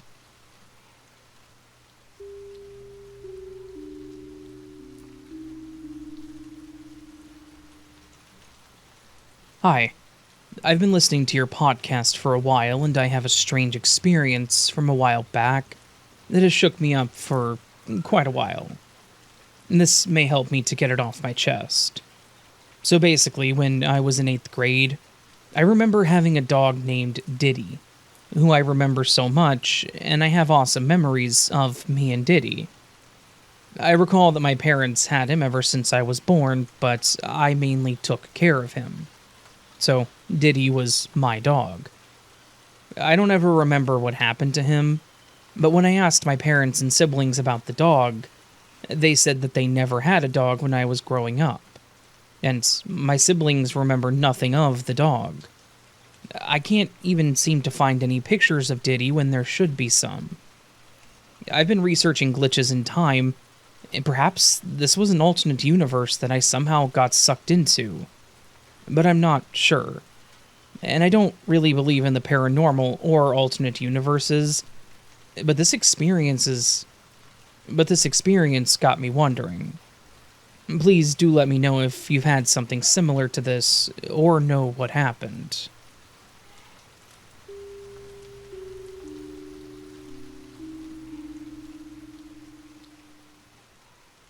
Back in February, I got really sick. My brother took me to see my doctor, then to the grocery store to get some food. He handed me my phone and the bag with the food. I then headed into my house. I put the food in the fridge and went to bed, and then about 1 week to 2 weeks when I was starting to feel good, I realized I couldn't find my phone. We both searched his car.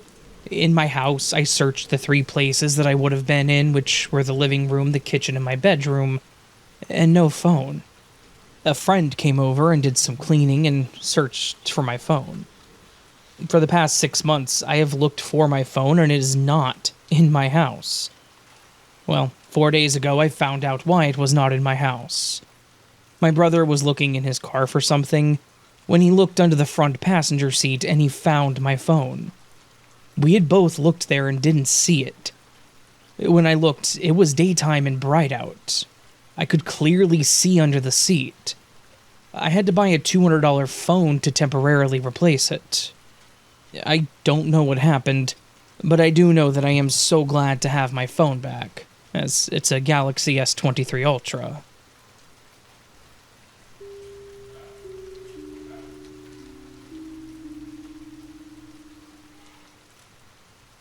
When my sister and I were kids, we loved to play with cat figurines. We had a lot of them.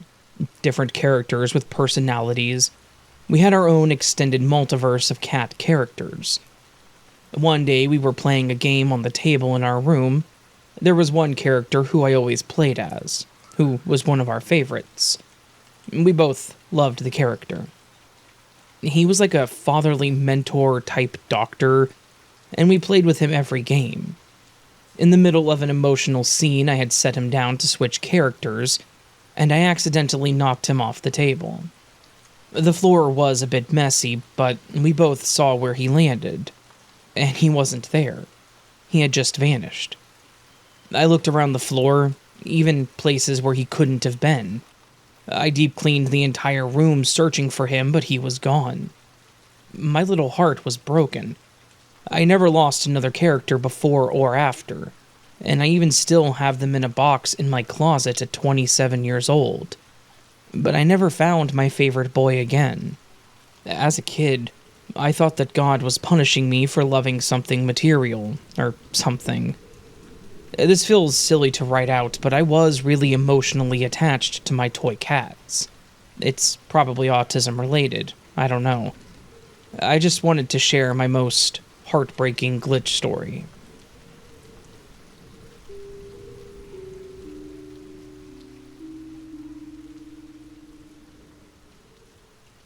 Hi, Raven. I listen to you when doing chores, gaming, or when not even gaming can distract me enough to stop thinking about how I feel like I'm getting stagnant because of my life situation. I don't seem to have the best of luck obtaining jobs without help. It helps more than one might think to hear others' crazy stories, and you have such a voice for telling them. I thank you for it, as it does help. Thank you. I think I have one for you, however, it's barely even notable. Nor am I sure whether it's a glitch or a ghost story. I was sitting and playing Skyrim. I think it was about a year or two ago, when a palmetto bug crawled across the wall closest to me. You know, the really big roaches that most females will run screeching from, a room away to get away from. My roommate was the one who drew my attention to it, as I was way too engrossed in unaliving bandits in one of the caves near Whiterun. I got up, grabbed a book, and went hunting. I found him, and I nailed him with said book. Where he was, there was absolutely no way to escape without me seeing him, but when I pulled the book away, there was nothing there. No buggy guts and no squished palmetto. Not even a sign of him having fallen before I hit him with it. There was literally no place that he could have gone without me seeing. It was barely notable in hindsight, as I said, but still very, just, random.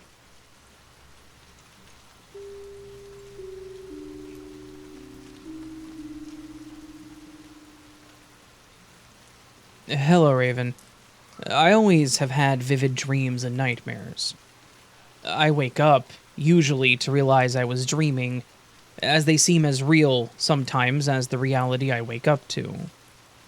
Because of this, I've begun writing down my dreams. This was one of the weirdest dreams I've ever had. I titled the dream in my journal, The Woman in the Mirror, and it happened September 24th, 2024. When my husband gets up for work, I usually wake up briefly to say goodbye and I love you. But then I usually go back to sleep as I have an extra hour before work. Well, I went back to sleep that morning for the hour, and I had a horrendous dream of a vampire trying to possess me through the bathroom mirror. I was in front of the bathroom mirror in my house, and when I looked in the mirror, it wasn't my face, but a pale, skinny woman with black eyes, black irises, and pupils. She had black hair with the wolf-style haircut that women had a lot in the 2022 to 2023 range. Originally, the haircut style is from the 70s and 80s. She wore deep red lipstick and a black and red outfit. This woman in the mirror was trying to possess me. Instinctively, a thought said, vampire. I was staring at a vampire in the mirror. I could sense my body, but this woman was in my reflection. I needed to turn on the light in the bathroom as it seemed very dim lit but not dark. It was like a gray sheet was pulled over my eyes. When I turned on the bathroom light, it was still dark/dim for me. I remember being confused and scared, turning on and off the light thinking that it was out. But I could tell that a small bit of light was working. She moved when I moved in the mirror. I tried to take a photo of this woman in the mirror with my cell phone so that I could show my husband my experience. But some unseen force was restraining my arm and hand. I couldn't move like normal. It was like she was trying to stop me from moving my own body. When I finally held up my hand in the struggle, my eyes saw in the mirror that she didn't hold a cell phone, but an old wireless phone with an antenna that you pull out. In the mirror was a phone from the 80s, not my cell phone. I looked at my hand. I held the old phone. I laughed at how convenient it all was that I couldn't prove my experience. The woman's lips began moving in a speech in the mirror, but I couldn't hear anything she said. My hearing was like I was underwater. I couldn't read her lips either because it was hard to see in the dim light. I noticed her bathroom was slightly different than my bathroom, but similar. It looked similar in the reflection, but we had identical-sized mirrors. She used her left hand to reach for her older style hairdryer talking to me, but I couldn't hear her. My left arm also moved in a reach like she did, mirrored. I was matching her movements now. I leaned forward to the woman to look at her really close in the eyes. She copied my movements perfectly. I was smiling at her, telling her how amazing she was throughout. I was not afraid of her, but inside I was terrified of the situation. At the same time, I felt like something was protecting me. I felt a warmth of love protecting me. It was not love for this woman in the mirror, but something full of love was protecting me like an angel. At the same time, I felt like the woman in the mirror was warning me somehow. I didn't feel good vibes from her or anything. I just felt like she was telling me to be careful who I allow inside, or they will take over, as she demonstrated by resisting my movements. Was it a ghost trying to possess me in the dream realm? Or instead, did I go back in time? The old phone is evidence to that theory. It was a bizarre experience nonetheless. It felt so real. My hearing was muted, my eyesight was dim, and I couldn't move fluently. I'm just glad that I woke up. I woke up 3 minutes before my alarm went off for work. I'm sharing this because I heard others in your community describe their eyes having been dimmed somehow in glitch experiences. It intrigued me to maybe think that it's related somehow. Did this vampire connect to me somehow with the mirror? My sister thinks that it could have been a goddess, but I don't believe in such things. Who knows? It was only a dream, after all.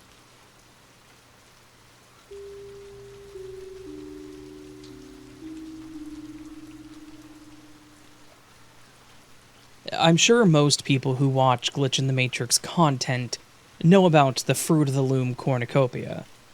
But if anyone doesn't, there were many accounts of the Fruit of the Loom having a cornucopia behind the fruit in the logo. While the company claims to have never had one there, it's pretty weird. People claim it's an instance of the Mandela effect. I would recommend looking it up if you're curious. I want to share my account of this glitch. I have a very distinct childhood memory, around the age of 6 or 7, of standing in the underwear aisle in Walmart while my mom shopped. I was examining the logo on a pack of socks, listing the fruits. Apple, green grapes, purple grapes. I thought the yellow berries were lemons, and the leaves behind the grapes were spinach. But I didn't know what the big, brown fruit was. I asked my mom, and she described it as a cornucopia. It's like a basket for displaying fruit. I said that I wanted one, and she said maybe around Thanksgiving. I remember when I was around 12, looking at a new pack of underwear and being slightly disappointed that they changed the logo. I learned about the glitch pretty recently, and I Googled it. The recreations of that version of the logo look exactly how I remember it. I don't know if this is an indication of us jumping timelines or just a programming mistake in the Matrix, or what.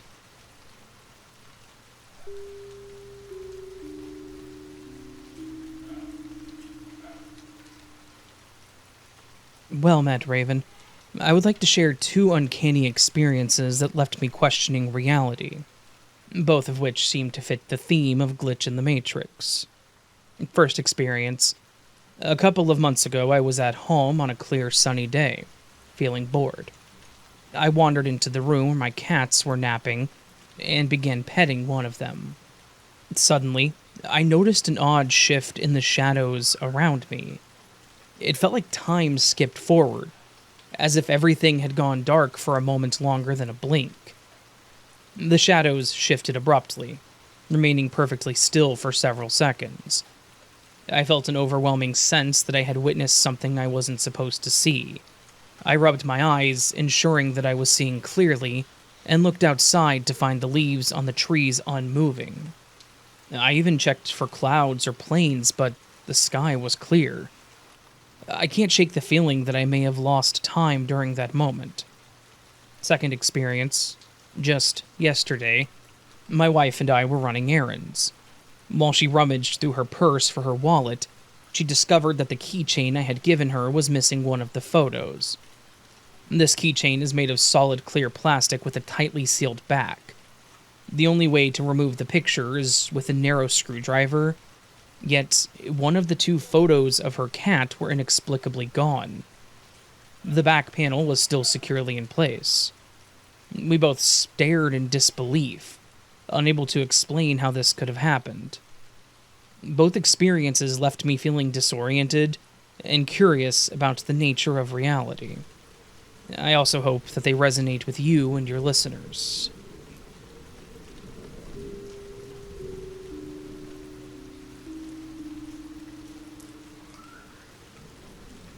So, when I was younger, maybe around 11 years old back in 1993, I was taken to Disneyland by my brother's girlfriend. We rode rides and had lots of fun. As the day went on, maybe on our third or fourth ride, we went on the Pirates of the Caribbean. It's a little boat ride which just so happens to go around a seating area for a restaurant called Blue Bayou. I told my brother's girlfriend that I wanted to go eat there, and she told me that she didn't have enough money for that. So when we got off the ride, we ended up just getting a turkey leg. Now, this was before California Adventure was built and Downtown Disney. My glitch is that restaurant was called something very different from the Blue Bayou. It was called Rainforest Cafe. I swear that it was called Rainforest Cafe, and I've been there 15 to 20 times, knowing this as the Rainforest Cafe. And this last year, my wife, she bought us annual passes for us and the kids, and when we went on the Pirates of the Caribbean ride, I immediately told her, hey, they changed the name of the restaurant there. It was called Rainforest Cafe before. And then I told her that I'd always wanted to eat there. And she told me that we would have to make reservations for this place, and just yesterday we went, and she told me that she has reservations. So, we went to the restaurant, and when the older man came to refill our water, I asked him when they changed the name of the restaurant. And he said it's always been the Blue Bayou, ever since 1968 when they opened this restaurant. Anyhow, that's my glitch. Anyone else been to this dimension with me where the Blue Bayou was once called the Rainforest Cafe?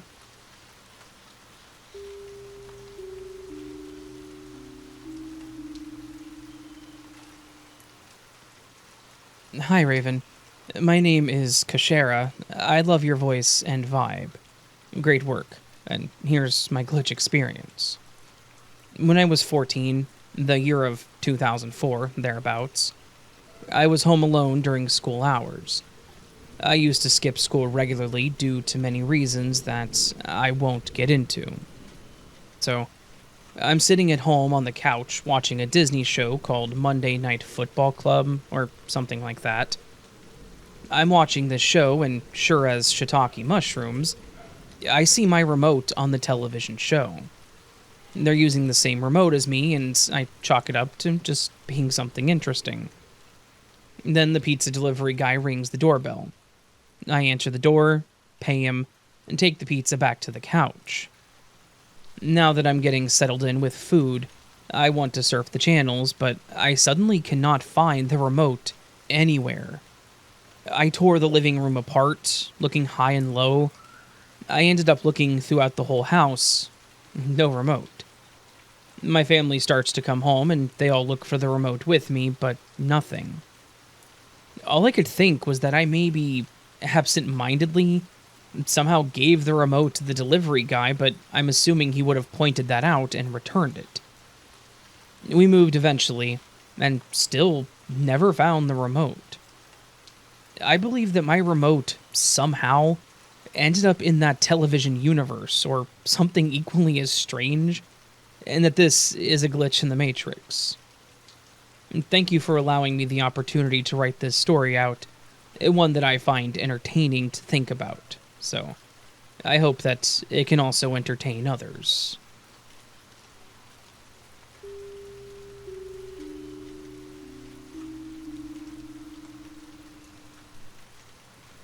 I'm a 35-year-old guy living in Sweden, and this story of mine is truly mind-bending. There's a precursor to this story that happened to me when I was around 7 years old that I won't go into here, but just know that paranormal experiences set a firm belief in me when I turned 12.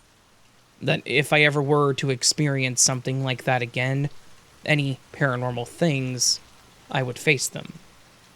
If it so takes 10 years, 30 years, or 50 years, I will wait for it and I will face it head on next time it happens. So when I was 21 years old, I went out one late night from my parents' house, where I lived, to have a smoke. We lived in an ordinary Swedish neighborhood, with houses stretching along both sides of my street. As I went outside, I saw that it was a clear night sky, and as I'm fascinated by our universe, I always took my time looking at the stars whenever I could. To get a better view, I went out through our fence gate and stood in the middle of the street looking up. The stars were beautiful, and much clearer than it usually was. As I'm standing there, I start to hear someone approaching me from a distance down the street, maybe like 30 to 40 meters away from me. It was very dark since it was late autumn, and very late at night, but I still tried to see who it was as I could only hear the footsteps.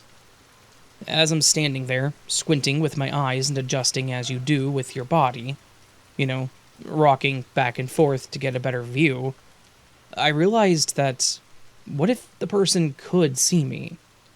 He would probably think I'm mad, standing there, late at night in the middle of the street, smoking a cigarette, moving around, and looking intensely.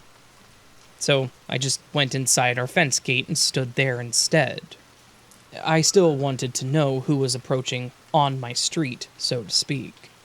So I still tried to see him. I moved to our driveway where I could have a better look down the road. There's nothing blocking my view here except for my closest neighbor's hedge that's about 70 centimeters tall. So I have a good overview down the whole street. Nothing.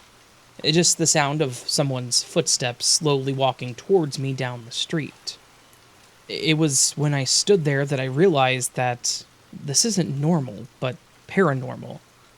This guy was about 10 meters away now, and I couldn't see anyone. When I realized this, every cell in my body screamed, "I've been waiting for you, you bastard." I had sworn to myself to confront it whenever it happened the next time, and boy was I hellbent on it. The whole thing made no sense. I could feel it in my bones that it was paranormal. But in my logical brain, the only rational possibility left was if it was a small person approaching that was shorter than our neighbor's hedge, thus blocking my view of him.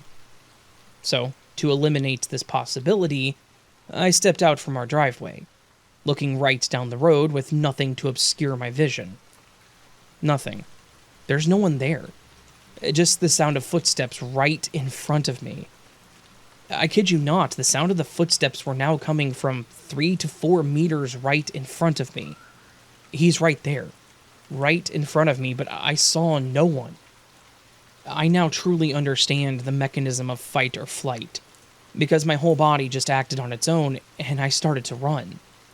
You see, I was hellbent in my mind to confront him. I've been waiting nearly a decade for it, but your body just goes on autopilot, and in my case, runs. There's no controlling it. After all, there was nothing to fight against. I ran to our house entrance door that was further away from him, but I was still damn determined to find out what the hell was going on. So I stood there looking instead, as I felt a little safer close to the door. Sure enough, the sound of someone walking slowly was still there. But now he also had a bicycle with him that he led beside him. How did I know? Do you remember when you were a kid and you put those small plastic balls in the bicycle spokes, so it made that cling cling cling sound as the wheels turned?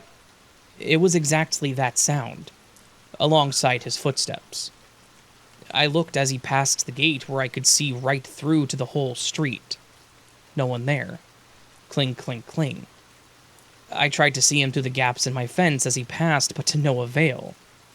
The next clear path to my eyes was between my fence and my other neighbor's driveway. He walked with his bicycle halfway up my neighbor's driveway, cling, cling, and then it all stopped. I was certain that he had now noticed me. I felt that he was looking at me, and for some reason, I just knew that it was a boy.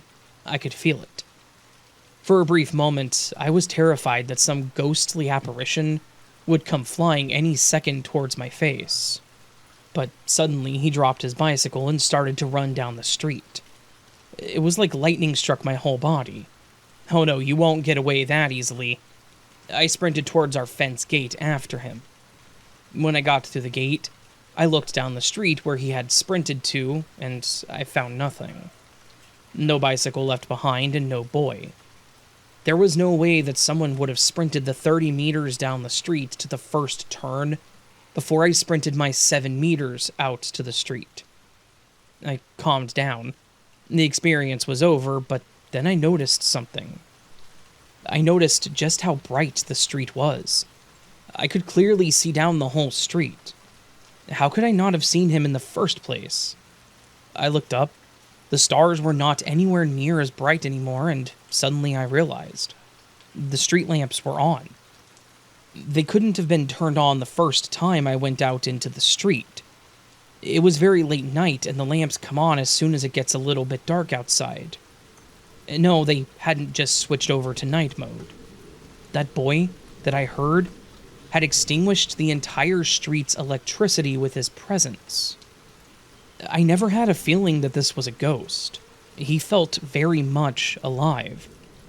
I believe I got an audio glimpse into a clashing parallel universe where maybe most things are similar and some are not.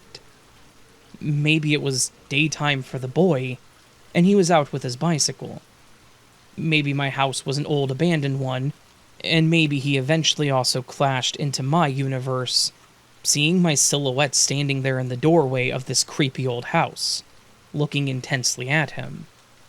Well, then no wonder the poor boy dropped his bicycle and ran for his life.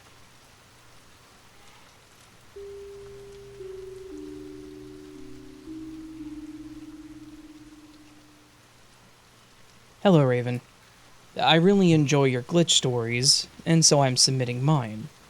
About a month ago, I was sitting on my couch. It was about 10 p.m., and I was actually listening to a glitch video of yours. I'm pretty new here, so I'm backtracking, checking out the older videos and catching up on stories I've missed. Anyway, I'm listening on my phone with my AirPods in my ears. I get through a couple of stories, and as I hear the 6 musical notes that are between the stories, I decide to pause and take a bathroom break. My bathroom is about 10 paces from my couch, so I go in and do my thing. As I'm looking in the bathroom mirror while washing my hands, I noticed my right AirPod is missing.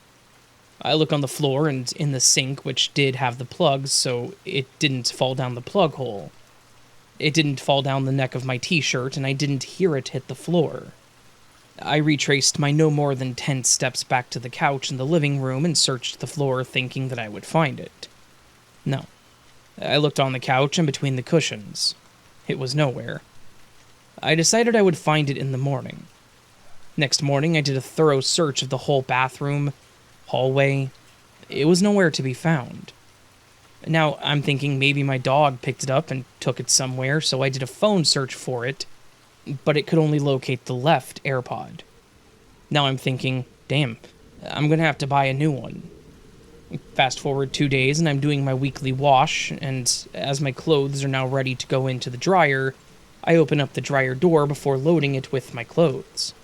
And right there is my missing AirPod, sitting by itself on the bottom of the drum. I have no idea how, but oh well. By the way, the AirPod still worked okay, so wherever it was for 2 days, it didn't affect it.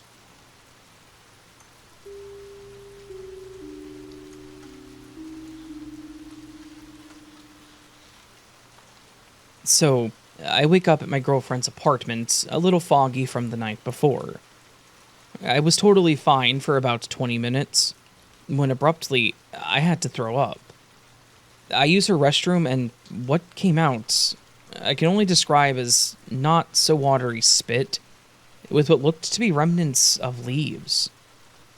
Dumbfounded, I flushed the toilet, cleaned myself up a little bit, walked out to tell her I'm feeling better. I do not, however, tell her about the leaves out of embarrassment and plain confusion. So, anyway, I had plans to go and help my brother who's moving. I get to his house and start working. Hours go by, and I get a text from my girlfriend. She just woke up from a nap, and she said she wasn't feeling too well and that she had to throw up. She then mentioned that there were leaves in it. My heart sank, and I lost it for a moment. I tell her about my experience that morning, and she proceeds to freak out. We never got food together or separately the entire night before. It doesn't make any sense. We catch up on the phone later that night, with these leaves being the main topic. We both agreed on all the details. Not watery, but with a bunch of crushed up bits of leaves, with the stems and all the veins they have. Needless to say, we were pretty stultified. I'd had a few beers that night, and she had a vodka drink or two, and the only logical answer, I think, is that clearly we both must have eaten a bunch of leaves and just don't remember. But that's not likely for obvious reasons, and she's somehow convinced that it's paranormal. I don't think we'll ever close this case, but it's left us thoroughly stumped. The goosebumps have been very strong with this one.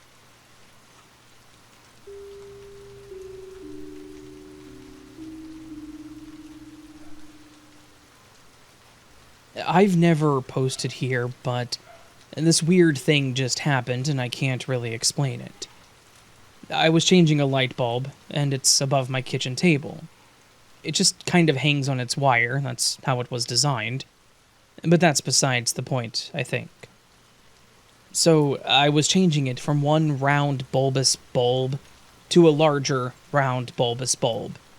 Also, the new one is opaque white, whereas the smaller one is that yellowy tinted vintage LED style. Two completely different light bulbs. Merely, they're the same shape, like a ball. So, I got the small one out and proceeded to screw in the larger one, while holding the smaller one in the same hand I'm using to hold on to the light fixture steady, while I screw the big one in there. I said to myself, I should have put this bulb down first. I feel like I'm gonna drop this crap right... And then I dropped it. The smaller bulb. Now, keep in mind, I am standing on a hard surface, kitchen table, which is standing on another hard surface, hardwood kitchen floor. There are no soft surfaces in this room in the house. It's a kitchen. So the bulb slipped out of my hand, and I brace for the sound of glass shattering, and I'm thinking about the mess that I'm going to have to clean up. But there was no sound of glass shattering. No sound at all. And I can't find this light bulb that I dropped anywhere. I'm freaking out right now. What is this? Where is the smaller light bulb? And why did it not shatter or make a sound when it inevitably hit either the table or floor upon slipping from my fingers? I'm at a complete loss. It's as if the bulb never existed. But there is a completely different light bulb in there now, so explain that. Has this ever happened to anyone else?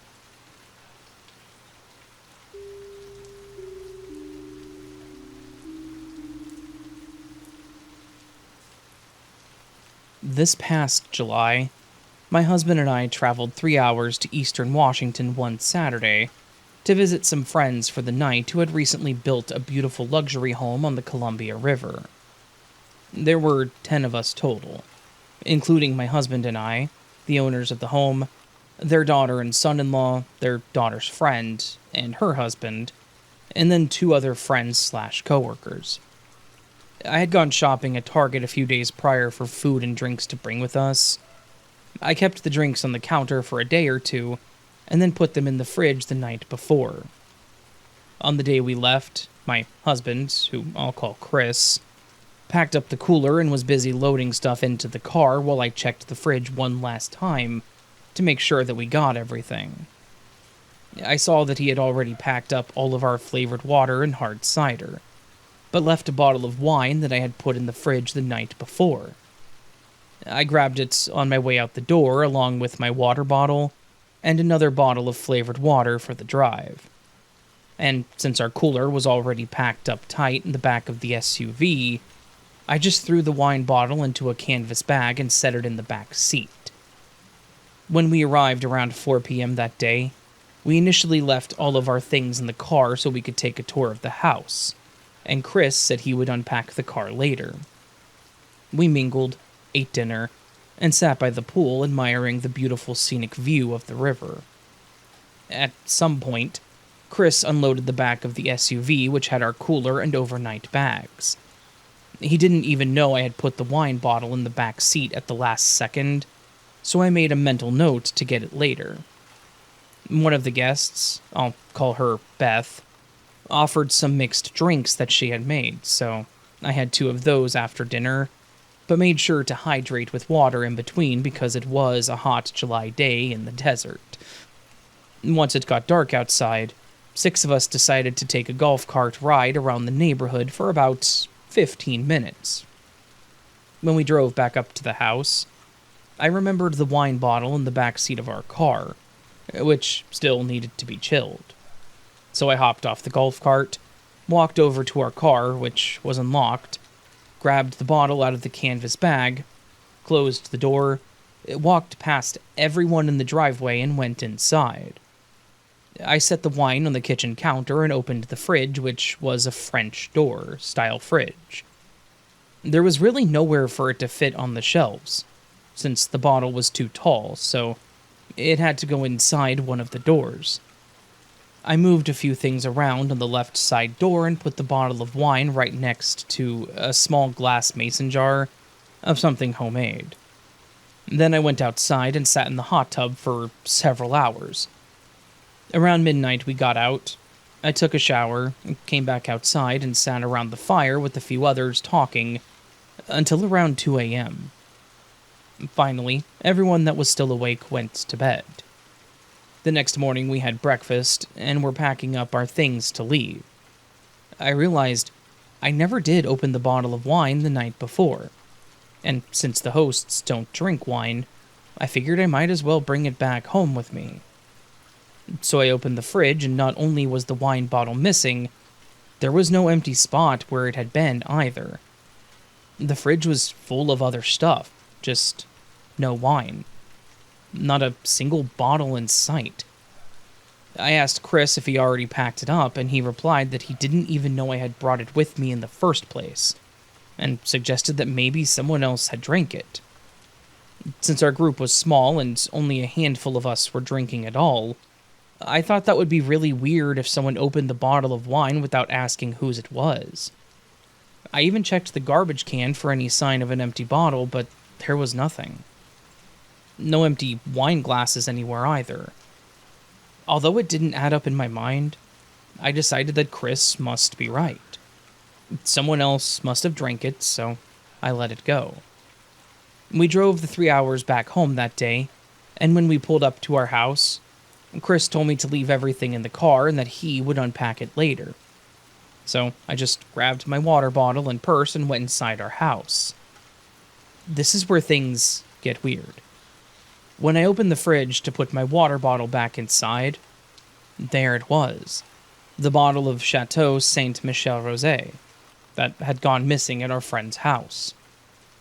I was the first one inside of our house, and nobody else lives with us, except our cat.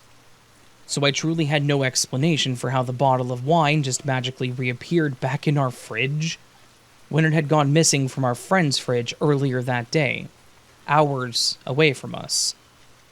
I even went back in my order history from Target to see if I had actually bought 2 bottles instead of 1. But there was only 1 listed in the order history. and I only remembered having purchased one bottle and bringing that one bottle with us on the trip and putting it in their fridge. The shopping trip had only been maybe 3 days prior, so I still had a pretty clear memory of everything I bought. I even remembered contemplating buying two, but decided I only needed one.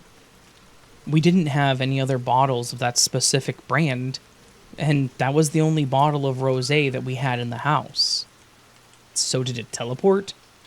It truly made no sense. This whole thing continued to bother me for the rest of the weekend, so I reached out to the owners of the house the next night and asked if they had any security cameras that would show me walking into the house with a bottle of wine around the time of the golf cart ride. They checked the camera and said that it did not show me going into the house with the bottle of wine at all. The thing is, if the camera had shown me bringing in the wine, then it would have deepened the mystery even more, because then there would have been proof of it having been there. But I know for a fact that I did go to the car, open it, take the bottle out of the bag, walk into the house, set it on the counter, open the fridge, move some things around, and then put it inside the fridge on the left-hand side. This is all a very clear memory for me. When I thought back on it, however, I remember not saying anything to anyone about it at any point. I was going to ask Chris aloud if the car was open, but instead I just walked over to see if it was unlocked, which it was. When I walked past everyone in the driveway holding the wine, I almost said something, but I didn't. When I sat it down on the kitchen counter, I almost said something to Beth as she was standing right there, but for whatever reason, I didn't. I just stayed silent the whole time. I almost felt like if I had spoke words aloud to anyone, then it would break the spell that I seemed to be in. It's hard to explain, but it didn't feel weird or off in any way at the time, only in retrospect. And the only part about it was a subtle feeling that saying anything aloud would have changed things, meaning the teleportation wouldn't have happened if anyone else could have confirmed the wine bottle's presence after the fact. So, for all intents and purposes, nobody that night knew that A, I had a bottle of wine with me, not even my husband, or B, that I was planning to drink it that night. Nothing was said aloud about wine at any point from me or anybody else, and no one else was drinking wine at all.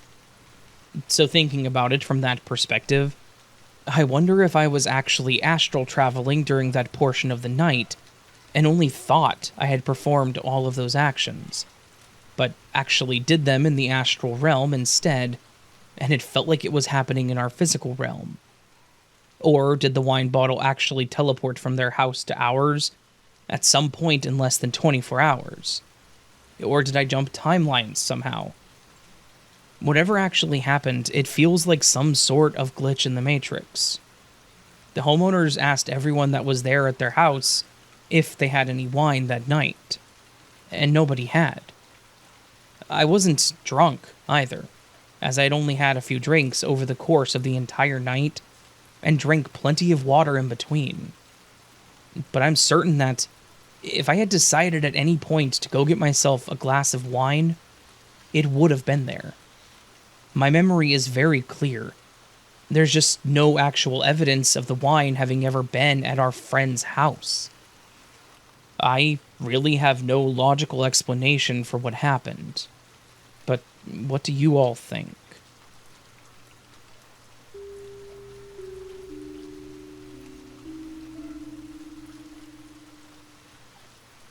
Hey Raven, greetings from sunny South Africa. In 2017, myself, my then husband, and our 2 kids were driving home from a long cross-country road trip. The day had been awful, and we were all tired of being in the car. Day turned to night, and the kids fell asleep in their car seats. We stopped for gas and some snacks, as we still had a very long trip ahead. As we left the gas station, I felt a cold tingle run up my arms and thought, that's strange. You see, the last time I felt that was when I was 10, just before I electrocuted myself by accident and woke up on the kitchen floor. I let the strange feeling go and we carried on driving. About half an hour after leaving the gas station, we were driving through farmlands going uphill. A truck was coming up the hill on the opposite side of the road and he had his brights on. As we reached the top of the hill, said truck started blaring its horns at us. Just then, bright lights appeared in the windscreen. It was a truck. Another truck was overtaking the first one and had driven onto our side of the road to do so. I knew this was it. There was nowhere to go. We didn't even have seconds. I turned and looked at my kids, closed my eyes, and braced for impact. I heard it. I heard the crunch of metal on metal. I heard myself scream, but I don't remember actually screaming. Then I tasted blood. And then I opened my eyes. We were driving downhill, still on the road. I looked at my ex and said, "What? How? How do we not get hit?" He smiled at me and said that he had ample time to swerve away. I was shook and out of sorts, body shaking, and my mind was going at 1,000 miles an hour. He told me not to be dramatic. I couldn't help it. I was pretty sure we had all just died. After that night, there were changes in everything. Our house burnt down. He lost his job. He became abusive and then in turn led to our divorce. It felt like I was married to a whole new man. If this is quantum immortality, then it's not the first time I've died.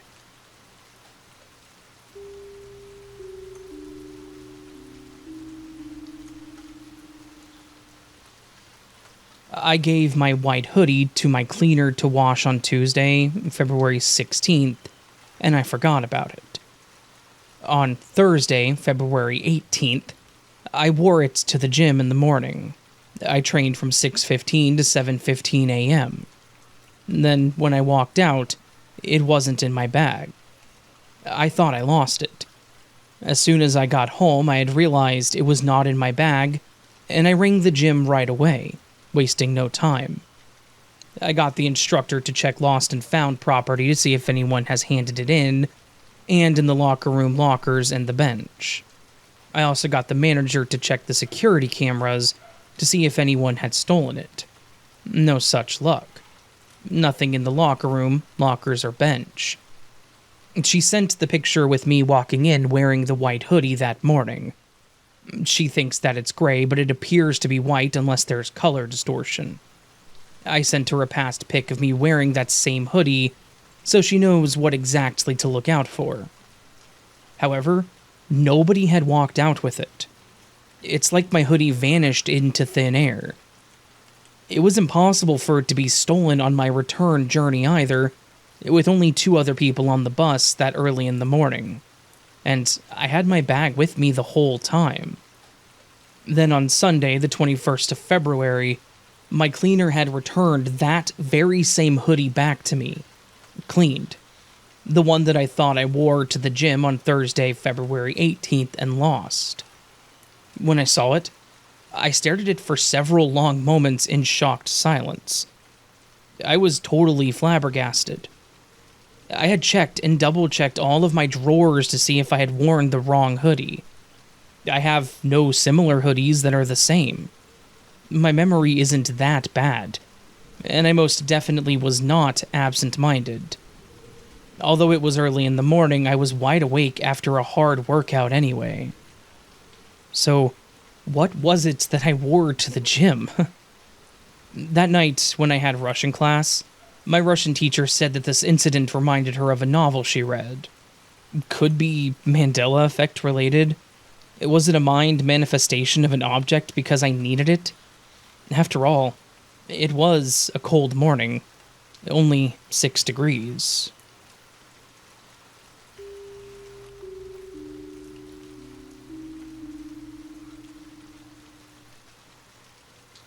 In a trip to the UK in 2011, my husband and my cousin and I got in on a pub quiz in York.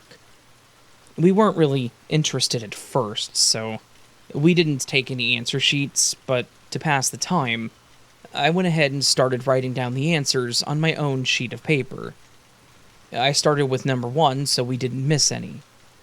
Around number 15, I believe, I heard the lady that was calling out the questions skip to 17, or something. I can't remember the exact numbers, but I know that she skipped at least 2. As my husband was ordering at the bar, I looked to my cousin for confirmation that I had heard correctly, and he agreed that she had skipped a couple of numbers. I expected some participant in the quiz to correct her or ask her about it, but nobody said anything. The lady went on calling out questions. She continued, in order, to number 25, and then suddenly she skipped to 29. This anomaly was confirmed by both my husband and cousin. And again, nobody corrected the lady or asked about the skipped numbers. I could only assume that 1, the quiz worked in some odd way that we weren't familiar with, that the locals were, or 2, somebody would point out the mistake before the lady called out the answers. Maybe ask what the number to those questions were. However, that never happened. The questions stopped at 30, and then the lady began calling out the answers. I waited curiously for her to get to the numbers that she had skipped. I was positive that when she called out those numbers, somebody in the pub would protest and say she had never given the questions. Instead, when she did get to those numbers, 16, 19, 26 through 28, I remembered those questions being called out. By the end of the answers, I realized that every answer she had called out had been to a question that I had, in fact, heard her ask. What's more, my husband and cousin remembered all the questions too. We couldn't figure it out. We never did figure it out. There appeared to be no confusion in the pub whatsoever. Unfortunately, we didn't think to ask anyone else in the pub if they had observed the same thing we did, and I wish so much that we had. I will add that none of us were drunk or even buzzed. We had just had 1 beer and had barely started on them when this was happening.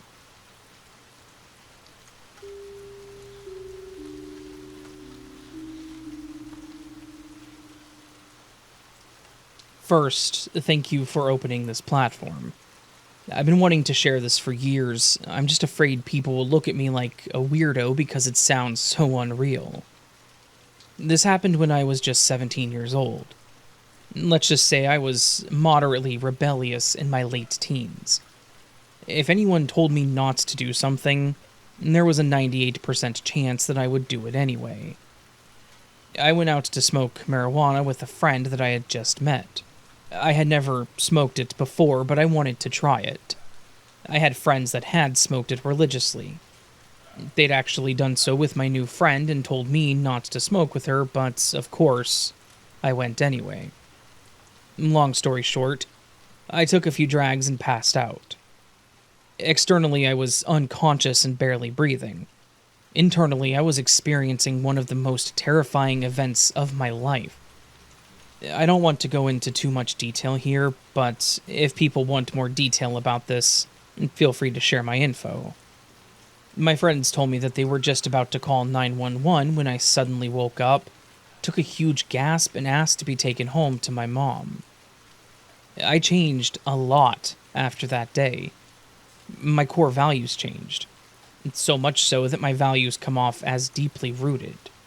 My vocabulary changed. I talk and act way different than the way that I used to. My humor and interests changed. Literally everything changed. I also lost memories of my past. My past is very vague. There's more to this story, but it's way too much to elaborate, so I'll stop there. But sometimes, I wonder if I really did die that day because it's like the person that I used to be died. There's no way to know, of course, but sometimes I can't help but wonder. Am I still that same person that passed out and was barely breathing for 8 minutes?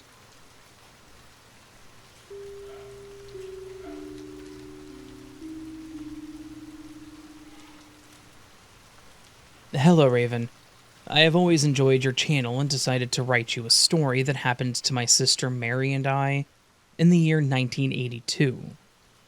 I was born in 1962 and was 20 years old at this time, and my younger sister, born in 63, was 19 years old. Neither of us were believers in the paranormal or time slips, but that day made us at least rethink things. Our late grandfather had left our father, the owner of a huge antique shop in New York City. Business was good.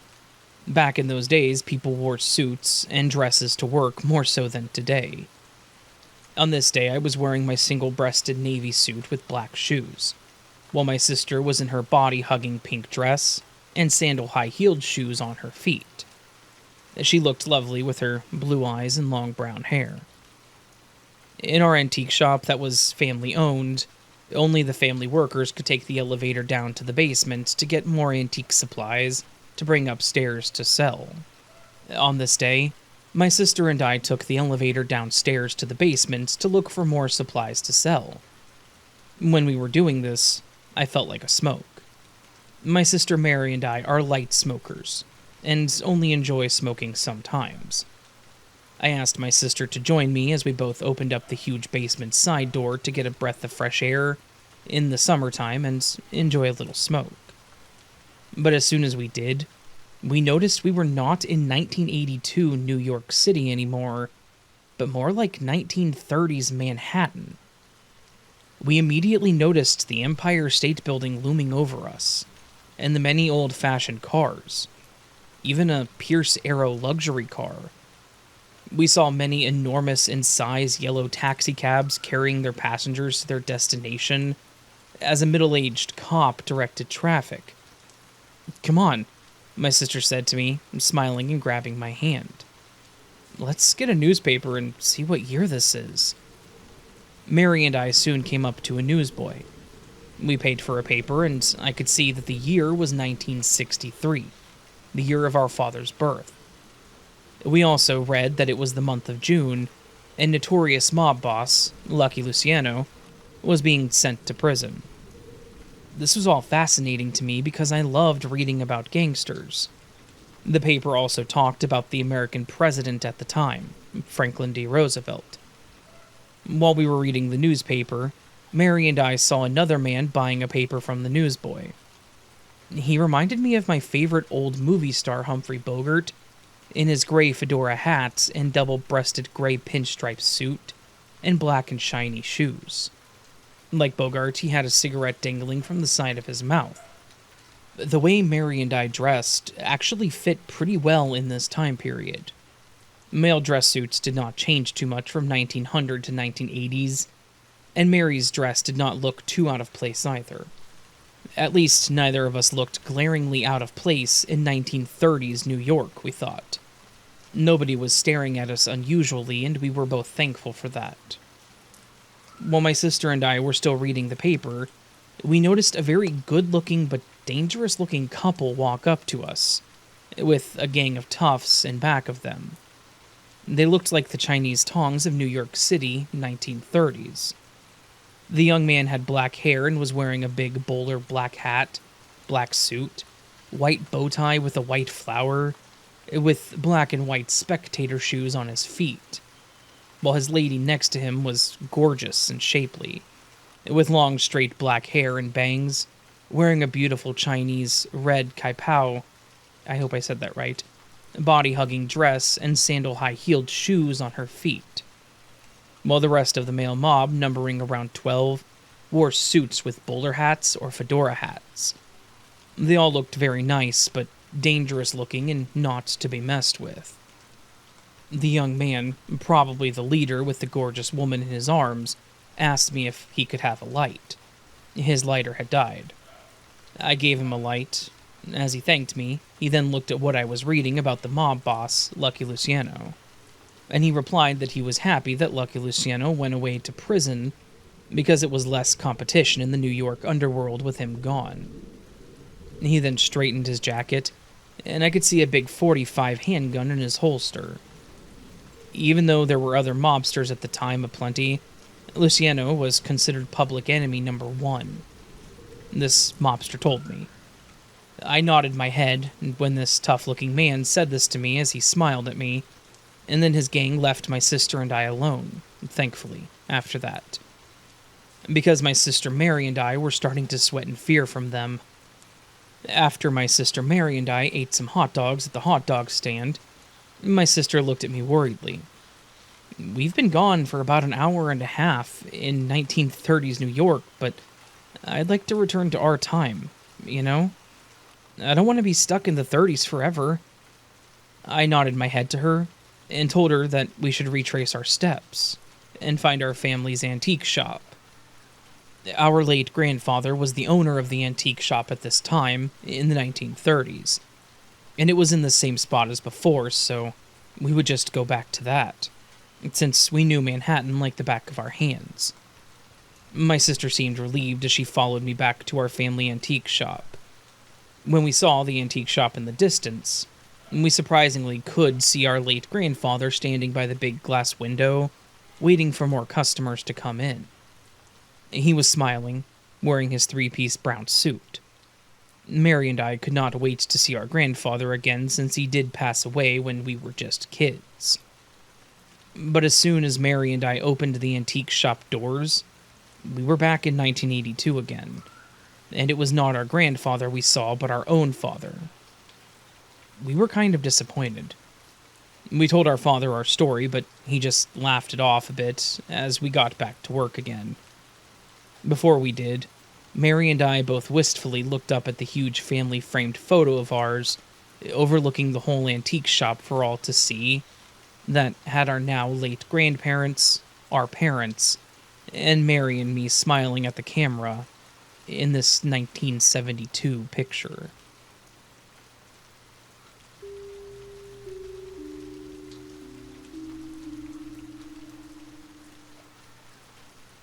You read my story about how I would randomly daydream about these random memories of me being in high school and having a girlfriend. I'm not sure if you remember reading it, but either way, I just started working at my second job because I kind of went and financed a car I probably won't be able to afford with just having my primary job. Anyway, the first day at my new job, I meet all of my coworkers. A coworker named Sarah mentioned that a girl named Michelle was out sick and that she would be back tomorrow, and how she's such a great and smart girl. So I kind of just shrugged it off and got back to work. The next day comes, and I walk into work and say hello to everyone, and then, boom, I see Michelle. I literally go into the bathroom and basically have a full-on panic attack. Michelle is the girl that I've been daydreaming about for the last 2 years of my life. I haven't really said much to her throughout the last 2 weeks of working here. Like, how did I have memories of a girl I never knew? Since that day that I first saw her, the daydreams have stopped. It's crazy stuff. And if this isn't nuts, then I don't know what is.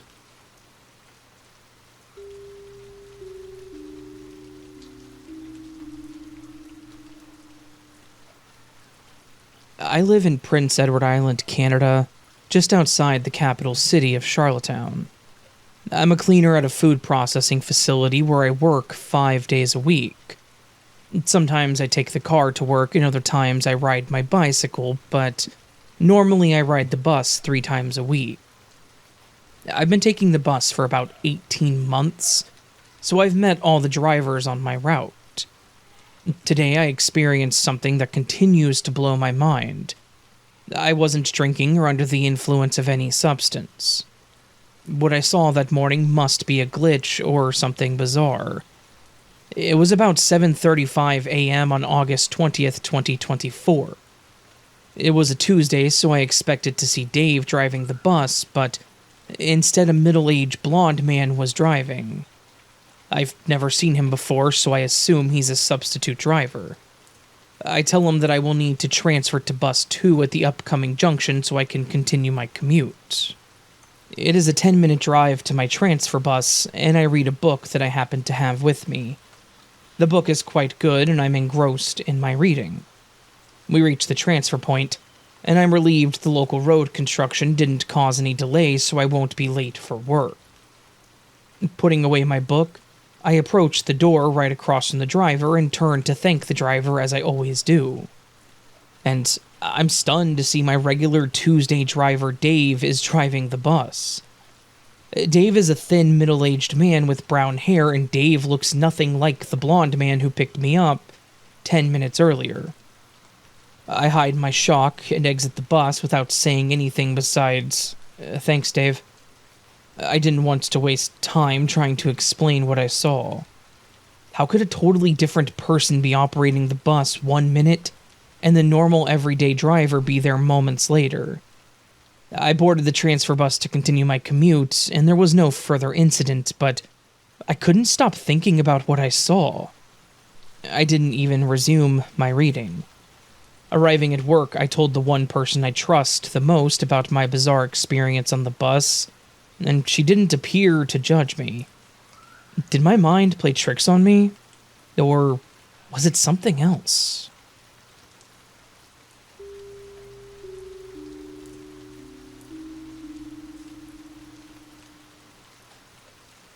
Hi, Raven.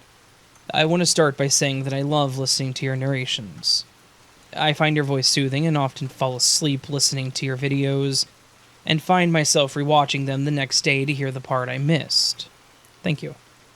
That being said, my story takes place approximately 20 years ago. I was a young mother and my son was 2 or 3 at the time. Him and I had laid down for an afternoon nap. I was cuddling with him, big spoon, little spoon, as he always tended to sleep better whenever we cuddled. Shortly after we lay down, he dozed off, and I quickly followed. I had a dream about him and I being in a candy store. It was a small mom-and-pop type store, and my son picked Hot Lips as his treats. Not sure if everyone knows what Hot Lips candy is, but it's a cinnamon-flavored gummy candy in the shape of lips, and it's about 1.5 inches long. Although, in my dream, the candy was approximately the size of a candy bar. There was another little boy in the store as well, and he snatched the candy from my son and climbed up on a shelf and sat there eating the candy. At that point, I woke up. I don't know how long we slept for sure, 1 hour or 2 at the most. He woke up first, and I quickly woke up when I felt him moving. And what he said to me when he woke up, I will never forget. He said, "Mama, that boy took my candy bar." I've never been able to explain how this happened, and I remember it like it was yesterday. I often wonder if he saw my dream or if I saw his. Whichever way it happens, I'll never know, but it has definitely stuck with me over the years.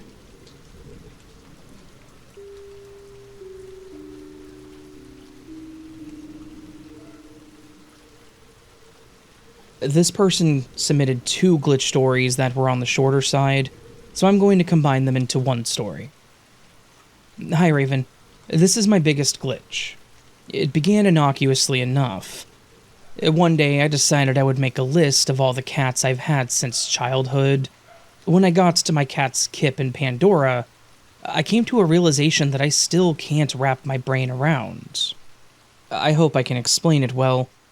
I have 2 different memories of each cat when I lived in the same place. I should have had them both at the same time, but I didn't. In one reality, I had my white seal point male, Kip. In the other reality, I had my black female, Pandora. My friend remembers both cats, but has a different memory of how I got Pandora. And when I think too hard about my life situation in those years, it begins to fall apart and make no cohesive or linear sense. Like the movie Dark City, which I highly recommend if you haven't seen it. I have a lot of other glitches, but this is the most perplexing. And then their second story.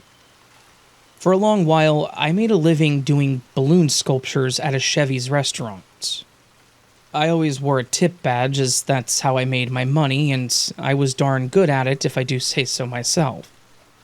One night, while getting ready to go, I reached for my tip badge. I always had it on my VCR, and lo and behold, it was gone. I searched everywhere for it. I even felt on top of my VCR in case it was there, and I couldn't see it. Frustrated, I made a lame one on the fly and ran out the door. Cut to getting home and flopping on my couch, and the badge is there, on the VCR, just sitting there. I lived alone, and there's no rational reason for this. It disappeared, and then poof, there it was again. Not thrilling and maybe mundane, but it got me to notice that something crazy happens. And it happens a lot.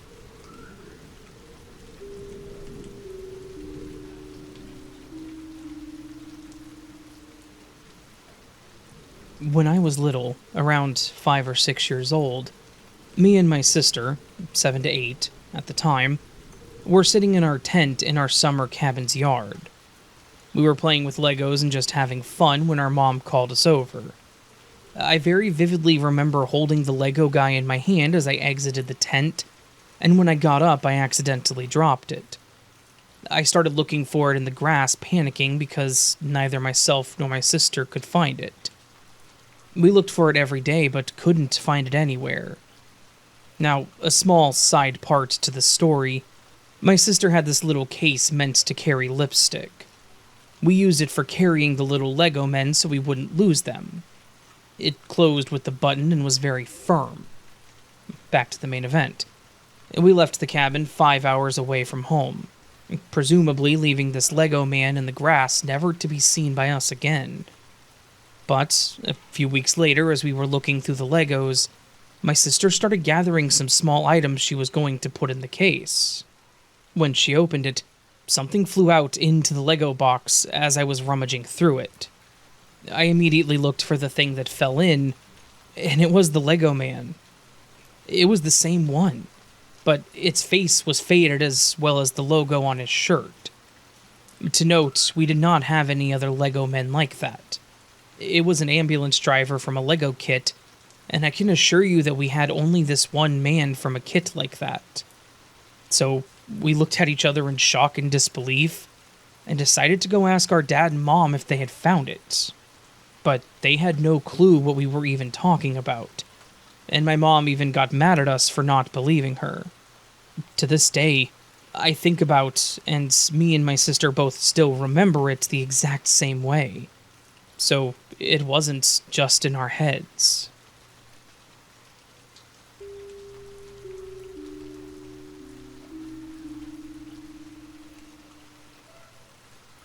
A couple of years ago, 2 friends visited me. We'd been eating and drinking coffee and had a nice evening. Later, I was going to drive them home, and my one friend was checking that she didn't forget anything. When she was in the hallway putting on her shoes, she had the phone there. When we sat in the car, she was sending an SMS to a friend. I saw the light from the phone.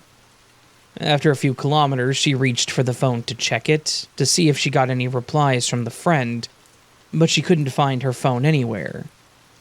We stop at a gas station and look because me and her boyfriend were convinced it fell under the seat. We looked everywhere, but no phone. Then, her boyfriend, who doesn't believe in anything like glitches, says, "You probably forgot it at my place." So, we went back, and the phone was lying on the living room table. I saw her holding her phone walking to my car, and I saw the light from the screen when she sat in the car. I can't explain this. How did the phone disappear from a car kilometers away back to my house? I've never told people about this because they just think I'm crazy, but I know what I saw, and there is no explanation.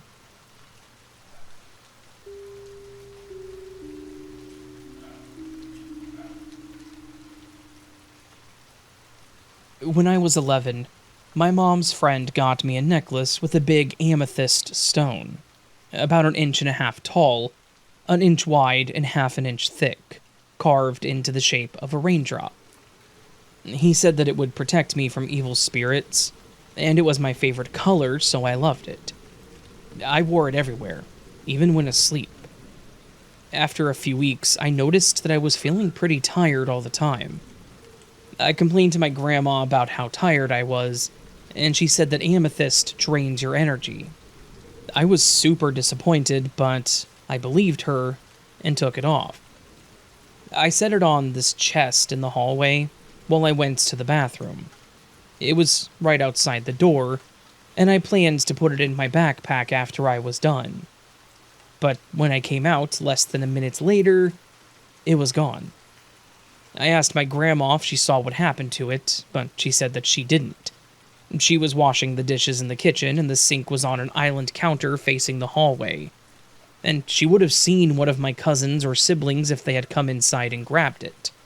And I would have heard if anyone had come down the hallway, because it was an old trailer with creaky floorboards. And you could always hear where people were in walking. I also heard the dishes in the sink the whole time I was in the bathroom. And so it's not like my grandma could have run over and grabbed it without me hearing her. I opened the chest, pulled it away from the wall, and looked behind it. Lifted it, looked under it. It was gone. I was so upset. Every time I went back to my grandma's house, I looked for it again, until the year that she moved out. But it never turned up.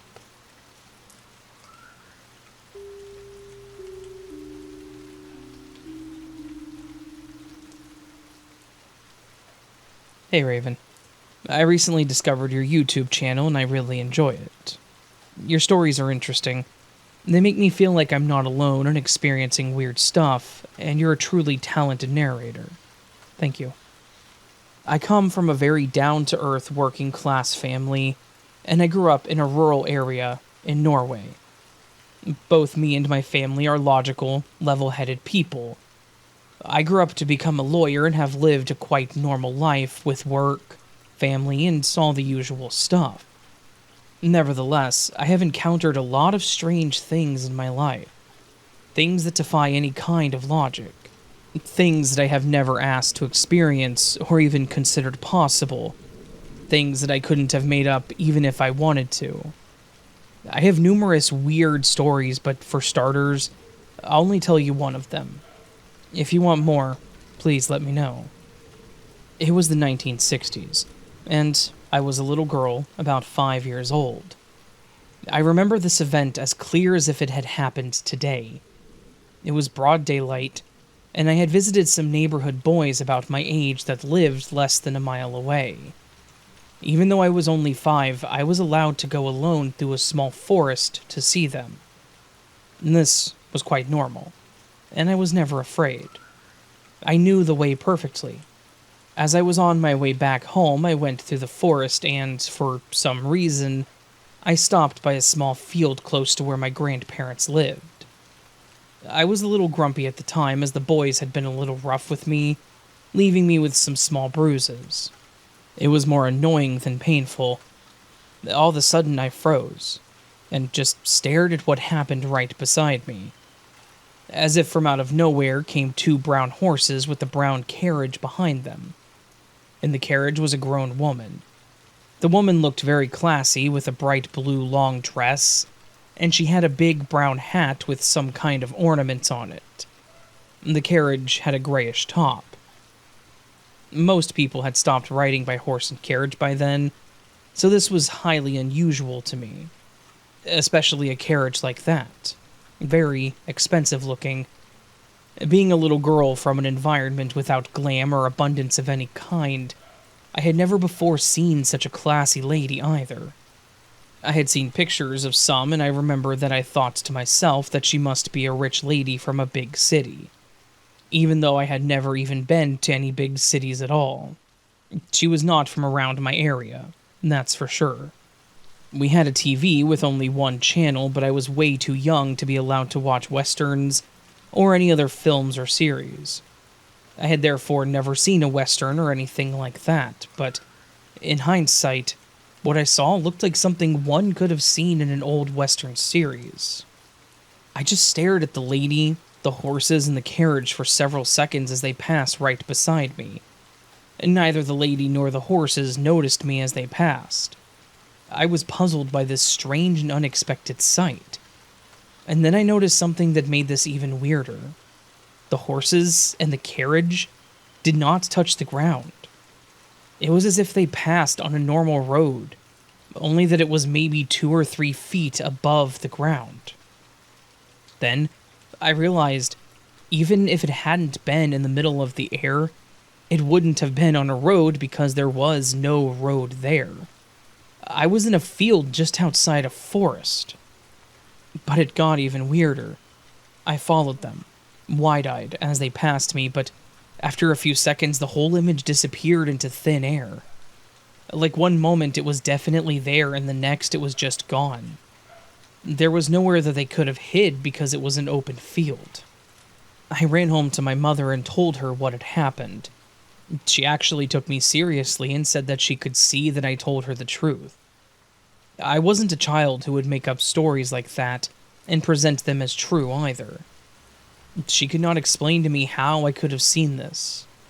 She consulted other family members, and someone said that I must have seen some kind of mirage. None of them could explain properly what the heck a mirage was. At least, not so that a 5-year-old girl could understand it. Several days later, my mom told me that my grandparents had told her that at least 50 years prior, there actually had been a dirt road exactly where I saw the lady pass me. The road was moved closer to my grandparents' house and gave way to the little grassy field that was now there. My family thought that that was really weird. There's no way that I could have known that. To make things absolutely ridiculous, 2 years later, a new, broad asphalt road was established from the highway a couple of miles away, through the field, and all the way through the little forest to my neighborhood boys' house. Guess where they laid the road? Right exactly where I had seen the lady and the horses, and where there had been a road before a long time ago. I've been at that place many, many more times since. My family still owns the surrounding property, and I regularly visit them. But I've never experienced anything like that ever since, there or at any other place. To this day, I still wonder what the hell happened that day.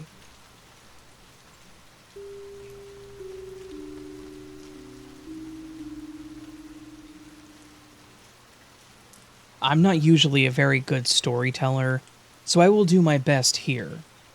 This is something that I witnessed a couple months ago, and my kids keep telling me that I need to share the story.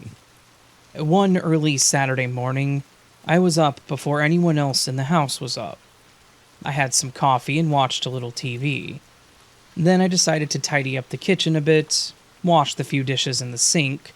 There's a kitchen window over the sink where our 2 outside farm cats, one orange cat and one black, who are never allowed in the house, sometimes come to say hello to us if they hear us. We never open that window. We just say hello back by tapping on the window and saying our normal, "Hello, kitty kitty." So, as I was washing the dishes, our orange cat, Dennis, was in the window, rubbing on it. I tapped the window and said a few things to him. I like to think they understand what I'm saying through the window glass. I got done with the dishes, grabbed another cup of coffee, and then sat back on the couch. A half hour goes by, and I start hearing some noises. I can't figure out exactly if it's from upstairs, the attached garage, or the basement. I feel a little scared by the noises, so I just sit and wait, and hope that someone else gets up soon. Then, another half hour or so later, I look to the side of me and see the orange cat Dennis walk through the kitchen, heading to go upstairs to the 2nd floor. Of course, I grab him and set him back outside our front door. I think to myself, shoot, the garage door must be open. What other animals got in?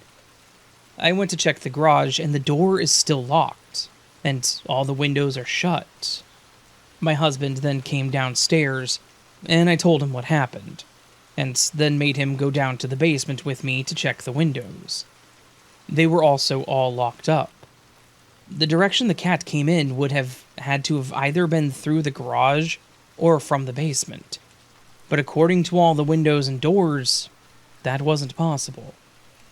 Out of curiosity, I checked every window and door in the house, and everything was locked up tight. This incident will forever boggle my mind.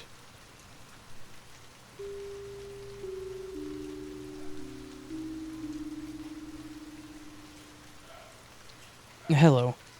I don't know if this is worth telling, but it's really the only significant event or happening I would say that I've experienced that I really can't explain, and I find myself thinking about it years later, racking my brain as to find a logical explanation. I'm personally very skeptical about glitch in the Matrix or paranormal stories, as I know there's usually a logical explanation. I find myself listening to your stories and other listener stories from other podcasts, and always find myself skeptical, reasoning multiple real-world explanations to rationalize those kinds of stories. But then, of course, there's my own story, which has me messed up and second-guessing myself to this day. So to start off, I'm a crazy rabbit lady. Think cat lady, but instead of being obsessed with cats, I'm obsessed with rabbits. As a side note, rabbits are better and more involved pets than the general public think. Most pet stores sell rabbit cages or hutches as if they're rodents or something that belongs in a cage, with wood shavings. It turns out rabbits are actually wonderful house companions and are more like dog/cat hybrids versus guinea pigs or hamsters that just live their lives in cages, only occasionally being taken out to pet or hop around before locking them back up.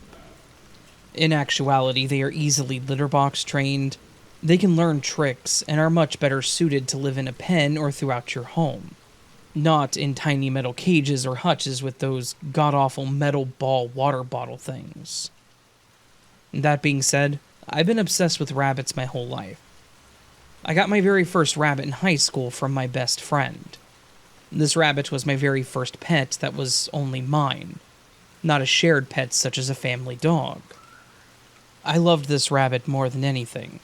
He was my buddy and was my source of happiness through high school, moving to another state in college, and through a terribly abusive relationship.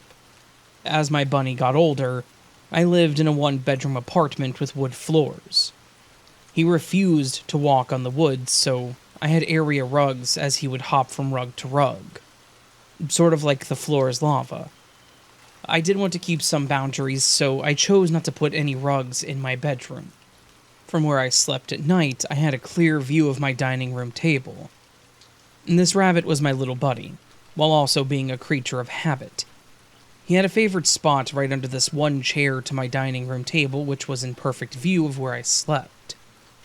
Every night I went to bed, I kept my bedroom door open, and he slept under the same chair facing me, and for the most part would be there facing me in the mornings when I woke up, just waiting for me.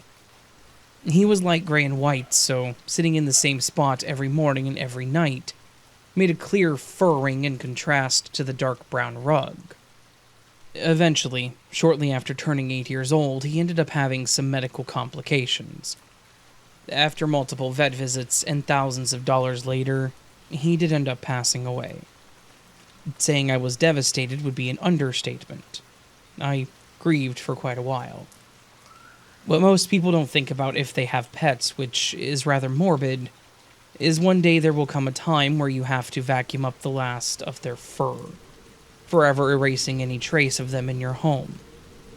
I'm slightly OCD and I've always kept my apartment very clean, so I have vacuumed and cleaned my whole apartment multiple times after getting my stuff together, but I put off vacuuming up his little fur ring under that chair. I dreaded doing this. It felt like doing so would make it real or solidify that he's actually gone. I remember waking up most mornings and my first thought was to gaze under that chair only to see his little fur spot. After a few weeks to a month or so, I can't remember when, but I do remember gathering up the strength to vacuum up his little fur ring for the very last time. I distinctly remember doing so because it was such a significant thing for me to do. I remember crying and being super upset about this. I did vacuum that ring one day. Over time, the grieving process got easier. I kept myself busy with work and school, and eventually my days became easier to handle. But one day, I'm not too sure how long after cleaning his spot this could have been, maybe a few days or a week later, I woke up, and I swear to God, his little fur ring was there. Like, there. Right in the same spot on my dark brown rug under the chair of my dining room table. His gray and white fur spot was there, clear as day. I remember crying and psyching myself out, like, did I actually pull the trigger and vacuum up the spot? I distinctly remember doing this because it was so significant to me, and I was really upset about it. Even thinking I made a mistake and should have just kept it there. Could I have possibly been so upset and messed up that I had dreamed or daydreamed doing this? There's no way leftover dust bunnies or fur balls could have rolled onto the carpet or something because it was literally a packed fur circle in his usual spot. That freaked me out so bad that I never told anyone about it, thinking my family or friends would think I'm crazy. Even more crazy for being so grief-stricken about a pet rabbit. But anyways, I did eventually end up cleaning his little fur spot again. I've eventually moved on, rescued, and lost more rabbits over the years. I'm in a new apartment with new bunnies, married, and happy. But I will never share a bond with another bunny again like I had with my first. I don't know if this is paranormal or a glitch in the Matrix. Or maybe I was just so upset that I dreamt I had done it because I was dreading having to do it so much. But in reality, I actually hadn't. I swear I cleaned that spot up for the last time, now twice.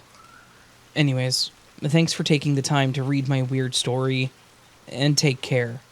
And if you have any fur babies, be sure to show them some extra love. You never know how long you have with them.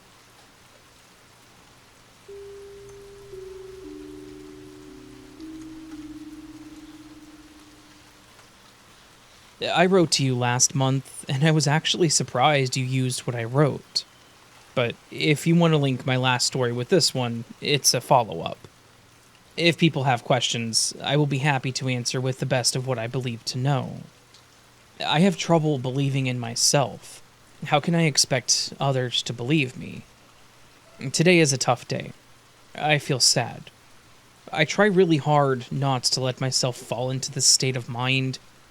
I know that I create or attract my own timeline, or more like what I need in general. This was in a Montreal suburb.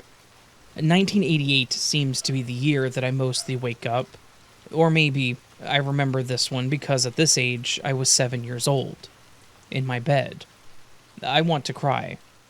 I could remember my girlfriend and her beautiful smile, a toddler named Bobby. He was 2 years old. I was in High River, Alberta in the spring of 2013, I believe. I had a job in a big restaurant franchise, but when I opened my eyes, I was back in 1988. I wake up, and it's morning. I have to get ready.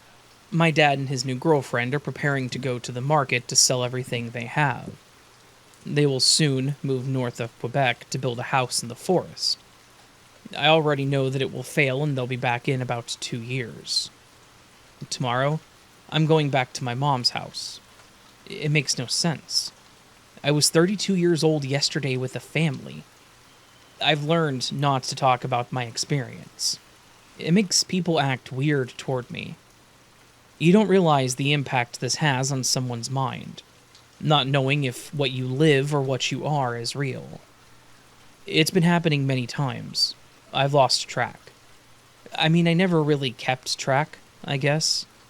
When exactly did I start to realize this? To explain how it feels, I'll give you an example. Do you remember exactly where you were 2 years ago from now? What you did? You probably do, but it's most likely a vague memory or an approximate idea. Now, imagine you live about 50 years and wake up at 7 years old, but it's the same life. It's easy to think and believe that you just have to buy a lottery ticket, right? Remember the numbers for 50 years, or whenever my life ends this time. Or that I just have to make all the same choices again, as if that were remotely possible. When I was 7 years old, I felt consistently sad and depressed. I found myself knowing and talking about things that didn't interest other children, often discussing concepts related to the future. As I grew up, I lived my life to the best of my knowledge, and eventually my life became different from what it had been before. I made different choices, because how I felt inside diverged from how I was feeling and acting in my previous timeline, I suppose. It was simply different, leading me to make different decisions. At times, I would recall or feel certain things. Example, I spent many nights with a guy who worked at a gas station in the late hours, sharing hypothetical stories with him. I would clarify that these tales weren't true, but rather imaginative scenarios about what our lives could have been, as if we were characters in a TV show. He never really understood why I stayed awake so often to hang out at the gas station with him. To be honest, I wasn't entirely sure myself. I just felt like I should be there. Then, one night, I decided not to go and instead chose to sleep. I was tired. At 3 a.m., I opened my eyes and felt an unsettling sensation that I shouldn't have been asleep. It felt like I should have been with him for a reason, an inexplicable pull. I tried to convince myself it was all just my imagination. The next morning, I realized that he had been the victim of an attempted robbery. But fortunately, he wasn't hurt. He was just in shock. It happened right at 3 a.m. I have to believe in myself. Did I know something, or did I somehow manifest the event by merely thinking about it? What I do know is that I need to follow my instincts because I seem to know things without fully understanding why. So when I had the chance to take a trip to the west of Canada in 2004 with my friend, I decided to go. Fast forward to 2008, when I got hired at a fast food restaurant in the south of Calgary. There, I met a girl I had somehow anticipated meeting. It felt almost too easy. I believed I only had to follow my instincts to navigate life smoothly. I thought she might be falling in love with me. In a way, she was, but I became overconfident and started sharing everything about my life and feelings with her. I told her that I had known since I was 7 years old that we would meet and have children together. What can I expect? My story does feel crazy, and she probably thought I was crazy. So, it didn't work. I eventually lost my job. I had to move away. No children. This life doesn't exist this time. Seriously, I was now wondering if it ever even happened. Did I make up that story about timelines? I had my answer 4 years later. Spring 2013, the town was flooded during the night. It matched. It made sense. The flood happened, and I woke up at 7 years old remembering her and my children because I probably died that night. We probably died. All I know is that I sometimes take a look at her Instagram, and she's happy, with 2 little girls. And I'm not 7 years old again. For now.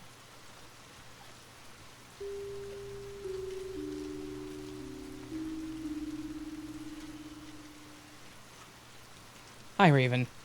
So, to begin, since I was very little, I would have dreams in places I had never gone to. The funny thing would be, when time went by, on a random day, I would actually be at that location that I dreamt about. I understand if some don't believe me, and you might think I had previously gone there, but I remember very vividly once dreaming of a place that looked kind of old, and had a statue of Abraham Lincoln, which I had never seen before. Where I'm from, there's no white statue of any president. After a hurricane hit the island that I live at, I had to make an emergency trip in order to get a power generator. On that trip is when I stepped into the place that I had dreamt about. So, fast forward, it was maybe a month or two into my relationship, and I told my boyfriend how I had dreamt about a drawing a classmate was doing, and actually guessed right what he was going to draw next. How, in my aunt's wedding, I had a glimpse of a dream I had where my granduncle, my grandmother's uncle, was looking to the side while a beautiful sunset was behind him. And he was wearing a hat, which is unusual for him. He was very skeptical. I understood, as I would be the same way if I were someone else. So, one day, I asked him for help with our move. The thing I needed help with was to undo the whole bed frame in order to take it in pieces. As I'm unscrewing it, I tell him, a few days ago I had a dream where I was in the same room, except in the wall that I'm standing at, there was a male energy sitting around where you are right now. Then, a wood board fell on my foot, but maybe I'm crazy. As soon as I finished saying crazy, the board that was connected to the one I was holding fell right on my foot. My boyfriend was in such shock that he was just sitting there paralyzed, looking at me with wide eyes. I just acted as if it was nothing because, again, this had happened to me before. So I grabbed some ice, put it on my foot, and kept working. He was silent for a good 10 minutes until he spoke and said, "I'm sorry for not helping you to bring the ice and all. I just can't believe that happened." Now, every time someone doubts my clairvoyance, he tells them this story. I'll also be submitting some paranormal stories that I have, the good, the scary, and the bad, but until then, thank you, Raven, for entertaining me as I work.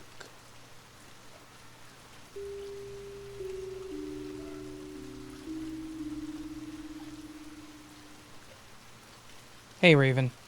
This happened a few years ago, but it shaped the course of my life. I've always been a spiritual guy. I believe in God, not that I follow anything too closely or ritually, but the odds of this happening randomly are surely too wild to comprehend, so I believe it's a glitch, or at least an event engineered by a greater power. I'd been wanting a copy of Cormac McCarthy's All the Pretty Horses for a while. A bookstore in the city had it in. I took the train in and picked it up. I got back to my apartment complex and went in the back entrance, which I don't normally use. At the back entrance are the mailboxes, all stacked like beehives. I only rent a bedroom there. I'm not legally registered, so it's rare that I get mail. But as I passed the mailboxes, I thought I would do my housemate a solid and collect her mail. Again, it's rare that I carry the mailbox key, but I had my backpack on and thought I would check the compartment in the off chance that I'd chucked the key in at some point. I had. The key was there, front zipper. I knelt and wrestled the mailbox lock, opened up to a sea of detritus. Apparently nobody had checked our mail in time. Maybe 30 letters lay there, some damp and some muddy. I made myself comfortable and took them out a pile at a time, leafing through for any clean ones addressed to my housemate that I could take in for her.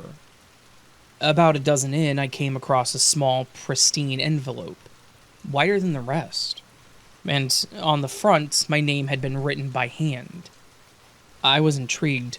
It's always interesting getting mail addressed to you in pen, but also because, like I said earlier, I'm not registered to this address, and I live in a different country. None of my circle around here would write letters. I assumed that maybe it was a birthday card that had sat there for months. Anyway, I nonchalantly slid the envelope inside the novel I had just bought, All the Pretty Horses, and then I shut up the mailbox and headed in, deciding that it was nothing worth fetching in the house for my housemate. Just a bunch of junk. I got in my home and took the envelope from inside the novel, chucked the novel on the kitchen counter, and tore open the envelope. My excitement faded when I saw that, even though it was a letter written in beautiful cursive font, it was clearly a religious letter, not a personal one for me. I read the first line and then my eyes were drawn to the middle, to the only line written in marker, or stronger pen at least. It stood out, dead center, as if everything else was written around it only to emphasize its importance. It was a Bible verse. Blessed are the meek, for they shall inherit the earth. I don't know the wider context because I didn't read the rest of the letter, but anyways, my attention turned to All the Pretty Horses, the novel I had just bought. I picked it up from the counter and read the blurb, smelled the pages, and then, as I often do with new books, turned to a random page to read a sentence. I was stupefied. I couldn't believe my eyes. I was reading the same Bible verse. Blessed are the meek, for they shall inherit the earth. The first random page I had turned to, the first sentence I randomly looked at, contained the same Bible verse that I had just read on the letter. The letter I had carried into my home inside the novel. Any Cormac McCarthy fans out there will know that All the Pretty Horses is not a religious book. It's about two guys cutting through Mexico on horseback looking for work. What are the odds on that being a random event?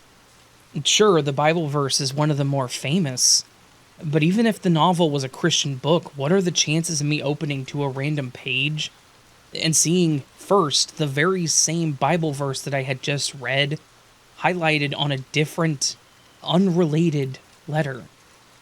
A letter I happened to acquire on the same day, in the same hour, as the book. And then there's the synergy of me carrying the letter inside the book, as if somehow the verse had transferred from one medium to the other. I just want to know what it means.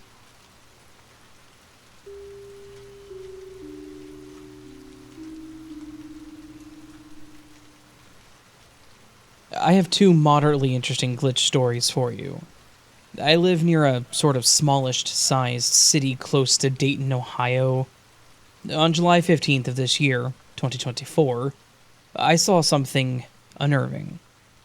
I have experienced some odd things in the past and maybe wrote them off as me just imagining things, and my previous experiences were long before I was aware of the theory of living in a simulation, or matrix. However, the other day, I was completely 100% sober, and I can remember faces like a steel trap, but I'm not as good with remembering the names. I probably would have been an excellent CIA agent if I worked on correlation of names with faces. I live in a town of 60,000 plus people, and I see some of the same ones all the time, and I recognize them even though I don't know them. I was traveling from South Limestone to North Limestone for a morning doctor visit. Nothing serious or unusual. It's a 35-mile-per-hour road that goes all the way from the south end to the north end of town. It's a several-mile-long street. It's one of the longest main roads that cuts through the middle of the city. In South Limestone, I see a black male about 6 foot, wearing stone-washed blue jeans, a grass-green polo shirt with a beige V in the front that has some sort of pattern. He was wearing a bright red ball cap, and the only reason I mention that was because it might have been a political hat that we won't be getting into on this channel because we do not participate in politics here, but the point with this was that he didn't quite fit the common demographic of the people that would be in that political affiliation. I slowed down slightly and looked to see. It was not a political hat, but had some very small white logo or design on the front, but I couldn't see exactly what it was at that distance. I got a good look at his face, though, when he looked at me. Several minutes and miles later, I'm up near the Casano's Pizza place on North Limestone, and I see the exact same dude walking in the same direction, like he had teleported or had a clone. He had on the exact same hat, clothes, and even his shirt and his blue jeans were the same color shade as the guy before. I didn't stop the car on my way there, and there was no car speeding past me which he could have hitched a ride in that quickly. I really don't know what's going on anymore, but I'm not crazy. Again, I was 100% sober and not having delusional issues. So, what the hell? Glitch? This was definitely the same guy. Same exact outfit. There was no possible way he could have caught a ride or gone flying by me and blowing every single traffic light in the process. The only possible explanation is that he has a twin who lives on the other end of town, and they coordinated their clothes like some twins do. But they were both walking on the same side of the road and in the same northbound direction. Just really weird. The second story is not as interesting, but I know that I wasn't losing my mind. I was at a party and I wasn't drinking heavily. I had 2 low ABV beers over the span of 5 or 6 hours with food. When I go to leave, after I've burnt it all off, I can't find my car keys, which I always keep in my front pocket. There's no way that someone could have pickpocketed them without me knowing. I was not inebriated. I searched every single pocket of mine, even the back pockets, which I never use because I don't like sitting on uncomfortable things in my way other than a chair. Suddenly, the party becomes a search party, and we spend about 15 minutes combing the place, and nothing. I double-check all of my pockets again, and they were in my back pocket. No way. I don't ever put anything in my back pockets. Anyways, I think a few people thought I was actually drunk or crazy.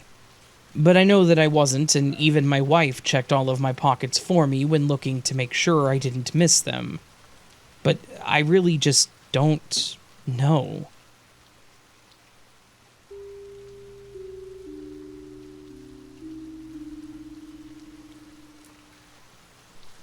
Hey Raven. Long time since my Lola story. I've been recovering from knee surgery number 2. Hope you recover quickly. I was living with my abusive ex back in 2015 at her equally evil mom's place, where I had quite a few crazy experiences. But this one takes the cake. Oftentimes I was by myself, thank God, due to her job, until one of her kids came home. There were only 2 animals in the house. A cute little parakeet who sang when you walked by, and the dog who wouldn't cause much, if any, issues. One day, I was working on details for my debut wrestling promotions show, booking guys, etc. I was getting pretty hungry, so I walked through the hall into the living room and into the kitchen. When I walked by, I heard the familiar singing and said hello to the parakeet who was climbing all around its cage. Dog was being a dog, sleeping on the couch. I recall having a serving of Oikos 000 yogurt and some leftovers or something along those lines. I grab all my stuff, head back to the room to eat, and continue working on things. After eating, I don't like leaving dishes or trash lying around for too long, letting my tummy rest a few moments before I traverse the hallway into the kitchen once more. Suddenly, I realized, where's that familiar chirping? Not a single claw noise? Not a peep of anything? Drumroll, that damn bird 100% completely disappeared off this planet, if not the universe. I've had a completely paranormal life, but this? Oh no, this was the pinnacle of experiences, outside of out-of-body experiences or near-death experiences. How does a little parakeet disappear in a 10-minute span of time? I checked the house. I checked everywhere. And that's when I double-checked the cage, and guess what? It was locked. I called the ex saying that she needed to get home ASAP because the bird had vanished. We checked the dog's mouth just to make sure he didn't somehow eat the poor thing, but no. Couch cushions? No. Behind the couch and other spots? Nope. What we did find was a trail of feathers from the kitchen to her mom's door, which was shut and locked. Those feathers were in a circle, Seeing this is typically a bad sign, get out of Dodge kind of issue. Eventually, I did legitimately plan an epic escape from her, considering all the ridiculous activity inside and outside the house. It's a literal miracle that I got out without a single issue. Due to a lot of experiences, such as the loud hiss I once heard, there was some badness in this house. My theory is either whatever was there actually helped me to get out, because it couldn't affect me, or I had another type of supernatural friendly help. Even evil has its own rules, codes, and morals, despite popular belief. Perhaps my attempts to reason with it, asking if it could chill until I can get out, benefited me in the end. Because there's simply no other way I could have gotten out of that house without spiritual intervention. My bags, PC, and everything else were sitting in the room packed, door closed. Her mom came home and I had an oh crap moment. Luckily, she didn't stay very long. I made my escape and here I am. Whoever, or whatever, you did me a solid. And I'm sure the bird is somewhere happy and safe.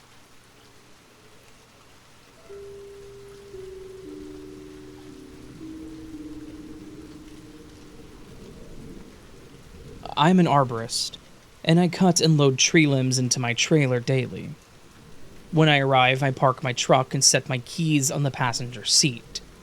I do this so routinely that it's a muscle memory movement, and on the day of which I perceived a glitch in my reality, I was doing a typical job. I loaded my trailer and was set to leave. I reached for my keys, and they weren't there.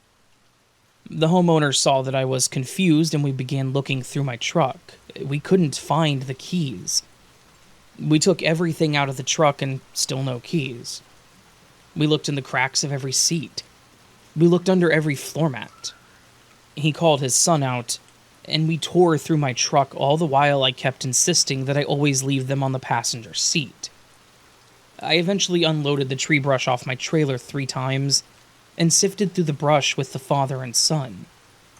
Soon after that, I called my wife because she is the best I've met at finding lost items, and she couldn't find the keys either. It got dark and I gave up and paid a locksmith $250 for a new key. This vehicle is my only truck, and I work out of it every day. It's also my personal vehicle. I'm stating that just to say that I spend more time in it than my house. I continued working every weekday in my truck like normal, and then 3 weeks later, as I'm driving down the highway to a job, I see in my peripheral my original keys. Same broken key fob and everything, just sitting dead center in my passenger seat. The only thing on the seat were the keys. Dead center. I called my wife and the client and told them both, and they couldn't believe it. As much as it was weird to them, it was 5 times more weird to me. I immediately felt like I was in the Matrix. Just a week or so later, I stumbled upon your podcast and felt inspired to tell this story.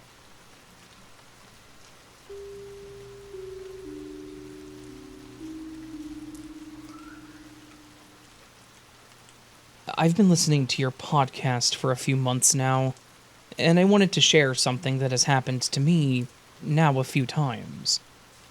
I don't know if this is a glitch or if my brain was causing me to hallucinate, but to the best of my knowledge, I am healthy and there wouldn't be anything to cause me to hallucinate long term like this.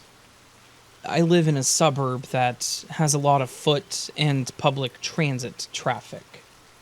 It's a fairly nice area with a lot of rentals, which is why I live here. This started about 6 months ago. I was walking home from my late night shift at a warehouse that I work for. It was around 2 in the morning. I was walking with my earphones in, staring at the sidewalk, and looked up towards an intersection nearby when I saw a bus. It was your standard city bus, just idling on the side of the road. But it was 2 in the morning. The buses stopped running around midnight. I watched the bus just sit there for a moment thinking that something was wrong with it.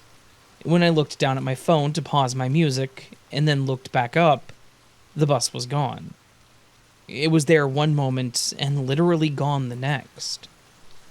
I stood there thinking that I was just way too tired to be dealing with it, thinking it was like a waking dream kind of thing, and just kept going, deciding to not let it get to me. But then, when I was most the way home, I saw another bus idling at the corner past where I lived. It was just sitting there, not moving, no turn signal or anything. It had on its headlights, but that was it. I was a bit unnerved by it, so I went inside and just pretended like it wasn't there. Over the last 6 months, I have seen buses sitting idly at random spots way after the buses are no longer running, around 2 in the morning. I keep randomly seeing them on the road near my home or in various places on the walk, and I swear they disappear when I notice them. They don't, like, poof disappear. They typically disappear when I look away or blink. They are always the same bus. Standard city bus, no discerning marks, no lit numbers or anything. They're just your standard everyday bus. Now, I did something that most people don't do.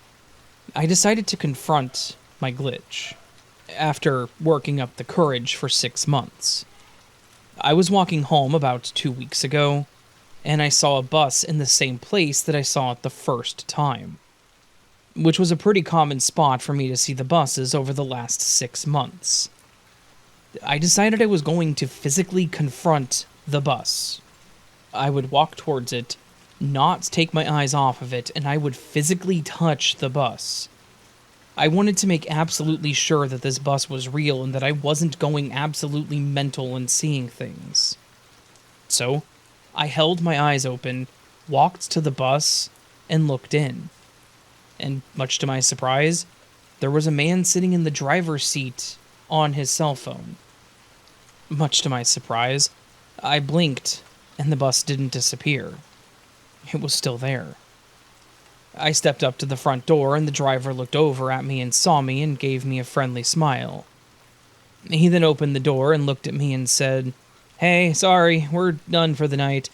I was having some engine trouble, so I'm waiting for a tow truck to get me back to the depot."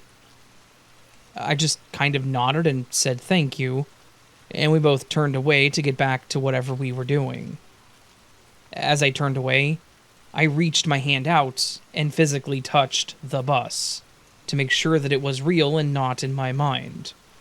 And it was very real. So, the one time I went to confront this oddity that kept happening over and over randomly over the last 6 months, it was real. This one time, it was a real bus.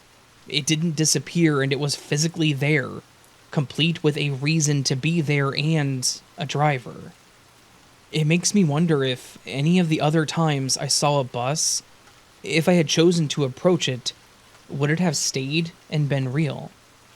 Would those buses have been actual buses? Or were they glitches / fake / out of place in this existence?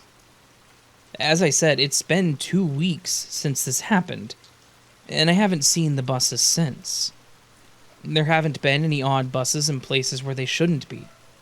The ones that I have seen have been at normal times, and they don't disappear when I look away. I don't know what this was. I don't know if this was a series of the most impossible coincidences over half a year, but that's where it all ended. That's how it all came to its conclusion. I saw a real bus. I approached this real bus. And I guess that set things into the right way. I honestly have no idea.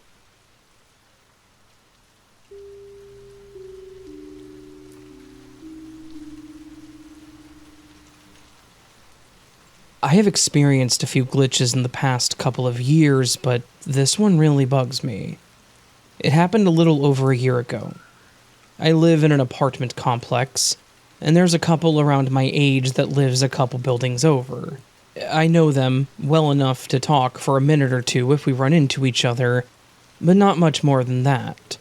We are friends on Facebook, and I saw the wife post that their son had died. He was in his late 20s and I had never met or seen him, so I had no real connection. But I expressed my condolences. A few days later, she posted his obituary, which included a picture, funeral times, the norm. This was the only time I had ever seen their son. A few weeks later, I went out to a karaoke bar with a few friends, and I saw that the couple was there. I approached to say hello, but chose not to mention their son. They seemed to be in good spirits, and I thought, why bring something like that up? After a little while, in through the door walked their son. My friends immediately asked what was wrong as they could see the look on my face. I told them the story. The couple called me over and introduced me, stating, "Oh, this is our son," with the same name as the man in the obituary. I had thought that initially maybe they had another son, though they'd only ever mentioned the one in person or online. The introduction with his name killed that idea. I had no idea what to say. Could I have dreamt the obituary on Facebook? Sure, but then how did I know exactly what their son, who I had never seen, looked like? This still has me stumped to this day.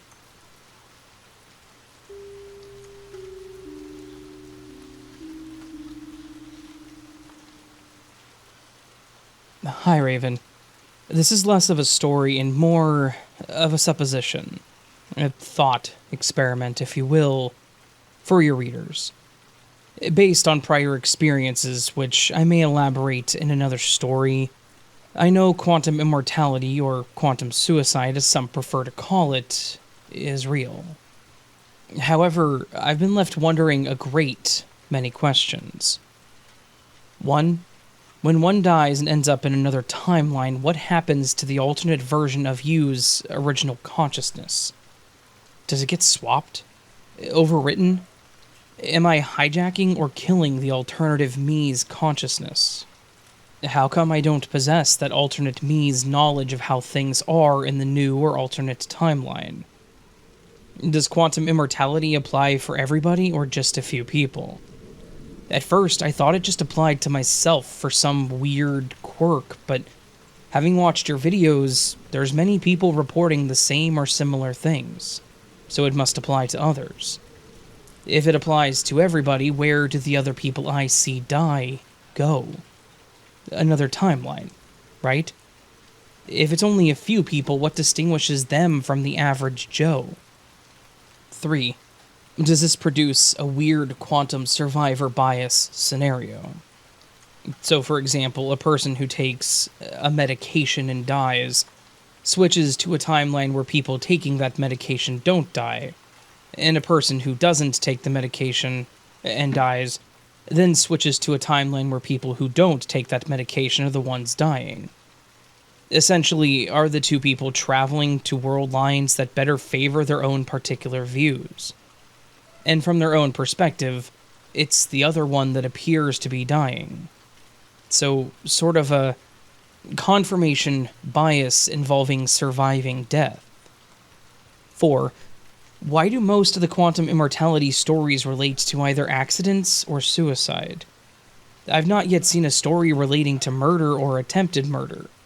Maybe I've missed a story, or there are stories out there, which I would love to hear about them. 5. What are the implications regarding old age? Do you just never die and become infinitely old? That to me is terrifying. 6. What are the implications for belief in an afterlife? If you just infinitely survive all deaths, then by definition you can never die and go on to an afterlife. You will always remain on Earth. Forever. Is there a true exit? 7. Is there some sort of quantum coalescence event where all alternative versions of you die? Say, the heat death of the universe. Then what? Where do they go? 8. There's obviously differences between different quantum immortality timelines. Is there any way to consistently detect these differences? Is there some way our alternate versions can communicate to each other? And 8. Why is it a bit like dying in dreams? where you, example, fall down a cliff and then it jump cuts to another scene as if nothing happens just before you hit. I know this isn't a story per se, but I find the questions intriguing and trippy. And maybe your listeners might find them intriguing as well.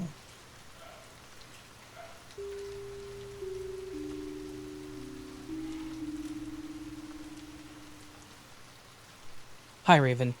I want to start off by saying that your podcast is my absolute favorite. I share it with all my friends and family, and now they're hooked too. Rightfully so. Thank you. Now, my story. I should have died back in 2021.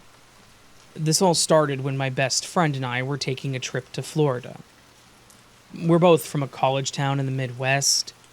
I'm used to driving on backcountry roads, never going more than 50 miles per hour because I'm a nervous driver. However, being the only one with the license, I became the driver once we landed from the airport. I was not thrilled about this, but my friend was notorious for not being the best driver, hence the reason I was the only one with a valid license. For those of you who have visited Florida, you know the driving there is no country road. The third day into our trip, we decided to go to the beach, so I drive us there. And by this point, I'm getting a little more used to the roads, as well as the enhanced speed limits. I'm feeling more confident, so I'm feeling a bit more at ease, and just moving with the traffic. I'm going 70 miles per hour at least, as I'm in the middle of a 6-lane highway. My best friend and I are just singing along and having a great time. Excited that it's our first trip together. The singing quickly stopped and turned into both of us screaming for our lives. There was a car coming right toward us at an excessive speed. It was going to smash right into us.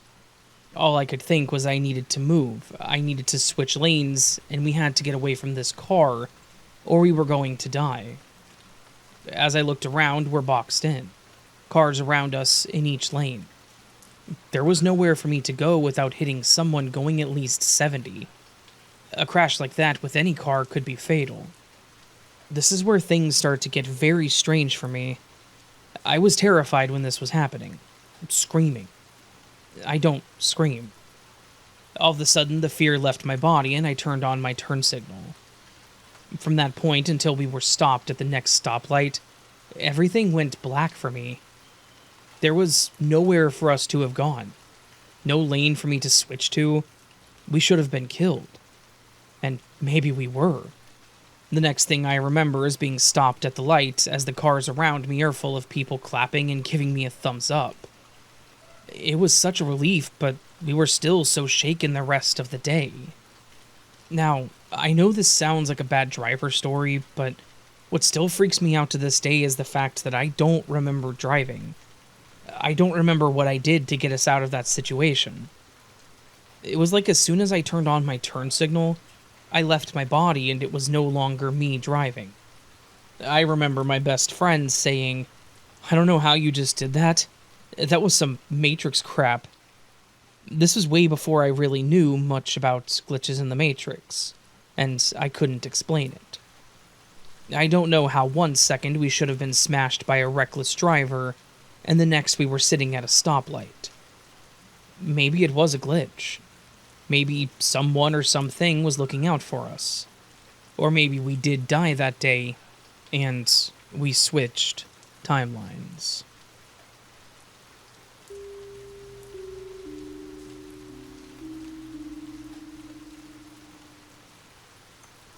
Hey Raven, I recently found your podcast on Spotify and instantly became hooked.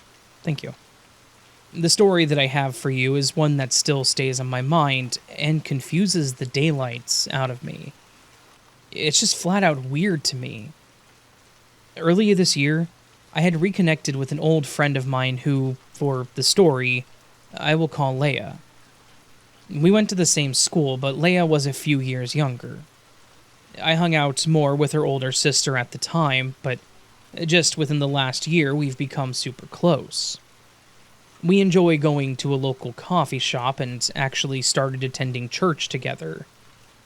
So a few weeks of us attending church, the pastor had been called to a new church, leaving ours without a pastor, and fill-ins had been preaching to us.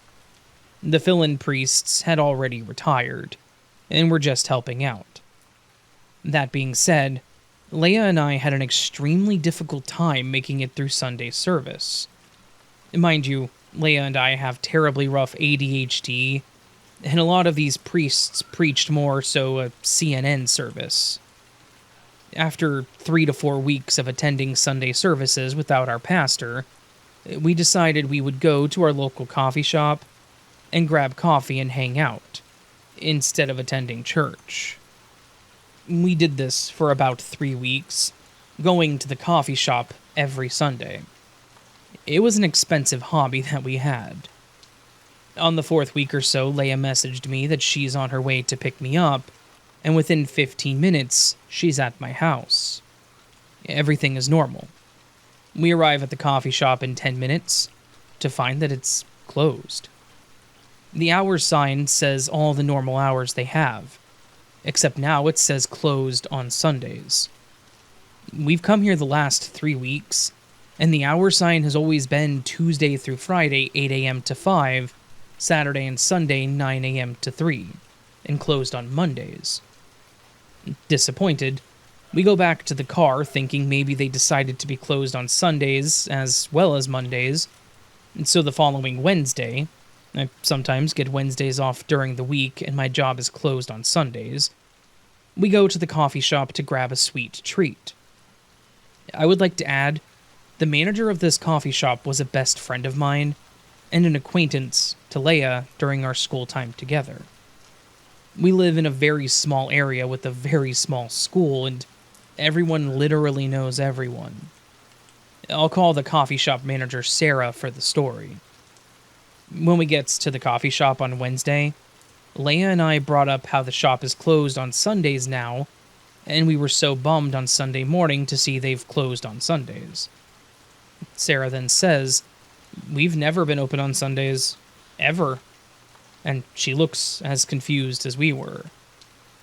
I know for certain that Leia and I went to the coffee shop on Sundays, as quite a few people from church had mentioned us not attending anymore. This was definitely enough to prove to me that glitches in this world are in fact a real thing, and Leia and I had experienced one together. Thank you so much for creating this awesome podcast.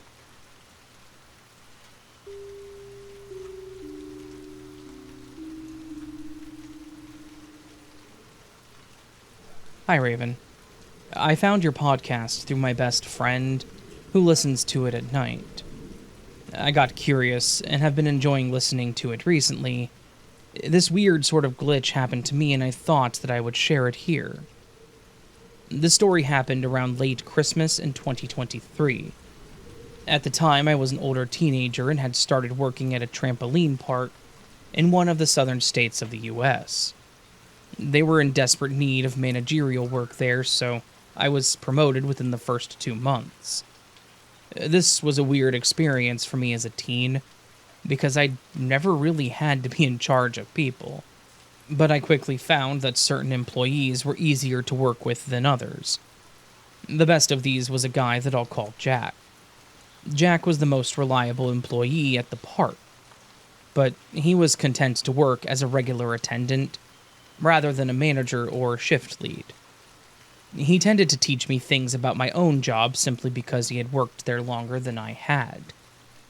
The first time something strange happened was when I saw Jack upon coming into work near the end of December. I greeted him like I normally did, and he asked me if I remembered seeing him the other day while driving. I hadn't, and I told him so. "That's weird," he told me. "I saw you in your car, and you looked at me and waved." Confused, I asked him what car I was in, hoping to determine if he had just seen a look-alike. "It was a little red car, like a sedan. I don't know what make it was," he replied. I immediately knew that it hadn't been me. I drove my parents' old minivan, a Honda Odyssey, that was bright tan, a color that couldn't be misconstrued as red if you saw it at night with sunglasses on. I told him that it must have been someone else because I didn't drive a red car. "That's wild," he said, looking out at the park with unfocused eyes. "It was like you recognized me. You smiled at me and everything." The way he still called the person you made it seem like he didn't believe that it hadn't been me, despite my assurance. Jack commented on seeing me a few more times during that day, mentioning that I had my long hair pulled back in a man bun, and that even looking at my face made him think of the person in that car. My hair wasn't long enough to wear up in a bun back at that time, as I was still growing it out. I brushed off the occurrences at the time, telling myself that of course it had just been someone else who looked uncannily similar. I had a doppelganger in the non-supernatural creature sort of way. Since then, I moved out of my parents' home to a place about 6 hours away, and I bought my own car. Well, it's a small red sedan, and I tend to wear my hair in a bun whenever I go out to keep it from getting in my face. It just crossed my mind recently that I suddenly fit the description of the person that Jack had described. I plan to visit my parents for Christmas this year, and if I look out and see Jack outside my window, I think I'll be convinced that some sort of weird time glitch must have happened. The fact that he described the version of me a year into the future still weirds me out.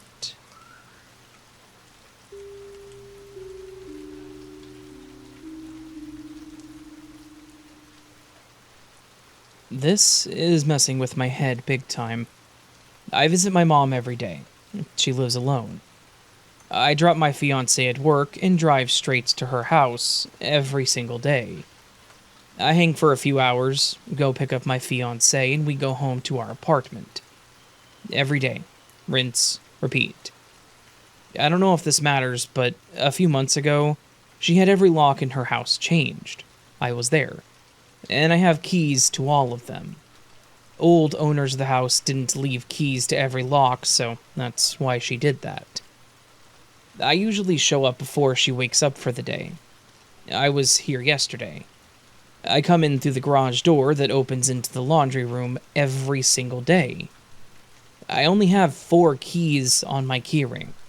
Her garage/laundry door, our apartment, mailbox, and my car. I always have to unlock the door when I get to her house. Always.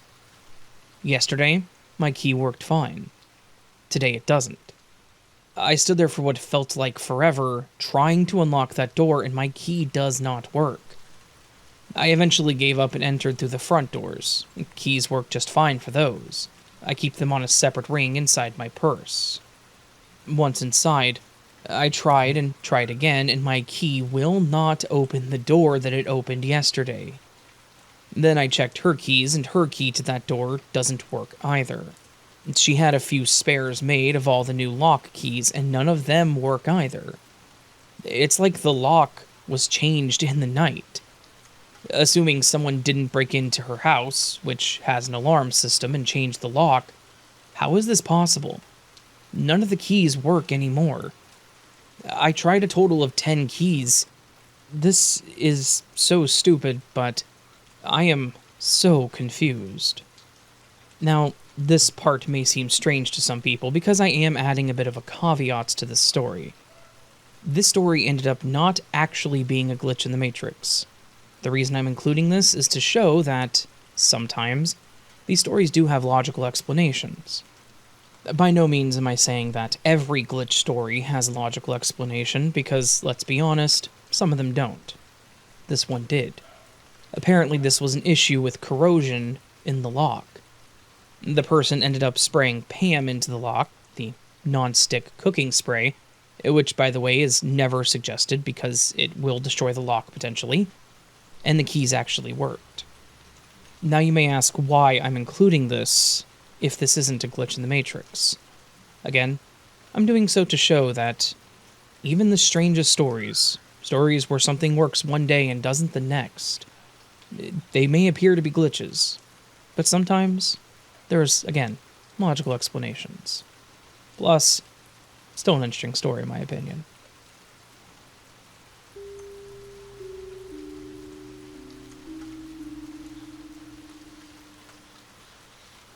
Hi, Raven. My Glitch in the Matrix story requires a little bit of context before I get into it. I had my eldest daughter young. I was pregnant for most of being 18 and turned 19 the month after she was born. The only work I had done up to that point was a server in a hotel for a short time, a retail assistant in a card shop over the Christmas holidays, and a little bit of work experience in a reptile shop as I was studying a course for animal management. Fast forward a few years, my daughter is now 5 or 6. I haven't worked anywhere else during this time, having the opportunity to stay home and raise her. I decided to take her swimming one afternoon. The swimming pool is laid out like a big loop, so you can just go around and around. I notice as we're going around the loop that there is a woman who is maybe in her mid-30s, early 40s, with dark curly hair that keeps looking back at us. I know that she's also there with more than one child, so I keep telling myself that she's trying to keep an eye on the older ones who are swimming around the loop faster than us moms with the little ones. It becomes apparent that she is definitely just staring, though, after a few loops around. I just keep trying to ignore her and act like I don't notice her staring, but I'm very aware of this woman watching us. Eventually, on one of the loops around, we end up coming close to each other, and she calls out my name. I'm already very guarded at this point, and it catches me completely by surprise. And I ask if we know each other. This woman seems a bit taken aback that I don't recognize her, but proceeds to tell me her name. I apologize to her and tell her that I'm very sorry, but I don't know who she is. We're both obviously very confused at this point, as she clearly knows who I am. She even inquires after some of my family members by name. I've lowered my guard a little at this point, as there doesn't seem to be anything sinister about her, but my curiosity is definitely piqued. I switch tactics and ask her, where do we know each other from? What she said next left me completely confused. She proceeds to name the place where we worked together 3 years ago. I tell this woman that this isn't possible. I've never heard of the workplace before, and I haven't worked since I had my daughter. The conversation pretty much ended there. She looked absolutely horrified, and I'm sure that I did too. To this day, I still can't understand this interaction. That woman definitely knew who I was and was sure that we used to work together. I can't place her, and I still don't know the workplace that she mentioned. I wonder about this a lot. Did I jump timelines to one where I went back to work after having my daughter? Or did she jump timelines? I think that this will spook me forever.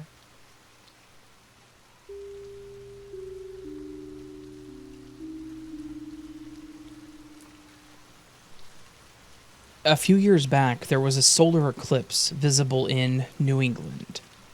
I had moved away long ago, about 10 years at least, living out of state, and was back in the general area and decided I would check it out from a park nearby where I was staying. I also bought some of those eclipse glasses that convenience stores sell for $5. I didn't know anyone at all personally where I was staying, or even in the state outside my family and my friends were long moved away. The park was about the size of a professional basketball court, not big, and only grass covering an open field. There were probably 6 or 7 other people too, either sitting down or standing or hanging out because of the eclipse. The eclipse event was not as dramatic as I assumed it would be, and it got dark barely. Although cool nonetheless. In total, myself and the other people were there for about an hour. When the eclipse was basically over, I started walking away out of the park, and as I was walking, I was headed towards 2 people, a man and a woman that were sitting down, and I thought to myself, I'll give my eclipse glasses to them. I'm not going to need them anymore, as they didn't have any. I approached them and said, "Hi, I'm leaving, and you can have these if you want." The man then turned towards me and said, "No thanks, David." I got an immediate feeling of fear and confusion. paused for a second but said nothing. They said nothing and kept walking. These two people were nobody that I recognized, as well as being probably in their 50s, myself 30. So they were way too old to be anybody that I would know or anybody that would know me. But also, they never waved while I was in the park or even acknowledged me if they did know me. As I was walking towards them 20 feet away, 10, 5 feet. They also didn't have eclipse glasses, which were definitely necessary, yet they were staring straight at the sun. There was no reason to think anybody from some kind of law enforcement was following me, and I wasn't in any trouble in any way. The area itself was not my hometown either. The spookiness was how confidently they knew who I was. Yet, had I never said anything about giving them the glasses, they never would have acknowledged me. I've run into people before who I don't initially recognize, and their attitude is the same. More sociable. At least follow-up statements or questions like, "Haven't seen you in a while," or something other than deliberate creepiness. Today I meet new clients for work all the time, and in my social life, meet new people very often. And even if I can't remember their name, I'll at least recognize them. I still occasionally rack my brain, and have just instead decided to consider it a paranormal encounter. Maybe something supernatural. Myself from the future, maybe? Or just a glitch in the Matrix of some kind.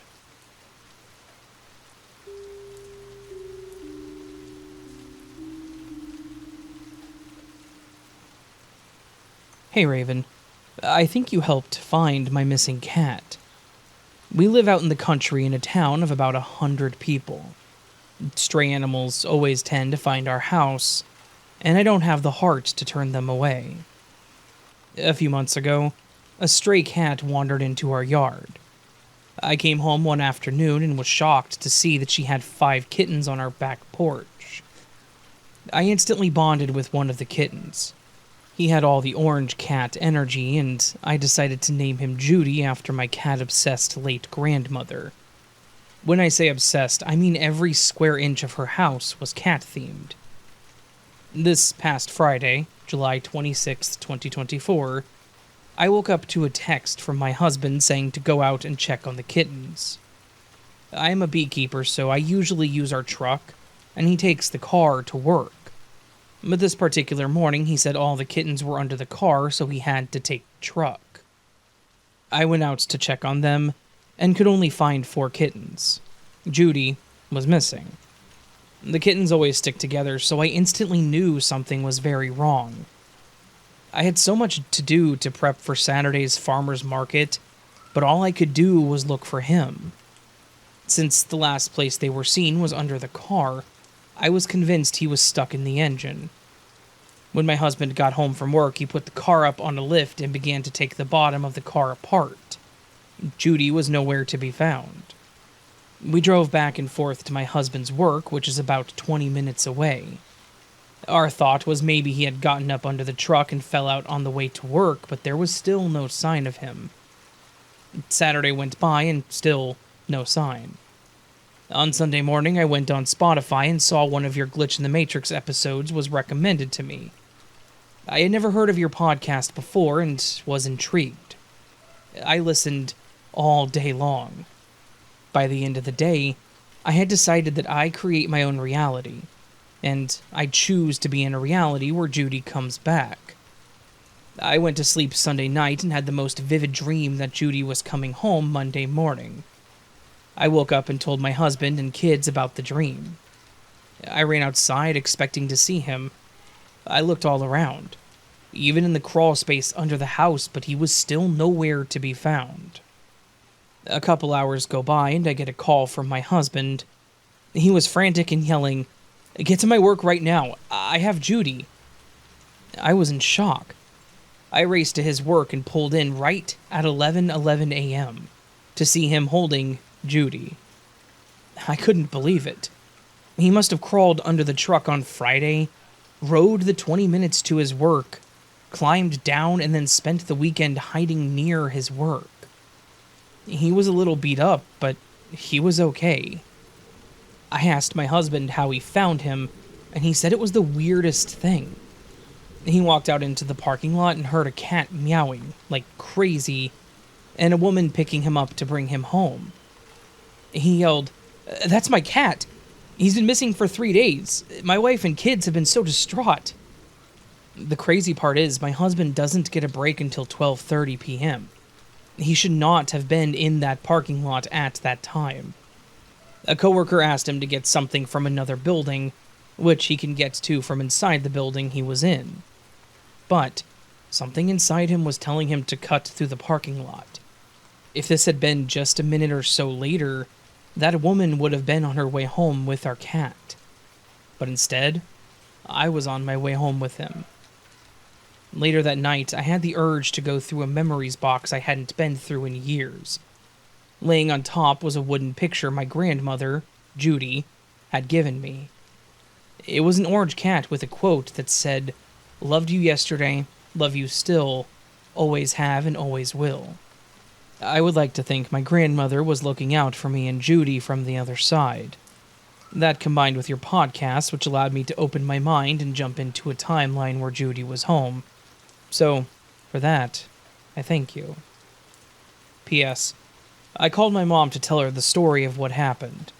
I told her about my dream, and she said that when my late grandfather's favorite cat had been missing for a month, he had a vivid dream that he would find her when he woke up. When he woke up, he opened his front door to see his cat sitting on the porch, like she had never left. The OP did send me a second post with an update, or more information depending on how you look at it. Hey Raven, I submitted the story earlier today, but I wanted to add some late night thoughts. My husband and I can't get over how crazy our missing cat situation is. We keep asking ourselves, why did no one see Judy before Monday morning? He was right in front of the entrance in the building, in serious distress. He asked people who worked the weekend and no one saw him. My husband took the car to work Monday morning. Had he actually been up inside the car that whole time and not the truck? Had he lost enough weight being stuck that he was finally able to wiggle his way out? If so, why didn't we hear him? We had driven the car 100 plus miles over the weekend, so that would be absolutely crazy if he was in there the whole time. Plus, my husband tore that car apart trying to find him. I keep trying to find a logical reason for all this, but maybe I did just switch timelines.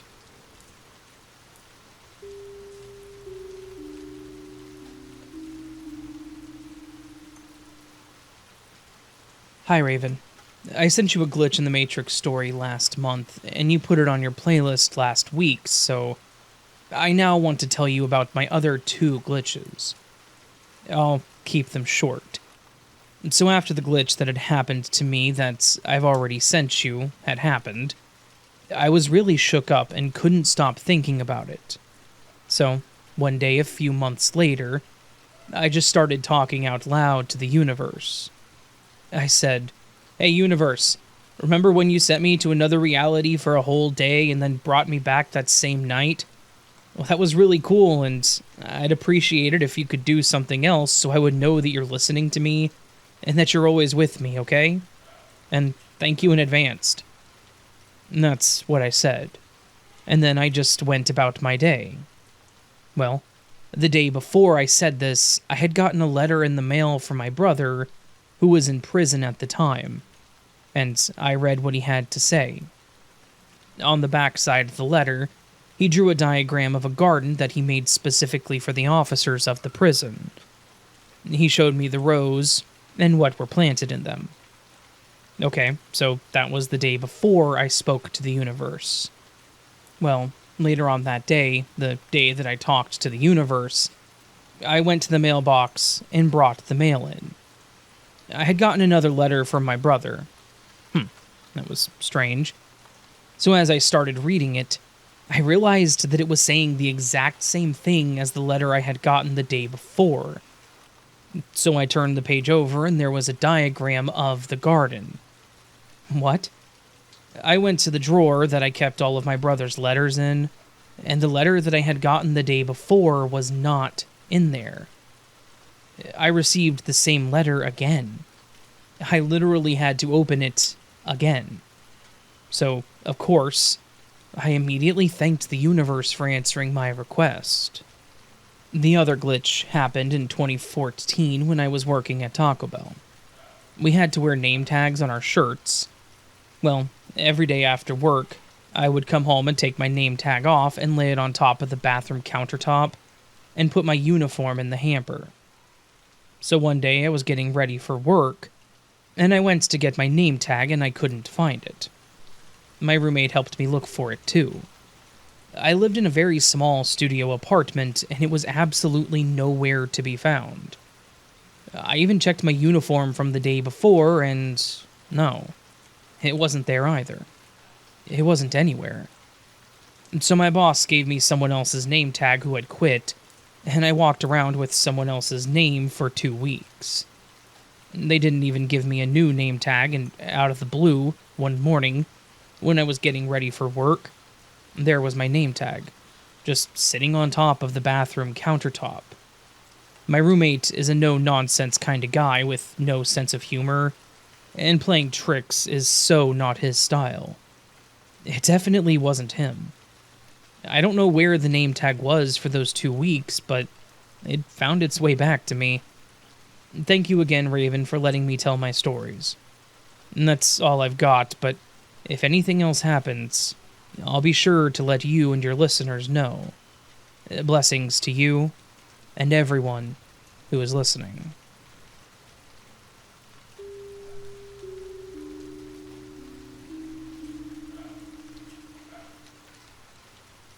Hey Raven, I submitted a couple of stories to your website recently and I decided to join your Reddit so I could share some more of my stories. Thanks for giving a voice to those of us with abnormal experiences that most people wouldn't believe. When I was a child, my parents had taken me on a trip to Hannibal, Missouri to learn about Mark Twain, tour the caverns, and whatever else there is to do there. I was about 7 to 9 years old at the time. We were living in western Illinois, about an hour from the Iowa and Missouri borders, the tri-state area. My mother made so many plans and she really wanted to go to this specific candle shop where they hand-dipped the candles. And she also wanted to go to a store that sold homemade saltwater taffy. I wasn't too excited because, to be completely honest, I wasn't that interested in Mark Twain. Due to the area that we lived in, our teachers used Mark Twain literature in our classes more than once a semester. We were going to stay out a little longer to visit a store my mom wanted to go to, but suddenly we were hit by a really hard rainstorm. My parents drove me back to our hotel, which I recall looked like an old mansion more than a hotel. My parents told me that later on we were going to go swimming in the indoor pool when the rain stopped. I turned on the television and watched cartoons until eventually I fell asleep. I was suddenly woken up by my mother telling me that we were going to go swimming.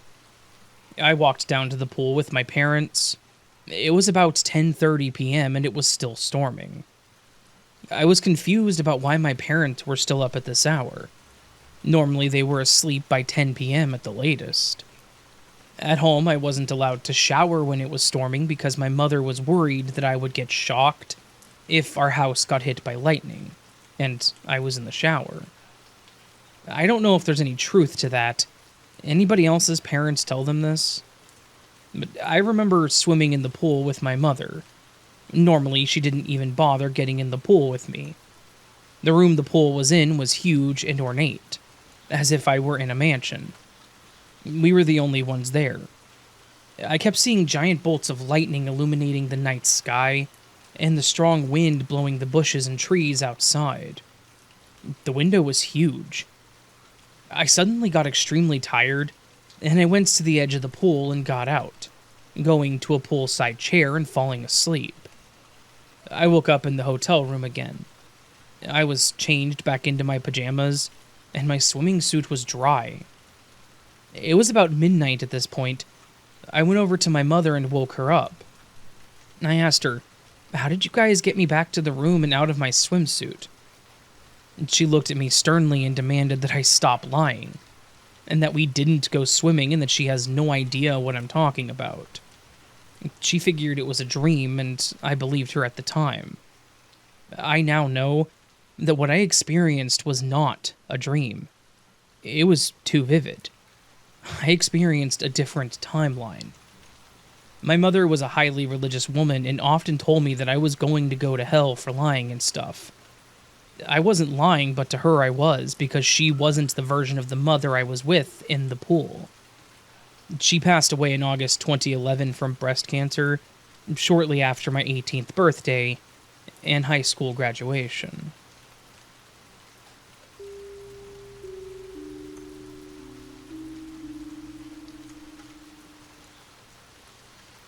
One of the only glitches I've experienced in my Matrix still haunts me today. It was a late, around midnight, spring night in Minnesota. Usually smaller towns die down around this time, but I was living in a more populated city. I was at a gas station that was 24 hours. My husband went inside and I was waiting in the car for him. Out of the corner of my eye, I see this super cute elderly couple. The man was wearing red shorts and a yellow t-shirt, and cleaning off their windshield with the gas station squeegee, starting with the passenger side. Then the woman opened the passenger door, got out, kissed him, and proceeded to go inside. Okay, sounds normal at first. I see him go around to the driver's side and clean that side, and then place the squeegee back and sit in the driver's seat. She comes out, goes back into the car, and sits. He then gets out, grabs the squeegee, and proceeds to clean the passenger side window. While he's cleaning it, she gets out, kisses him, and goes back inside. Okay, a second time starts alarming me, as there is no one else at the gas station during this time. She's inside for maybe a minute, and while she's inside, he cleans the passenger side, then the driver's side, puts back the squeegee, and gets inside the car. She comes out, sits in the passenger seat. He then gets out again and starts cleaning the windshield. It happens in the exact order every time. This proceeded to happen 12 times within 15 minutes. She's only ever inside for 1 minute, if that long. After the 5th time, my heart starts racing. My husband isn't answering my texts, and I debated about starting to film it. Around 12:20 a.m., my husband comes back out to the car and sees me in a state of confusion. I proceeded to tell him what happened, and he looks over at their car. At this time, the woman was getting out of the car again, and the man was getting out to clean the windshield. My husband then says, "That woman was never inside." Chills went down my back. There's only one entrance, and the gas station was small, so he would have seen her inside. He said that he never even saw her at the door. I was panicking and confirmed, "Well, do you see them now?" And he did see them, so I knew that I wasn't entirely hallucinating. This is forever a creepy moment in my life. It was like watching a GIF. They moved in the same way each time, and it freaked me out. I never went back to that gas station, even during the day.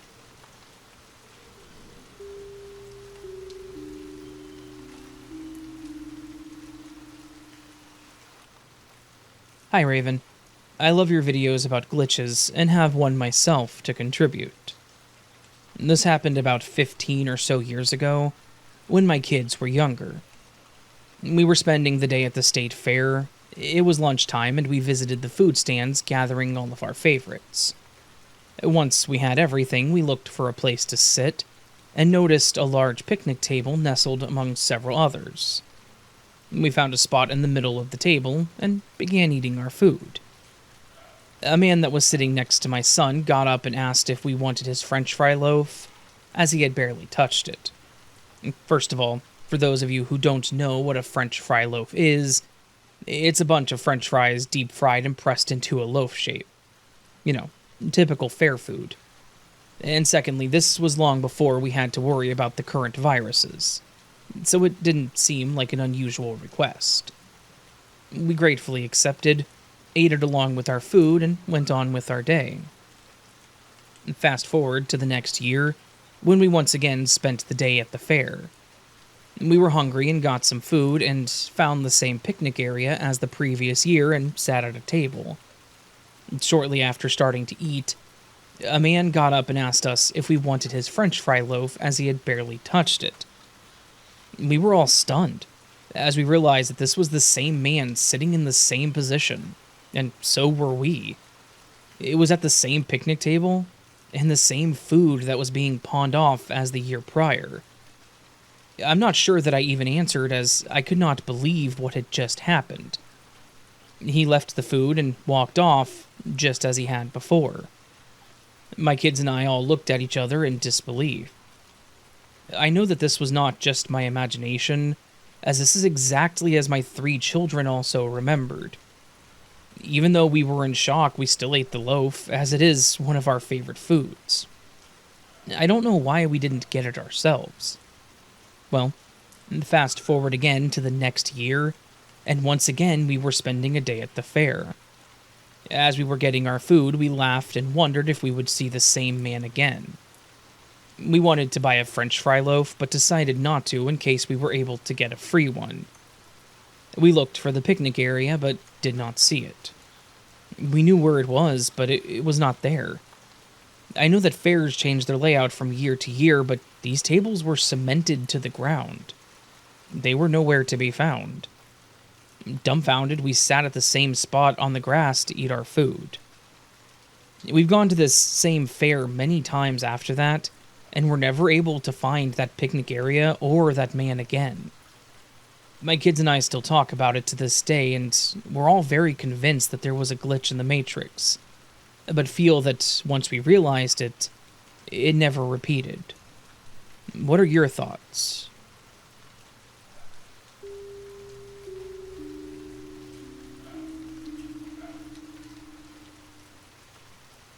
Hello, Raven. I've had odd events happen throughout my life, such as thinking about someone I have not seen in a long time, and then having them turn up unexpectedly within a day or two. I've thought about songs from years ago, and suddenly they're playing on the radio. I even knew the moment that my grandfather passed away. I was sitting on the couch one evening with my 5-month-old son, when I heard the siren of a fire truck rush by my house. Something soothing washed over me. It was almost like a hug. I looked at my son and softly said, "Your great-grandpop is gone." 5 minutes later, my sister called me to give the news of Pop's passing. I dreamt of my grandmother the night that she passed. I dreamed that my mom and I were looking at a family photo album. In my dream, my mom pointed to a photo of my grandmother. My grandmother was really young in the picture. It was from the 1940s, and she was so beautiful. My mom points to the picture, looks at me with such sadness, and says, "She's not with us anymore." The next morning, my mom gave me the news of my grandmother's passing. This I attribute to having a close, almost spiritual connection to the people, places, and things that I care deeply about. The last thing that has happened started out some years ago. My husband and I moved into a house that was built in the 1950s. When we purchased the house, the kitchen consisted of the standard 1950s metal cabinets, old gas stoves, and no storage to speak of. We were getting ready to go out one evening, and I was standing in the kitchen putting on my favorite earrings. They were garnets, and were a Christmas gift from my husband. They were very small due to our tight budget for Christmas gifts. Garnet is my very favorite gemstone. However, it's not my birthstone. It is, however, my dad's birthstone. To continue, I was putting on the earrings when I dropped one of the earrings on the kitchen floor. My husband and I both looked everywhere for it with no luck. Fast forward 8 or 9 years, For some reason, I just could not get rid of the single garnet earring that I had left. I had thought about giving it to my brother since he had one pierced ear, but something kept telling me not to. My husband and I decided that it was time to update the kitchen and that we had sufficient funds to do so. We completely gutted the kitchen. Walls, floors, everything came out. My dad helped with the renovation of our kitchen and was a tremendous help with his knowledge of things having to do with renovation. Fast forward another year or two, we completely loved our new kitchen, especially knowing that my dad helped with this project. He passed away in 2016. One day, not long after his passing, I came home from work early. The sun was streaming through the back kitchen window, lighting up the room with bright afternoon sunlight.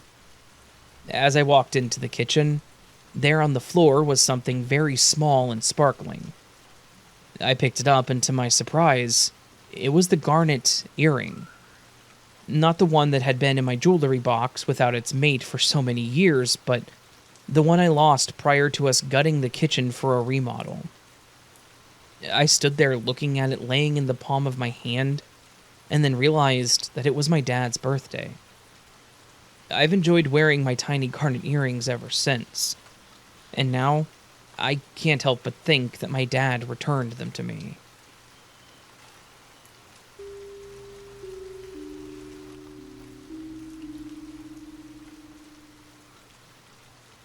I've had many experiences in my young life, including paranormal ones, though I won't get into those here. I had an overactive imagination as a child, so I usually dismissed those things as fantasy. Now in my mid-40s, I have a story to share about something that happened during my work experience at 16. My friend and I had to take a bus that dropped us off about 20 minutes walk from the work site. One day, as we were walking, we saw a red car with its hazard lights flashing. We passed it, but then suddenly it felt like we had jumped back in time. We were right at the beginning of the walk, passing the same car again. Hazards just flashing still. The strange part wasn't the time jump, though it was the feeling that came with it. I turned to my friend and asked, "Did you feel that?" He nodded and said yes. We both felt weird, like we were groggy, as if waking up from a dream. It was unsettling, but we went on with our day and didn't talk much about it again until later. Years later, when it crossed my mind, I'd ask him, "Do you remember that car?" And he always said yes. So I know it wasn't just my imagination. I felt like we'd experienced a glitch in reality, like time warped or were somehow transported. It reminds me of a similar experience I had as a child, which was something I always chalked up to my imagination because I was the only one there to witness them. But this time it was different.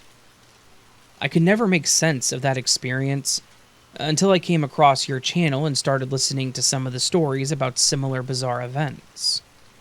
Hearing others share their strange encounters really resonated with me and helped me realize that I wasn't alone in what I went through.